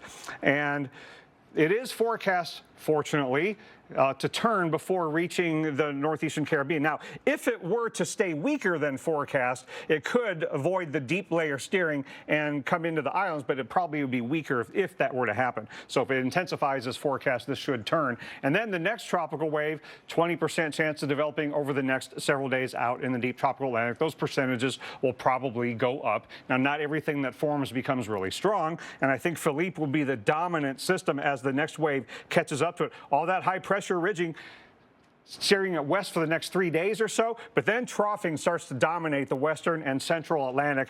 That will probably impart some shearing, but also some steering if it's strong enough and deep enough, and both of these systems should be at least meandering over the central tropical Atlantic. But we'll have to watch what happens to these 2 systems, but at least in the near term, no imminent development on our doorstep. But as we head into October, we know that can happen. More on Ophelia when we return. It is a tropical depression. So that's the latest advisory here, the intermediate advisory from the National Hurricane Center, giving a tropical depression status here as of the 8 o'clock hour, moving to the north at 9 miles per hour. You can see the wind speed's down to 35, but the other thing that has changed is the movement to the north at now 9 miles per hour. It was 12 miles per hour at the last advisory, so it's slowed down. That could be a little concerning because there is some very heavy rain that has developed here on that northern edge of that sort of circulation, the center of the circulation, which is kind of right around the Richmond area. So with it moving slower and slower, dumping rain in that area repeatedly, flooding becomes a concern. So that's something that we're going to be watching here as we work our way through the rest of tonight. The wind advisories that were in place, those are gone. So that's some good news as well. The tropical storm warnings that were in place, the storm surge warnings, all those have been discontinued. So that is certainly some good news here when it comes to what is now, again, a tropical depression. Chief Meteorologist Bobby Deskins joins us now. Bobby, I like the flamingos, but we know there have been some developments over in the tropics these days, and I just want to make sure we don't have any more storms. Yeah, I'm with you 100% with that, right? Ophelia is now post-tropical. Ophelia, it's falling apart. Now we have a new one. We had Tropical Depression 17 earlier today. It's now Tropical Storm Philippe. It's way out there, and it looks like it will recurve. So great news there. You can see basically this second wave is about a 20% chance for a shower. It's not a big chance for development, but it is a chance that it actually does develop. So most areas will stay safe. That's the good news. The rain is falling apart now for the Carolinas, at least North Carolina, but you can see D.C. dealing with it a little bit right there. And we've also got some showers moving up in towards the Jersey coast. You saw that live shot from the beach there. The forecast models for this from the Hurricane Center say it all just kind of falls apart and moves off towards the north and the east. So no big deal with that one. Now, the next one. Got to keep an eye on this one, right? There's Bermuda. There it is right there. There's the track. It will go to a tropical storm, but we think that'll be the limit of it. There's Bermuda. Look how much farther to the east it curves. That is good news for us. Now, with Ophelia moving northward, we got some dry air for yesterday, today, and parts of tomorrow, but that's going to change this upcoming work week. I'll talk about that coming up in my full forecast. Live The one and only Local 10 News starts right now. Well, good morning, South Florida on this Sunday morning. I'm Andrew Perez. And I'm Alex Finney. Thanks so much for waking up with us. Let's get you over to this first. We're going to start off with post-tropical cyclone Ophelia. That storm made landfall in North Carolina early Saturday morning at near hurricane force strength, with maximum winds of about 70 miles per hour, falling just short of reaching hurricane status. Significant coastal flooding was reported, with some drivers needing assistance from first responders, despite pleas for vehicles to stay clear of high water. And Brandon, you were tracking Ophelia's landfall live for us yesterday morning here on Local 10. Yeah, it was making landfall as we were on the air about 24 hours ago, and the storm has already completely dissipated. So no effects here in South Florida from that, though. We did have some swells coming down the Florida East Coast yesterday from Ophelia, but that's about it. We do have lots of storms on radar, though, so this is completely separate from that, but it's kind of a big deal this morning. This is pretty widespread stuff, which is out here towards the Gulf, clipping Key West with some showers, so heads up there. But we also have some here in Broward County we're dealing with, kind of rotating in off the Atlantic, same pattern we had yesterday, moving into Deerfield Beach, as far south as Pompano Beach, heads up Lauderdale by the sea. Some of this rain is starting to move in. Nothing severe out of this and nothing that's concerning for any flooding right now, but we'll watch some of these showers and storms that can develop later on today. Coverage at about 50%. So some of us will get the storms, others will miss out. We do have higher rain chances on the way for the rest of the work week. Let's go out to the tropics, where we are watching what is called post-tropical cyclone Ophelia. It's still an area of low pressure, but it's basically remnants at this point. It doesn't have any tropical characteristics to it. The rain is much lighter than what it was in North Carolina and Virginia. Center of the storm is near Baltimore, so it's not really much of a storm system anymore. We are watching Philippe that's out there, though. That is a newly developed tropical storm, but expected to curve north out into the open Atlantic. A second area off the African coastline, also with low chances of development. Bottom line, nothing concerning out there into the tropics for now. Coming up, we'll talk about our local forecasts, including these higher storm chances for the week. We'll see you in a bit.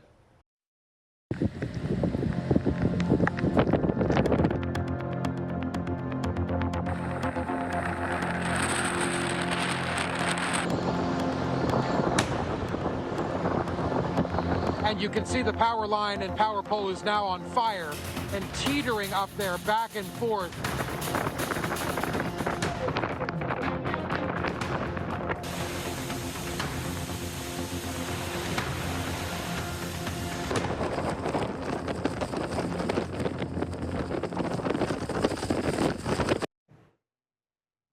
Now check this out. One North Carolina town located several miles inland from the coast, but still dealt with what you see here, heavy storm surge. Bird's eye view reveals the scale of the impacts from the waves of floodwaters that really covered much of the region.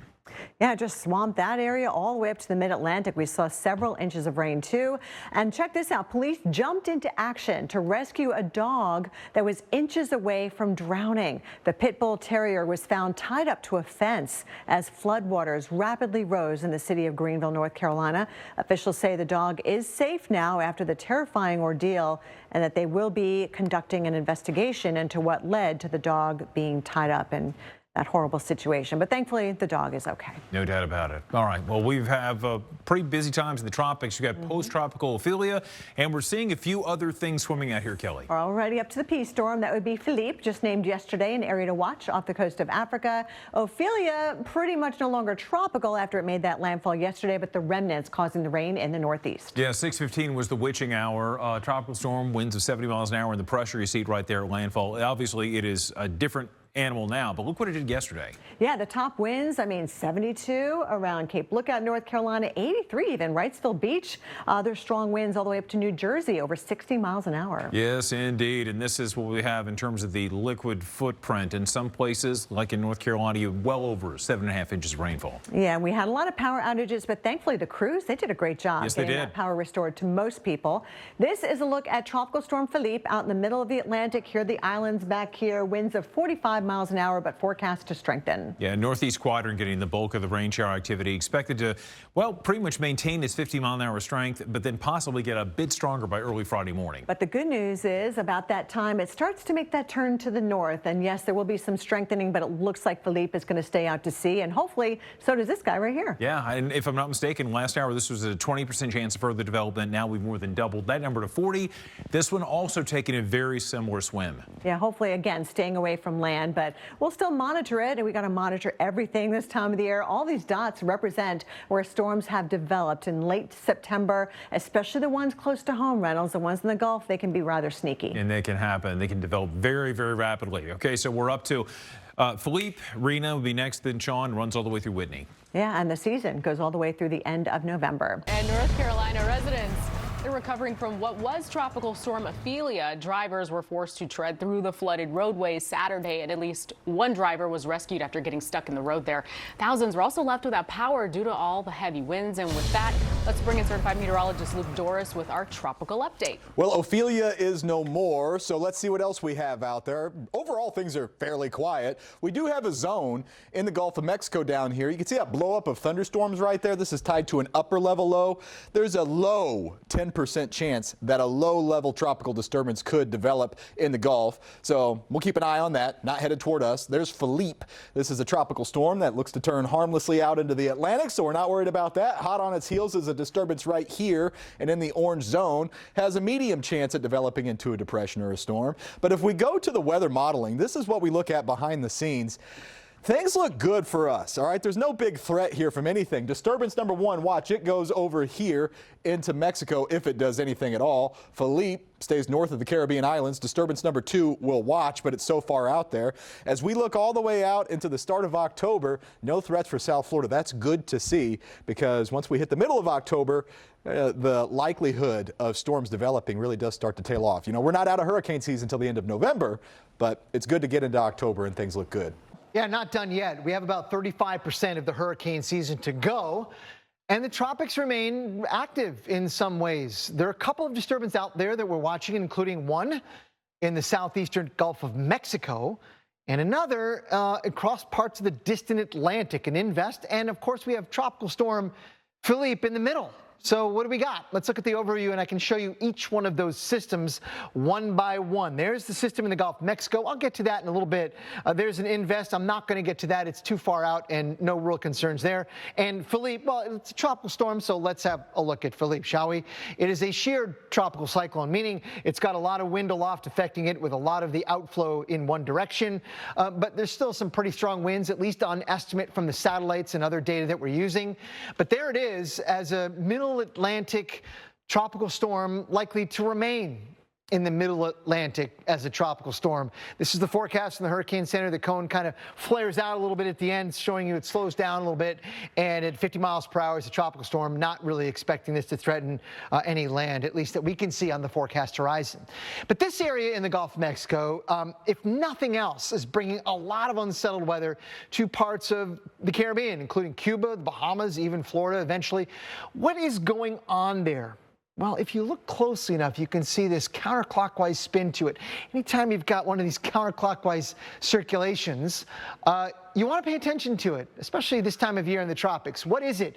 It's not an area of low pressure at the surface, at least discernibly. It's more of an upper level low, a dip in the jet stream that's gotten nearly cut off with the fast flow of air much farther to the north.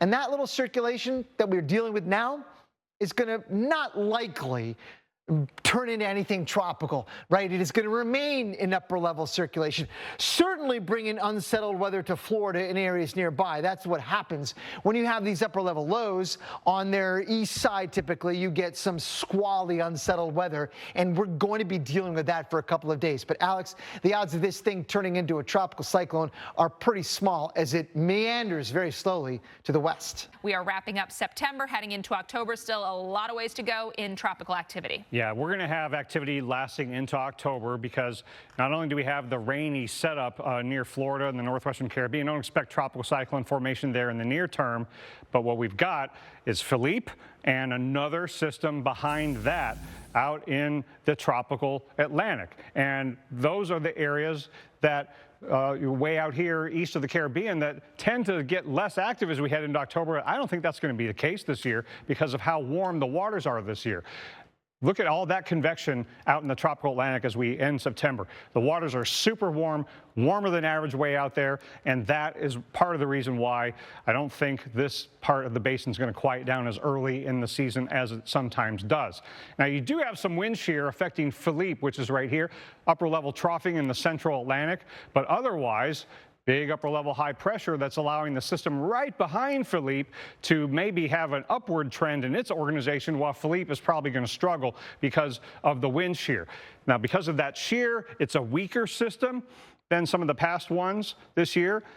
And that means it's shallower and steered by the low-level trade wind flow, so it's headed westward and weakening. So can't rule out some gusty winds and some rain in the Northeast Caribbean, but it's not going to be a major impact. But then we got to watch this one closely. Could it get dangerously close to the Northeast Caribbean after it develops in the next day or two? Let's check in on the models. The colors showing you the low-level spin of those two systems. Now, one thing you'll notice is that Philippe, the lead system, weakens, and what's left of it goes near Hispaniola and then gets drawn up into that trough off the southeast coast of the U.S. next week, perhaps. And then future Rina gets turned north ahead of that system. But could this be a mess off the southeast coast next week? The models can't decide, Alex. We'll have to watch it. All right, Janice, thank you. It has been 1 year since Hurricane Ian slammed into southwest Florida. And we're now seeing some of the hardest hit areas and how they're doing. Local 10's Annalise Garcia is live in Fort Myers Beach to show us. Annalise. So 1 year later, this place looks completely different than it did when we came just a few days after the storm. Some businesses up and running, but still clear signs of destruction as well. Some places boarded up, and you can see that the work is underway. There's no rhyme or reason. I just thank God that we were saved. This is what Fort Myers Beach looked like just days after Hurricane Ian. Debris scattered all over, homes demolished, businesses flattened. 1 year later, this is what it looks like. Many signs of rebuilding, some businesses up and running, people walking around the town, but still a long way to go. The catastrophic storm ripped apart businesses, leveled buildings and houses. Hurricane Ian left 16 people dead on the island. We lost the house, 2 cars, the golf cart. We had 30 inches of water in our first floor of our condo. It was very scary. Fort Myers Beach residents recall the moments the devastating storm surge came into their homes. As the water got higher, we just went upstairs. This is the kind of debris we saw scattered all over the streets just days after the storm. Now it's all consolidated to this one lot. This pile consists of things like concrete, mattresses, people's lives, pieces of this town. It was pretty devastating coming back the next day. Pretty much cried most of the way home. Thursday, residents along with local and state leaders remember the day the storm hit. The mayor, lieutenant governor, and other elected officials stood together to unveil the new clock in Times Square. Although a long road ahead, the town and the people in it are rebuilding every day. We just try to make progress every single day, and that'll be more progress in next week and then the next month. So we'll get there eventually.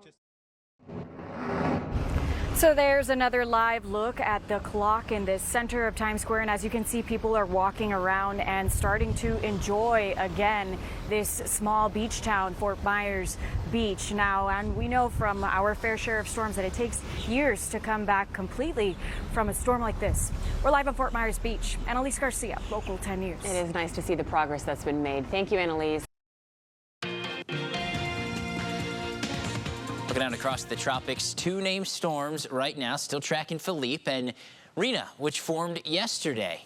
Note the close proximity, both in the eastern Atlantic. And before we go through all of this, I think it's important to note neither a threat to us here in Southwest Florida or the United States in general. We're going to watch something play out this weekend, sort of a meteorological marvel, so to say. Basically, you got 2 tropical storms in very close proximity to each other of near identical strength, both 50-mile-per-hour tropical storms right now. So what happens when you bring 2 storms like this together?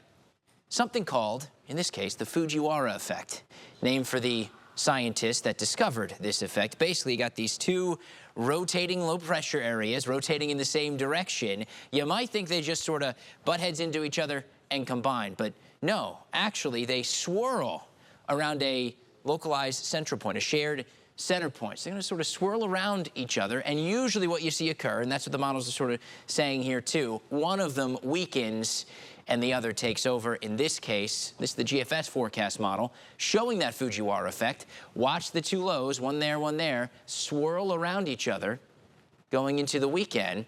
But Rina, weakening in this solution, fades away. Philippe takes over and tracks off to the north. And that's the bottom line here. I do think by the time all is said and done, they do this dance over the weekend, one of the two storms will take over, will become the stronger dominant of the two. And what's ever left will track north and stay well off to the east of the Bahamas and Bermuda. A difficult track and intensity forecast to be certain, but as far as impacts, not going to see that any land areas from these two storms. Just something to watch out there in the Atlantic here this weekend. So we're already at storm number 18, including what formed in January, now that Rina is on the board. Remember, an average season only has 14 named storms, so it's been an active year, and we still have 2 full months to go. Remember, hurricane season doesn't end until November. The good news is, outside of those two systems, not seeing any additional activity forming over the next 7 days.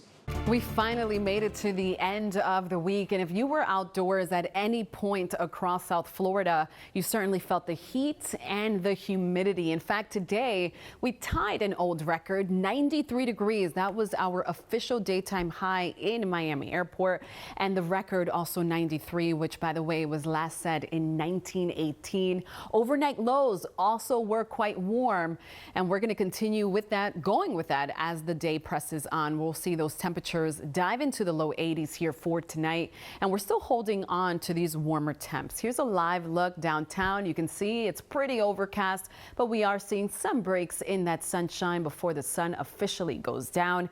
81 degrees here in Miami, 80 in Fort Lauderdale. Down in the Keys, temps are in the upper 70s, and the dew point temps still quite steamy in the middle 70s. The rule of thumb with the dew point temperature, anytime you have this number near 70, either side of 70, it feels more comfortable. Anytime you see that number closer to 75, it's quite steamy out there. And that's exactly what's going on. Just lots of moisture locked in place. And you can see first alert Doppler 6000 not showing much. In fact, a lot of the heaviest rain has drifted west. We have some more showers and storms off to our north, and it's just showery, a little gray outside right now. I'm keeping the chance going, a lingering chance here for this evening. Otherwise, just mostly cloudy out there and warm as temperatures fall to around 80 degrees. Let's go ahead and quickly talk tropics. We have Tropical Storm Rina. Not much intensification since the last advisory, which was at 11. Winds with this storm are at 45 miles an hour. It's moving northwest at 9 miles an hour, so its forward motion is moving. And then you have Tropical Storm Philippe that has intensified ever so slightly. This now has winds of 50 miles an hour, and this storm is nearly stationary. Now, the interesting part about both storms, neither of them are going to cause any harm to land, which is really good news. But these storms are going to continue to interact with each other. In fact, Philippe is located about roughly 500 miles west of Rina, and notice what happens in the coming days. Philippe will meander across that part of the Caribbean, then quickly begin to shift north, intensifying as it does. Meanwhile, Rina, on the other hand, kind of loses its steam, turns into a depression, and these two could collide. It'll be interesting to see what happens with those storms, but one thing we can tell you for certain is that there is no threat to South Florida at this time. 7-day forecast shows the rain chances keep on going straight through Monday. By Tuesday, it's a transitioning day. We'll see less storms around, temperatures in the upper 80s, and then drier skies finally by Wednesday, Thursday, and Friday of next week. And switching gears, heavy rain across the New York metro created a massive mess yesterday. Governor Kathy Hochul declared a state of emergency in New York, Long Island, and surrounding areas. Up to 9 inches of rain fell in some parts, turning lakes into rivers. Flooding closed major streets, delayed flights, shut down subways, and prompted early school dismissals. And this morning, New York will be dealing with still the lingering showers, especially the east end of Long Island, still raining, but it was record rain that really snarled travel yesterday. It really was a lot of record rain. Now, meteorologist Mike Seidel joins us live from New York. Mike, have the floodwaters receded, and how is everything going for you this morning?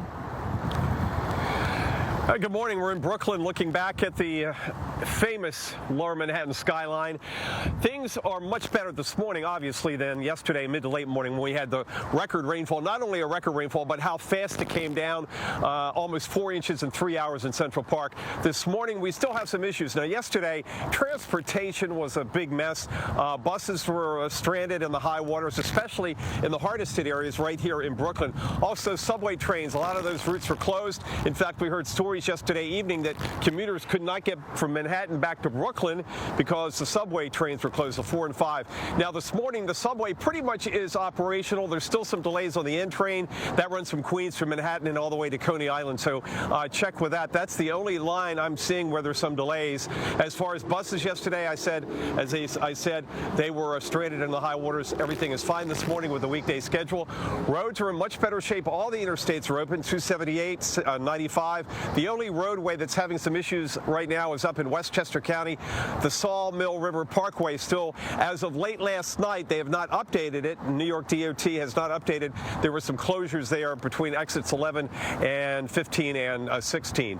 As far as airports go, much better today. 31 cancellations at the 3 tri-state airports. Yesterday, we had just over 500 and over 1,200 delays. So if you're flying in and out today, things are going to be in much better shape as far as being on time. But if you don't have a seat, you may not get out until later on today.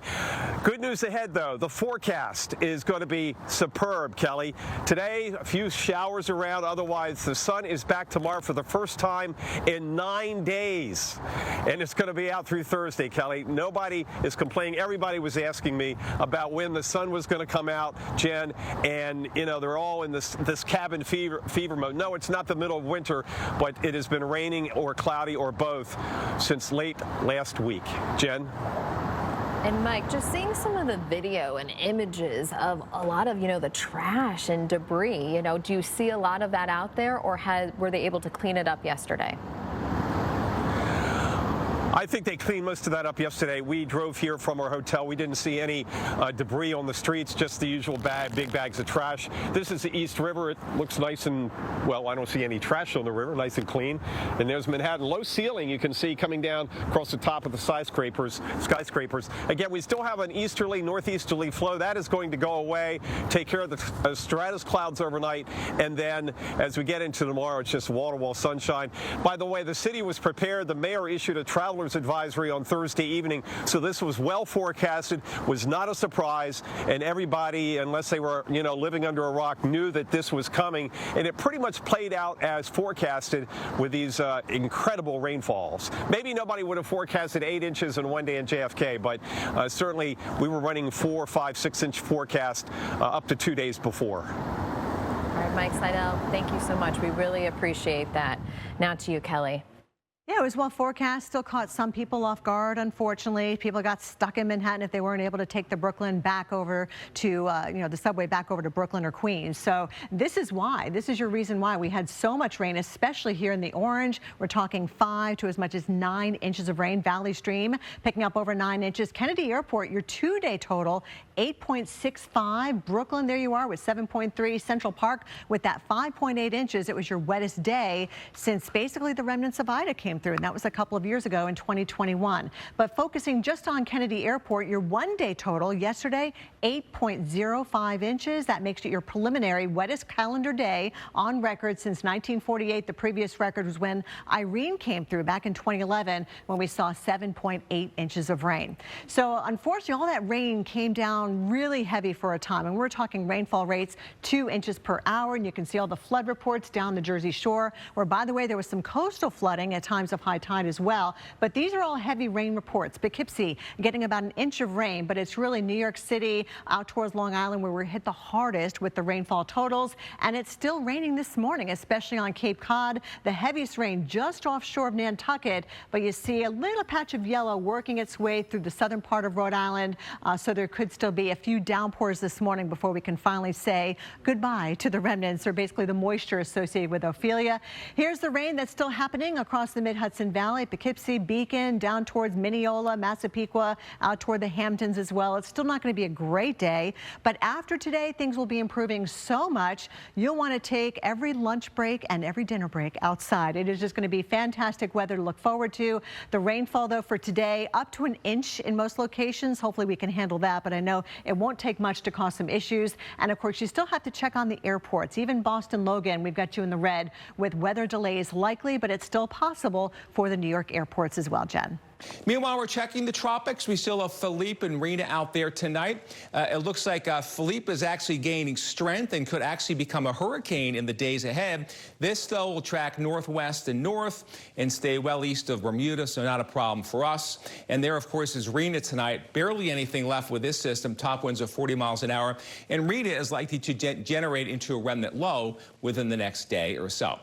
Well, let's take a live look at Anguilla, Barnes Bay to be more precise. Yeah, could see some scattered showers, tropical rain showers moving on through your Sunday and might linger into the first half of the week, but that's nothing unusual for this time of the year. The good news is we're not expecting any type of a huge organized system of rain kind of ruining your vacation.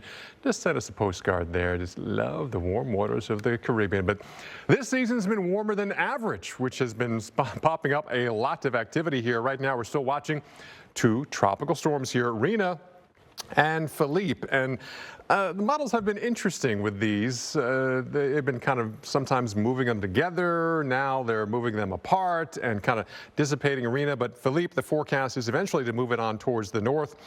Is now forecast to become a hurricane. Models for a while just kept it as a tropical storm. It could get close enough to Lesser Antilles to give us some more scattered rain showers. The surface will be up a little bit as well, but it should also stay away from Bermuda as we head on towards the end of this week. And then Rina is not very organized at all. It can't get itself together, which is a good thing. We don't want too many things out here causing concerns, but it's going to continue the weekend as we head into this week and stay well to the east of even Philippe. Now, the models will show you a couple of things. These two things swirling and then that low slowly pulling away. So our coastal flood concerns we've been dealing with for the last 2 weeks across the east should be slowly winding down this week, but still watching Philippe. That could also push some waves eventually back to the U.S. But in terms of any direct impacts or strikes of land, we're not expecting that at all. A big push of colder air coming across the nation. Well, that's like hurricane repellent. That pushes anything that could threaten the east coast of the U.S. away from the U.S. So that's good news if you're not a fan of the tropics in terms of knocking on your doorstep. Also, the good news is now we're in October. We just have 2 more months left, and now we're on the downside. So 28% of the season left. Once we get it out of October, the U.S. is generally in the clear, but definitely this time of the year, we still have to watch the Gulf. Molly? October marks the final leg of Atlantic hurricane season, and although activity begins to slowly wind down, recent years have shown us impactful hurricanes can still strike the U.S. Hurricane expert Dr. Nab breaks it down for us. The 2023 hurricane season is far from over. October and November can be very active months. Now, you might think, well, October, we have a lot fewer storms, hurricanes, and major hurricanes compared to September. About 1 out of 5 of the season's hurricanes form in October. The problem, though, with October's hurricanes is they tend to want to form close to home. Yes, things can form just about anywhere, especially early in the month, but more and more, the later we go into October, the more prone we are historically to having things form in the northwestern Caribbean or close to Florida and moving generally northward. So landfalls are definitely frequent. And in the last 20 years, we've had a lot of really bad hurricane landfalls in the continental U.S., going back to Wilma, which was a Cat 5 in the Caribbean, Sandy in 2012, a big system in the Northeast, Matthew, Michael, even more recently Zeta, Western, Eastern Gulf, Southeast Coast, Northeast Coast, everybody has been in the mix.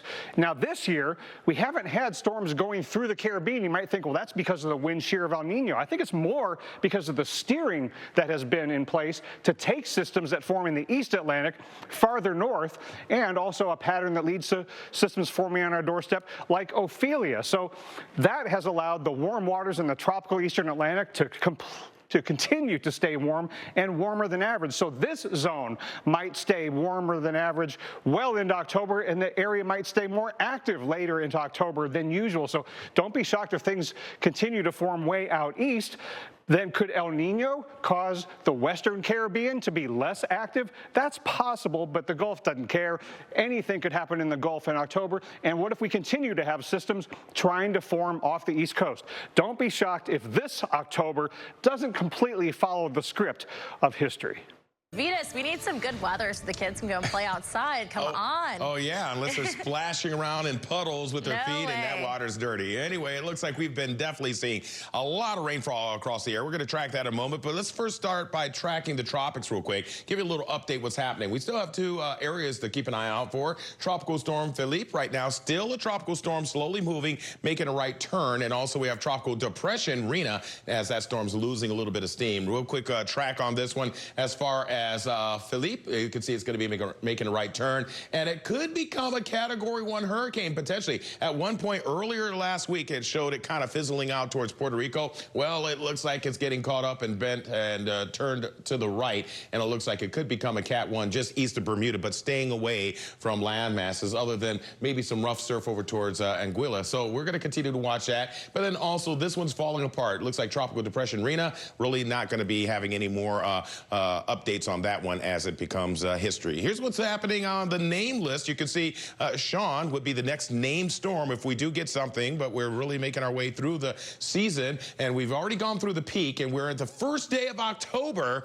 October 1st, we're getting through October and November, and then we start seeing things ramp down, but there's still a potential for more activity, of course, because those ocean temperatures are warm out there. 4 inches of rain, it's not out of the question for our Monday, but this will be it. That's the last rainy day in my forecast. It's going to get a whole lot better. We'll be ready for that, and we'll detail when you can expect the rain tomorrow in your location. I've got a pretty good way to time that out for you tomorrow, and then also when that break's going to roll in. But first, let's talk about tropics, and we have Tropical Storm Philippe, 50-mile-per-hour storm. It's going to make a close pass to the Northeast Caribbean islands as a tropical storm over the next couple of days, Monday and Tuesday. Then it hooks out to sea, might become a hurricane again, but it's out there in the middle of the ocean. Rina is behind it. Rina is done, and that's it. All right, nothing else expected to form. No new depressions or storms through the next week. It's nice to look out 7 days and start getting kind of close to the middle of October and not expecting anything to form. Once we get to the middle of October, the ball game's not over, but the frequency of hurricanes really does start to drop off. So for now, we look good.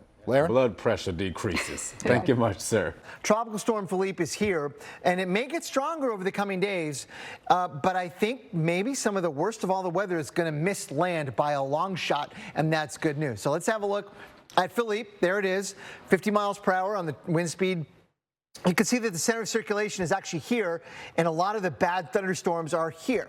When you have that kind of disconnect, the center at low levels on one spot and all the big bad thunderstorms somewhere else, oftentimes that tells you that the system is being affected by some pretty strong winds that are making it lopsided.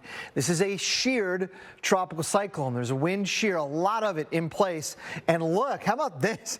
There's where the pressure minimum is. You can see that little swirly right in there. Just to the east of Antigua, we got a north wind, and you can see that there would be a south wind probably here, and a north wind there, and we're seeing that center of circulation absolutely clear as day from space. There is nothing in the way. Thunderstorms are here and far away from where that sort of rotation is. That tells us that this system is not going to strengthen as long as it looks like that. You need those thunderstorms right over or very close to that area of low pressure. Otherwise, you're not going to get strengthening. But if you look at the forecast from the Hurricane Center, you can see that they do expect strengthening over time. So perhaps the shear backs off a little bit, and maybe the thunderstorms and the low-level circulation get closer to one another and allow that to happen. Maybe. But let's just say, right, that Philippe takes a track, something like that, somewhere in that zone with that low-level swirl.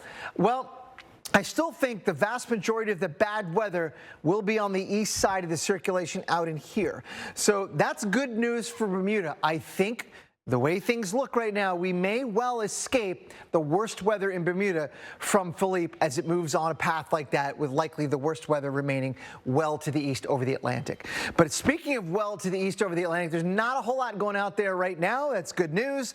And how about this? Over the Gulf of Mexico, Jen, you could pick lots of Octobers that are much stormier than this one. Take this and run if you have vacation plans. So October will feel like October in South Florida fashion. Let's get you the tropical update now. I do want to let you know what's over the Atlantic basin, and only one game in town at this point, and that is a sheared tropical storm Philippe. Maximum sustained winds of 50 miles per hour. It's moving west-northwest at 7 miles per hour. The deep convection south-southeast of center, soaking parts of the Leeward Islands tonight through tomorrow. Barbuda, Antigua under a tropical storm warning. Here's the forecast track. This system not a threat for Florida or the east coast of the U.S. We do. Oh, that's some good news, right? But what's our chance? Like 1 in, I don't know, 1 billion. But anyway, let's talk about Philippe. Philippe is still a tropical storm. Clearly, it's bringing rainfall right now over the Leeward Islands, northern Windward Islands. So Guadeloupe up to Antigua, Barbuda, basically those islands are dealing with the worst of the weather. Now, there could be some gusty winds for the British Virgin Islands, but so far no rain. Most of the rain is going to be confined basically for the Leeward Islands. Up to 8 inches of rainfall specifically in Antigua and specifically in Barbuda as well. Now, the rest of the surrounding islands may be 3 to 5 inches of rainfall. Here's a look at Tropical Storm Philippe. It is moving northward later tomorrow, if not, or later today, if not tomorrow, but still bringing those impacts to the islands throughout today and tonight, and then staying over the open waters of the Atlantic. Yeah, we've seen this familiar sort of northward turn so far this hurricane season. It's kind of been the dominant mode, it feels like. We haven't seen very many tropical tracks in the Caribbean or the Gulf of Mexico. That's characteristic of El Nino, which we've seen. We'll explain why in a minute. Most of the storms have been in the Atlantic and away from the east coast of the U.S. And if you kind of blur your eyes and look at this, it's like they're all going north. They're all making this turn to the north. Yeah, it's that familiar recurvature path that looks like this. That is really helpful for many of us along the east coast of the U.S. Maybe not so good eventually down the road in the UK and Europe. We get some of the remnants of these tropical cyclones eventually. But this has been, I think, one of the dominant themes so far this hurricane season. It's not over yet, but this is what we've seen a lot of. Yeah, we've just seen a pattern set up that keeps steering these to the north. And you know what? It's affected our weather on the eastern half of the U.S. as well. That's exactly right. So when you look at sort of the anomalous wind patterns aloft, the steering flow that has been unusual so far this year, over the Gulf of Mexico and the Caribbean, you see that northwest and that west wind, which has really shut down a lot of the tropical development in there. But that trough on the east coast, you see that U-shaped wind pattern aloft, that's been a characteristic feature of the weather patterns over the region, bringing some stormy weather to the northeast. It's why you've had such a rainy summer, especially end of summer, August, September here in the northeast, because of this pattern. But it also happens to be steering the tropical systems as well. That's right. Those tropical systems coming in off Africa, moving toward the west, are running into that wind pattern and can really go nowhere except northward and then eventually out to sea. Now, not all of them have done that, but this has been the dominant theme. Generally. Now, we sort of expected this to some extent with El Nino, especially there over the Gulf of Mexico and the Caribbean. This is sort of your textbook look at what El Nino tries to do to the wind patterns aloft during the hurricane season. It brings that strong west wind aloft. And this is in part why certainly we haven't seen a whole lot of activity in the Caribbean and the Gulf of Mexico. So it's kind of consistent there. But this pattern is also now starting to show up in our Philippe, which is right now. Philippe's an interesting one because if you go back, because it's been with us for about 10 days now, the 23rd is when we had the first advisory. And there was a small window of time where it was expected to actually move through the Caribbean, very weak, but all of a sudden, now that it grew enough to get into the steering flow, it's going to go north like the rest of them. Like the rest of them. It's like, here we go again. Yes, right? We've seen this one before. And there's just the track. So I don't want to get into Philippe's forecast so much, but it's part of that northern arrow there. That's that shape in the jet stream that has been so common that not only has taken tropical cyclones like Philippe on that road, but also has led to some wet times. Oh, yeah. I mean, look at Worcester in Massachusetts. We had so many rainy days days in September. I know you remember all of them because it was such a yucky month, but we ended up with nearly 9 inches of rain, one of our top 10 wettest of many cities in the Northeast. Troughs on the East Coast, especially this time of year, can bring those rainy times, especially to the Northeast, and it's done exactly that this year. But you guys were protecting everyone else from the hurricanes because you had to deal with the rain, but it kept the storms out. So not everything that's bad is bad. It's bad. Right. Time now for your tropical update as we are checking field day. Yeah, and some areas in the Caribbean, they're getting a hit unexpectedly by that storm. So let's check in with our meteorologist, Luke Doris, to see exactly where that storm is right now. Well, it's just northeast of the British Virgin Islands, 45-mile-per-hour tropical storm here. But look at the big tail of rain that it has with it, and it has brought a lot of rain. We've seen some pretty horrendous flooding out of Dominica and Guadalupe, Anguilla, places like that. So this was an unexpected hit. Now, it is pulling away, and it might even strengthen up into a hurricane. It's going to be close later on this week. Bermuda's going to want to watch it next. But let me show you the interesting part with this storm, all right? So this was the forecast from Saturday, and it was looking to hook back out to sea, but it has been an incredibly defiant storm, keeping the track to the west. Look at it move west and west and west, still wanting to hook north was the forecast, but it just didn't do it. The steering currents were very complex. There was Rina out there, another storm that influenced how this one tracked, and it was just a really tough forecast. Thankfully, that doesn't happen often. The Hurricane Center is some of the best forecasters in the world, but this one was a toughie. Elsewhere, nothing. All right, so Philippe is the only show in town. We're not expecting any new depressions or storms to form through the next 7 days. Quiet in the tropics after Philippe. Back to you guys. Video for you. The hurricane hunters, they were flying into tropical storm Philippe. No surprise. The sky close to the center of the storm, electric. They've gotten some pretty epic views this season, flown into some pretty epic storms, Dr. Nab. We know as we move into early to mid-October, this is a time of year we can't take our eye off the ball. Not that you can take your eye off the ball anytime during hurricane season, but this is a traditionally more active period, and a lot of people are wondering, what's next for Philippe? Well, this is one of the harder questions to answer among any of the storms we've had this year. This has been a really tough one to forecast. I feel like we've been talking about Philippe forever, too. Yeah, it's been sheared and meandering for more than a week, and it's got another week that it's going to do some of that. Perfect. Right?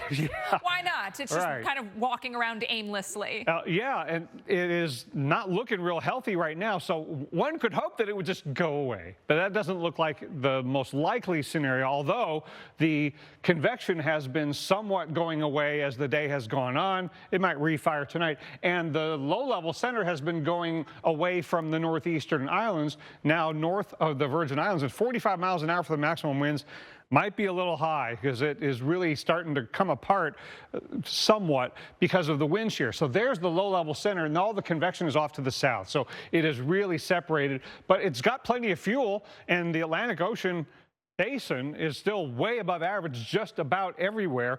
But what's happening now is you got upper level lows in a lot of places, a lot of wind shear here over Philippe, and that is what has been causing it to be a really difficult track and intensity forecast, because when the systems are sheared, the thunderstorms go away temporarily, then it's steered by the low level flow, then when the storms refire, then it's steered by the deep layer flow. So track and intensity forecasting for a storm like this has been and will continue to be difficult. So all the thunderstorms being pushed away from the center, which is up in here, which is now moving north of the Virgin Islands and Puerto Rico. Look how open that swirl is and how separated the convection is. Some of it's trying to refire near St. Croix, but it is really, really disorganized. So could it be that the Hurricane Center will have to bring down this intensity forecast and shift the track forecast in some way, shape, or form?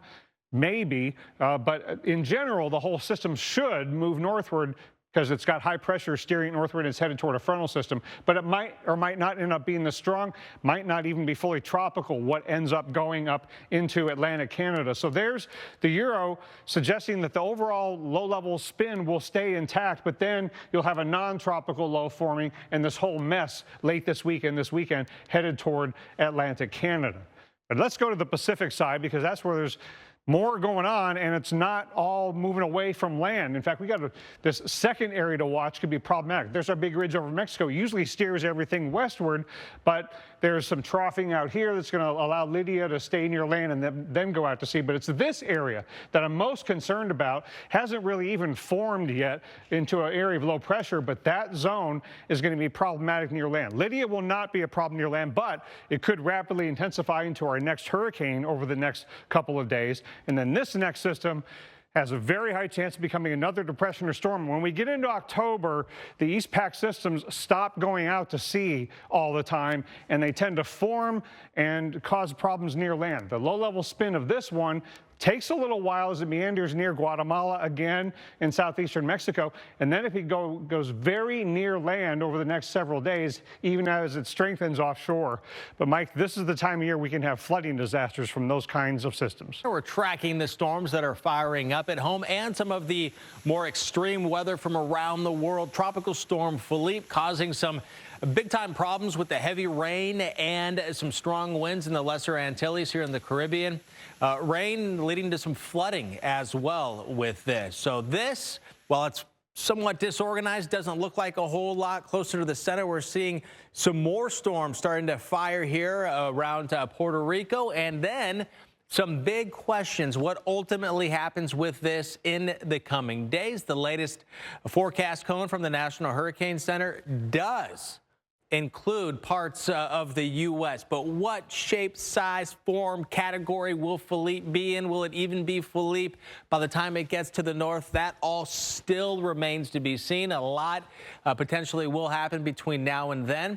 And this is one possible reality of what could happen here as we look at the spin with the American model, the GFS. And here is that spin right in here with the new thunderstorms that we're watching develop.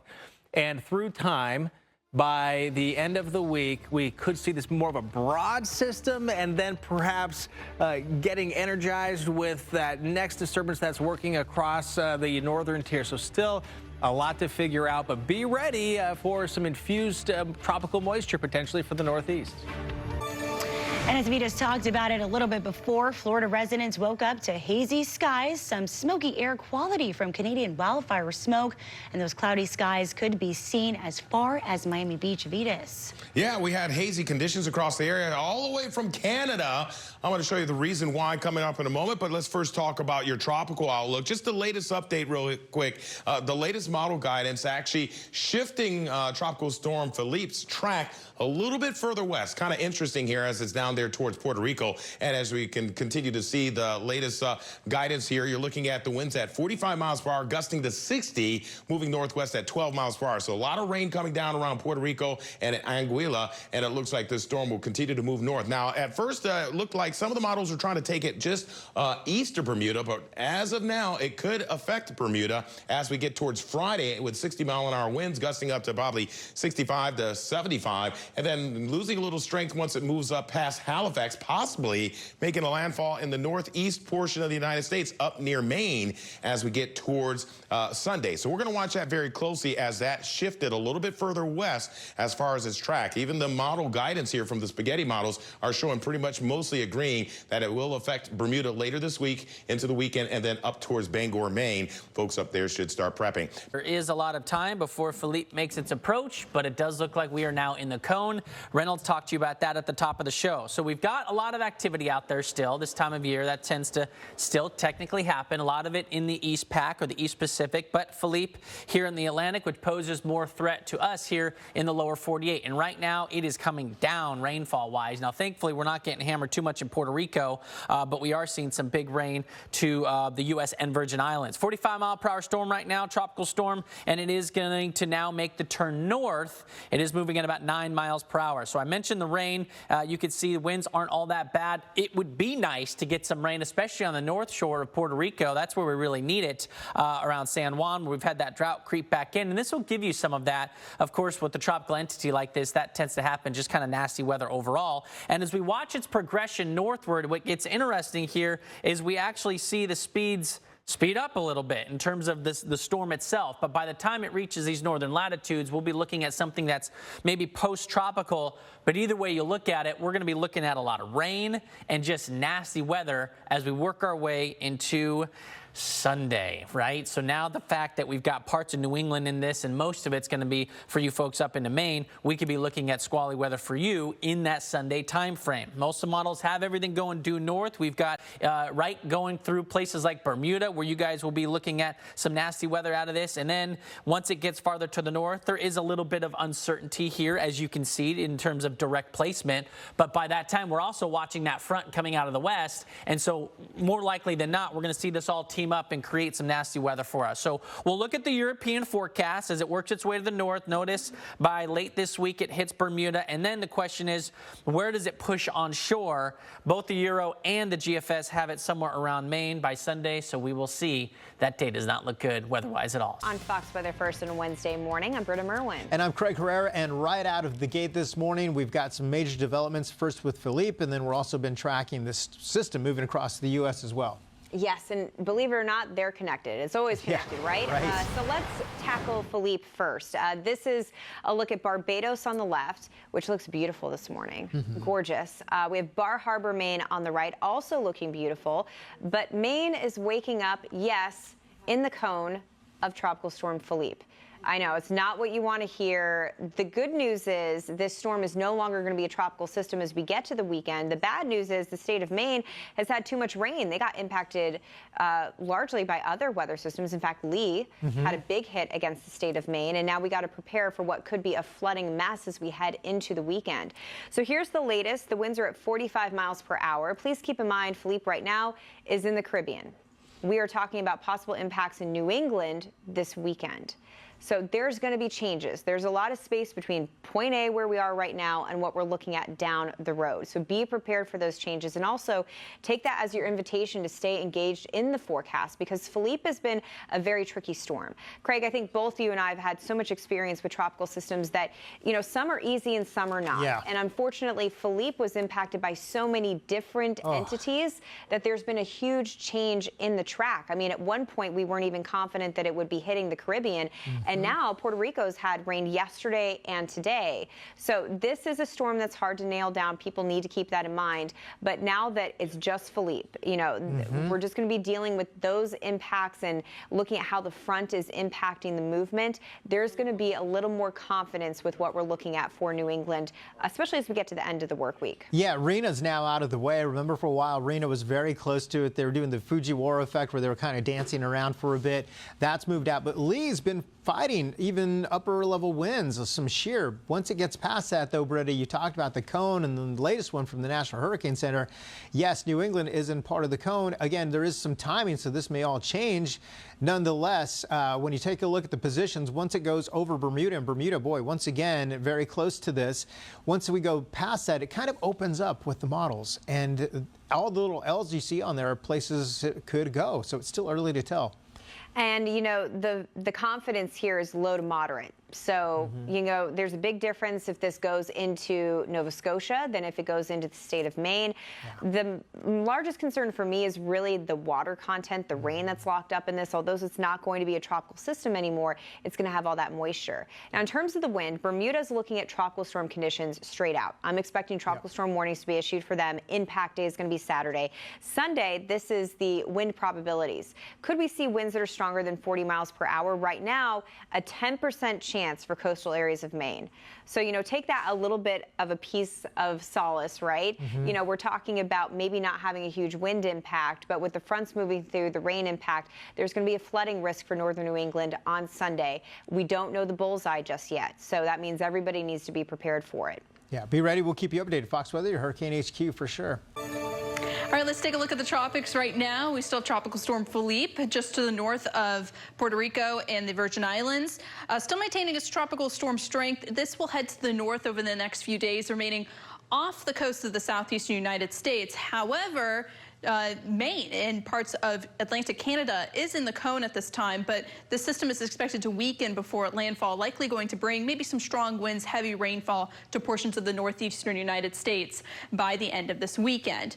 Meanwhile, we are so far closing in on the end of hurricane season, which is on November 30th. Of course, we can still have activity through the month of October and even into November as well. Rina, no longer a system at this moment. Next name of the season is Sean. So far, we've had 18 total storms, 6 hurricanes, and 3 major hurricanes. We switch gears looking at the tropics. We've had Tropical Storm Philippe bringing some very hefty downpours to portions of the Virgin Islands. So the Caribbean, you can see it has not been moving in that blow up of activity. Now, where's it headed, right? That's the question. We've been talking about this storm for some time. We've got a little ways to go with it. Forecast from the National Hurricane Center does bring this north near Bermuda. And then, Dr. Nab, could we be looking at again more impacts for Maine?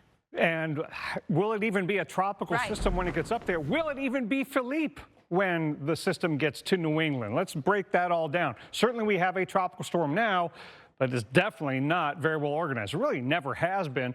But even a disorganized tropical storm can bring rainfall and gusty winds and flooding. And we've got thunderstorms just north of Puerto Rico and the Virgin Islands, a little batch south of St. Croix. So hit and miss, but the trend is for less rain tonight than what we had last night. Last few hours, we've gusted over 30 at St. Thomas.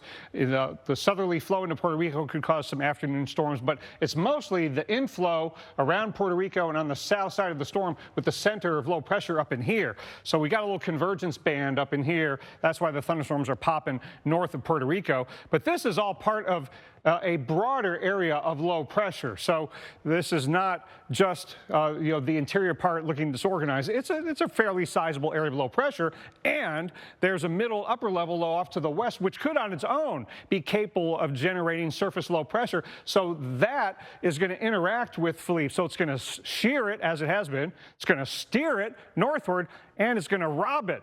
Going to take some of its surface low pressure away. Watch how that plays out in the models in a moment. But the next couple of days, this is bringing it north, and then the big system crossing the continental U.S. is going to finish the job, bringing it into New England. But it's not tropical after Saturday morning. That would be a post-tropical system.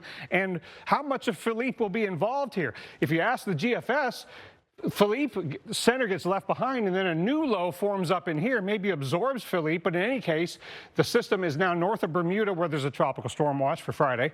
But by Saturday, whatever kind of system it is coming north into New England, and that will be bringing the rain and the wind to Bermuda by Friday, and it's Saturday. Unfortunately, Mike, as you talked about, that is the windy, rainy day for New England and Maine. All right, Dr. Nab, thanks for the update. Thank you very much. All right, still to come here, more on the developing severe weather threat, especially tonight. That's going to include cities like, say, Dallas and Fort Worth. Large hail could be a major player. The details when we return.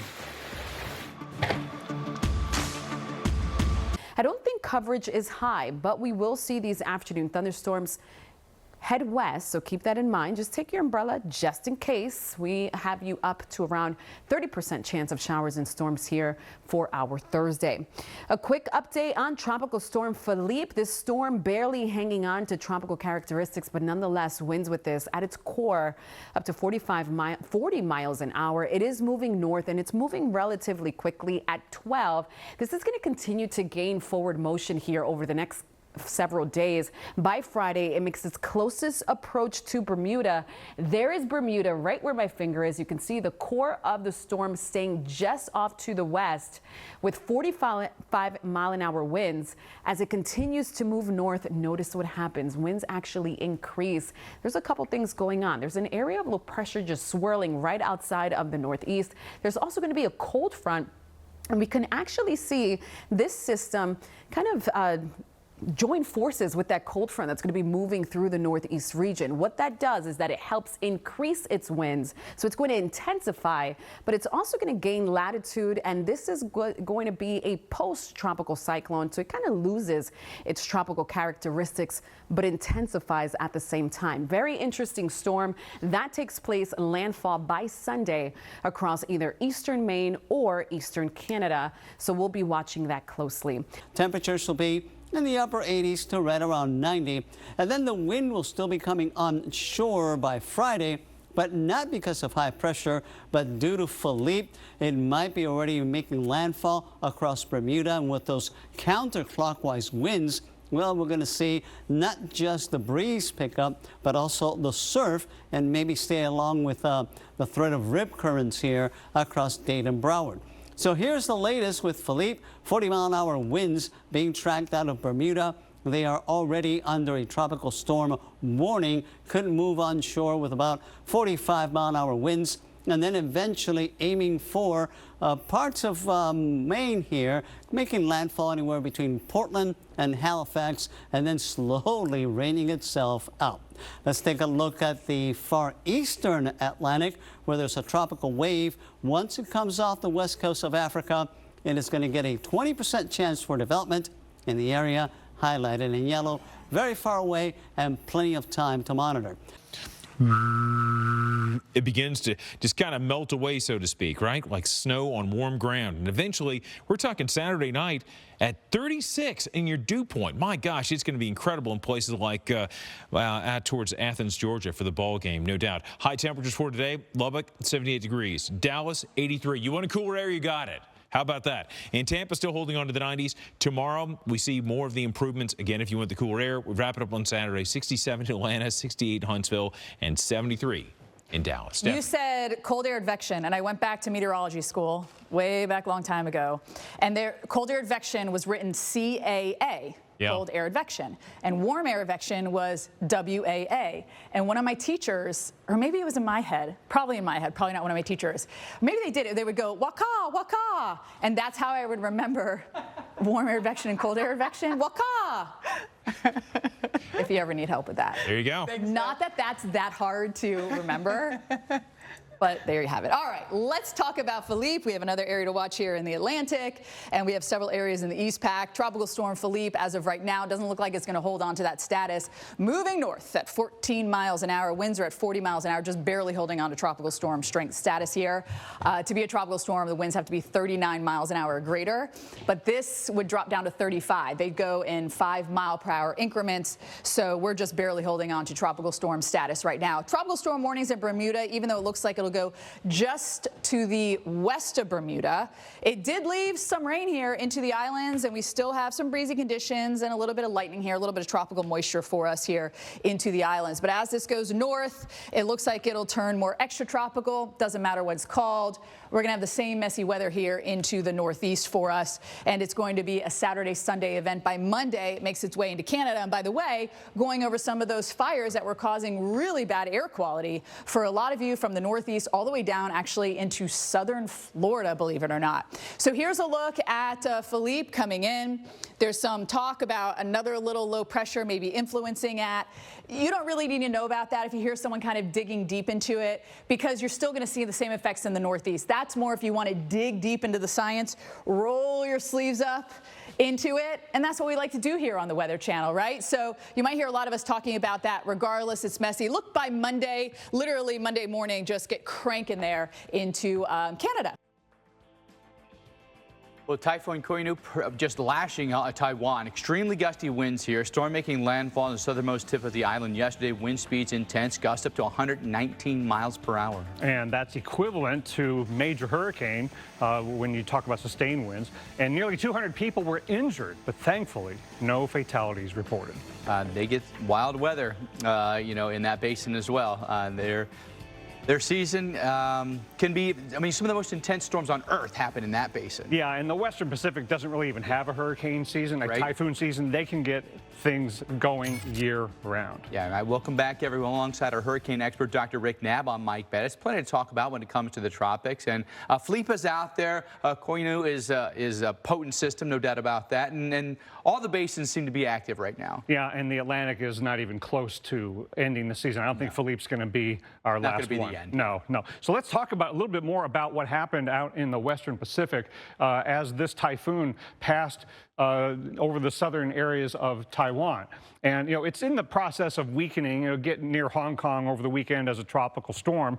But one thing that happened as this system moved westward is it interacted with this Taiwanese island, Lanyu, right in there. And right in here, as that island was in the western eye wall, they measured a wind gust of 213 miles an hour. And you think, well, what's going on? This is not a super typhoon. How did you get that kind of wind speed measured? Well, this is a mountainous island, and the location was in about 1,000-foot elevation, and when you are in an isolated island or peak, even if it's not all that high, this is about 1,000 feet high, then what can happen is with an isolated peak, the winds that they're blowing at the surface, when they go over this peak, they can be doubled in their strength because you have all the air being forced over that isolated spot. But this could be the third strongest wind gust we've ever measured on land, Mount Washington in New Hampshire, and then a tropical cyclone off Australia in another isolated island was up at 253 miles an hour. So this was a remarkable event, but it was terrain enhanced that caused that measurement. Now, we've got Philippe that is a lot weaker than that typhoon out west, but as tropical storms go, disorganized as it is, as usual, tropical storms are going to cause mostly water problems, and that is the concern as we get up into New England this weekend. In the meantime, it's got all of its thunderstorms to the east. Bermuda's under the tropical storm warning. They'll get those conditions tomorrow, but this upper level low is going to spawn a kind of a double barrel low, and then our system crossing the continental U.S. is going to bring this whole mess up into New England this weekend. And if you look at the Euro, you'll see the kind of the double barrel low here. It'll be post-tropical when it comes ashore, just kind of like Lee was, just a lot smaller and weaker. But it's Saturday, Mike, is the big day for rain and wind in New England. Definitely not a washout, so don't worry about your plans. You'll still be able to do whatever you want to do, but keep in mind there will be a chance, at least for some scattered showers out there and some storms too. Here's your reason. There's a few storms there. That's Friday, Saturday, and Sunday. Here comes the front, and this is actually the first bona fide strong cold front, at least for the rest of the country, but not here for Florida. It weakens by the time it gets this far south, and by the time it comes through, it just doesn't have a lot of moisture to work with either, but at least we've got one coming through already at this time of the year. That kind of indicates that we're heading toward fall now and getting into that season where these fronts will start moving in. Let's go out to the tropics because that's pretty interesting right now. We've got Philippe moving north, weak, scattered, disorganized. It'll become post-tropical by the time it gets this far north up in Maine and into Canada. So that'll just bring some showers and storms. But look at this, a wave coming off of Africa now. This one has a 30% chance to develop, but look how it goes to the north. So really not too concerned about that. Now we head out to the Gulf of Mexico. Could see something develop out here in the Pacific. Look at the spin. Crosses Mexico. We get something developing out here in the Gulf of Mexico. This would be next week. In any case, rain were areas that need it, but we'll probably see some rain here across Florida as well out of this, and that's something that we're going to be watching. Here's your forecast. High tomorrow in the lower 90s. Could see a passing shower. Then next week, a better chance for showers and storms. Hey, you guys are looking live in Bermuda under a tropical storm warning. We're bracing for Tropical Storm Philippe here. Bermuda's going to see some rain and gusty winds. Of course, today's going to be the worst of it. You can see in the distance there how the visibility is kind of down a little bit beyond the marina. And so we've got the storm almost overhead of Bermuda right now. We'll show you radar in a moment. But what I want you to take away from this graphic or this illustration is how we're still active, even though we are in October. And of course, Philippe's going to be our main conversation, but watching some action in the East Pacific, because with the front here, could we maybe bring some of this into the Gulf in the next week? That'll be something we watch here at the Weather Channel through the weekend. We're also going to be keeping an eye on the Atlantic side as Bermuda is going to get the worst of it today, and then it's off to the races into the northeast. Now, a lot of the convection is on the east side of the low itself. Plus, you've got this convection over here on the west side. What's happening? All right. Very disorganized, maybe another system trying to form on that west side. But either way, the whole thing is lifting to the north. And we know it's a tropical entity right now. It'll likely be post-tropical by the time it arrives, but all that tropical energy is going to be impacting us in the northeast. Notice big rainfall right now kind of surrounding the island of Bermuda. This is the Bermuda radar from their weather service. A lot of the rain is going to be on that west side and on the east side as well. But you still have showers in the forecast. The swells are likely going to get bigger, currently at 9 feet. Notice just to the south, it's at 14. So that will build throughout the next several hours. So systems lifting north, as I mentioned, at about 18 miles per hour? I think that's what the movement was at. And, you know, you could actually see maybe the system itself strengthening, if you want to use that term, but the energy source is going to be combining with that front and we're just going to wring all this rainfall out. I think we could see some big flooding in Maine, back in the mountain area, the White Mountains, the Green Mountains, New Hampshire, Vermont, and of course, even into places like New York, Long Island, Massachusetts, Connecticut. All of you are going to be in the zone because you're going to be seeing both the storm itself, which is sitting here, plus the cold front that's working its way through, all combining here in the Northeast. And that's why we've got the big rain numbers that are expected out of this. You could see some spots maybe picking up a half of a foot. So flood threat Sunday is going to be nasty along much of Maine. The storm then maybe moves back to the west, which then is going to come back east into next week. That's another thing we'll be watching this weekend. And last but not least, Lynette, I'm going to leave you with the swell chart. This will give you an idea that the entire coastline here are going to be looking at large waves because of this thing in the Atlantic. But Reynolds, you are looking at Philippe moving northbound, and it's going to have an impact on us, particularly across Maine. Oh, it certainly will, and more troubles are on the way for, well, many parts of the New England coast. Wow, we lost a lot of visibility here with the low clouds and a bit of fog that are moving into Castine, Maine with 59 degrees. Well, we've got Tropical Storm Philippe that is going to be setting sail in this direction, leaving the dock, no doubt. The storm will make its way into New England this weekend, so prepare as you possibly can. All right, so let's get to it and give you up to speed. A little bit of update for you. Tropical Storm Philippe is now post-tropical, but as we have the horses to the post, well, we can expect these things are going to go out of the gate and sure enough affect the coastline. Although we have Sunday morning at winds of 50 miles an hour, I think into Saturday night you'll definitely have some effects that will be, well, affecting the coastline in the form of a lot of wind and at the same time possibly plenty of waves. So here's the center of circulation, which is interesting because you've got, well, not that well-defined pinwheel shape that we often see in the tropics. This thing is disheveled as can be. Bermuda, you've got the rough surf that you can expect, but in terms of the precipitation, a lot of it is right side loaded or in the northwest quadrant for the time being.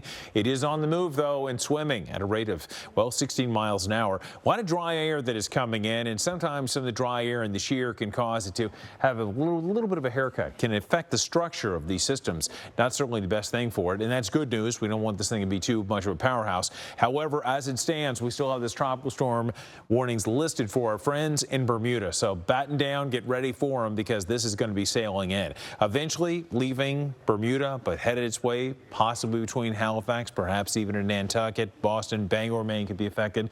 Kennebunk Port also, Walker's Point, all locations along that beautiful coastline that can be treated to weather that is not so pretty. Massive waves spinning with the force around the center of circulation, Long Island Sound, Cape Cod, Block Island. You got it. Back half of the system where you have a lot of that moisture still surging into parts of eastern Canada, maybe a touch of snowfall, maybe some sleet could be mixed in too. Well, before we wave it over to Alex, let's look at the wave that we expect, again, mainly to the north of the center of circulation. Got a lot of momentum that is spinning just right around one after another, and we have these waves just beginning to rise up in a very grand way. To give you an idea of how extreme some of these could be, they range anywhere from, say, the 20 to 30 to perhaps even 40 feet high in a lot of your shipping lanes. So rocky times out over the open water.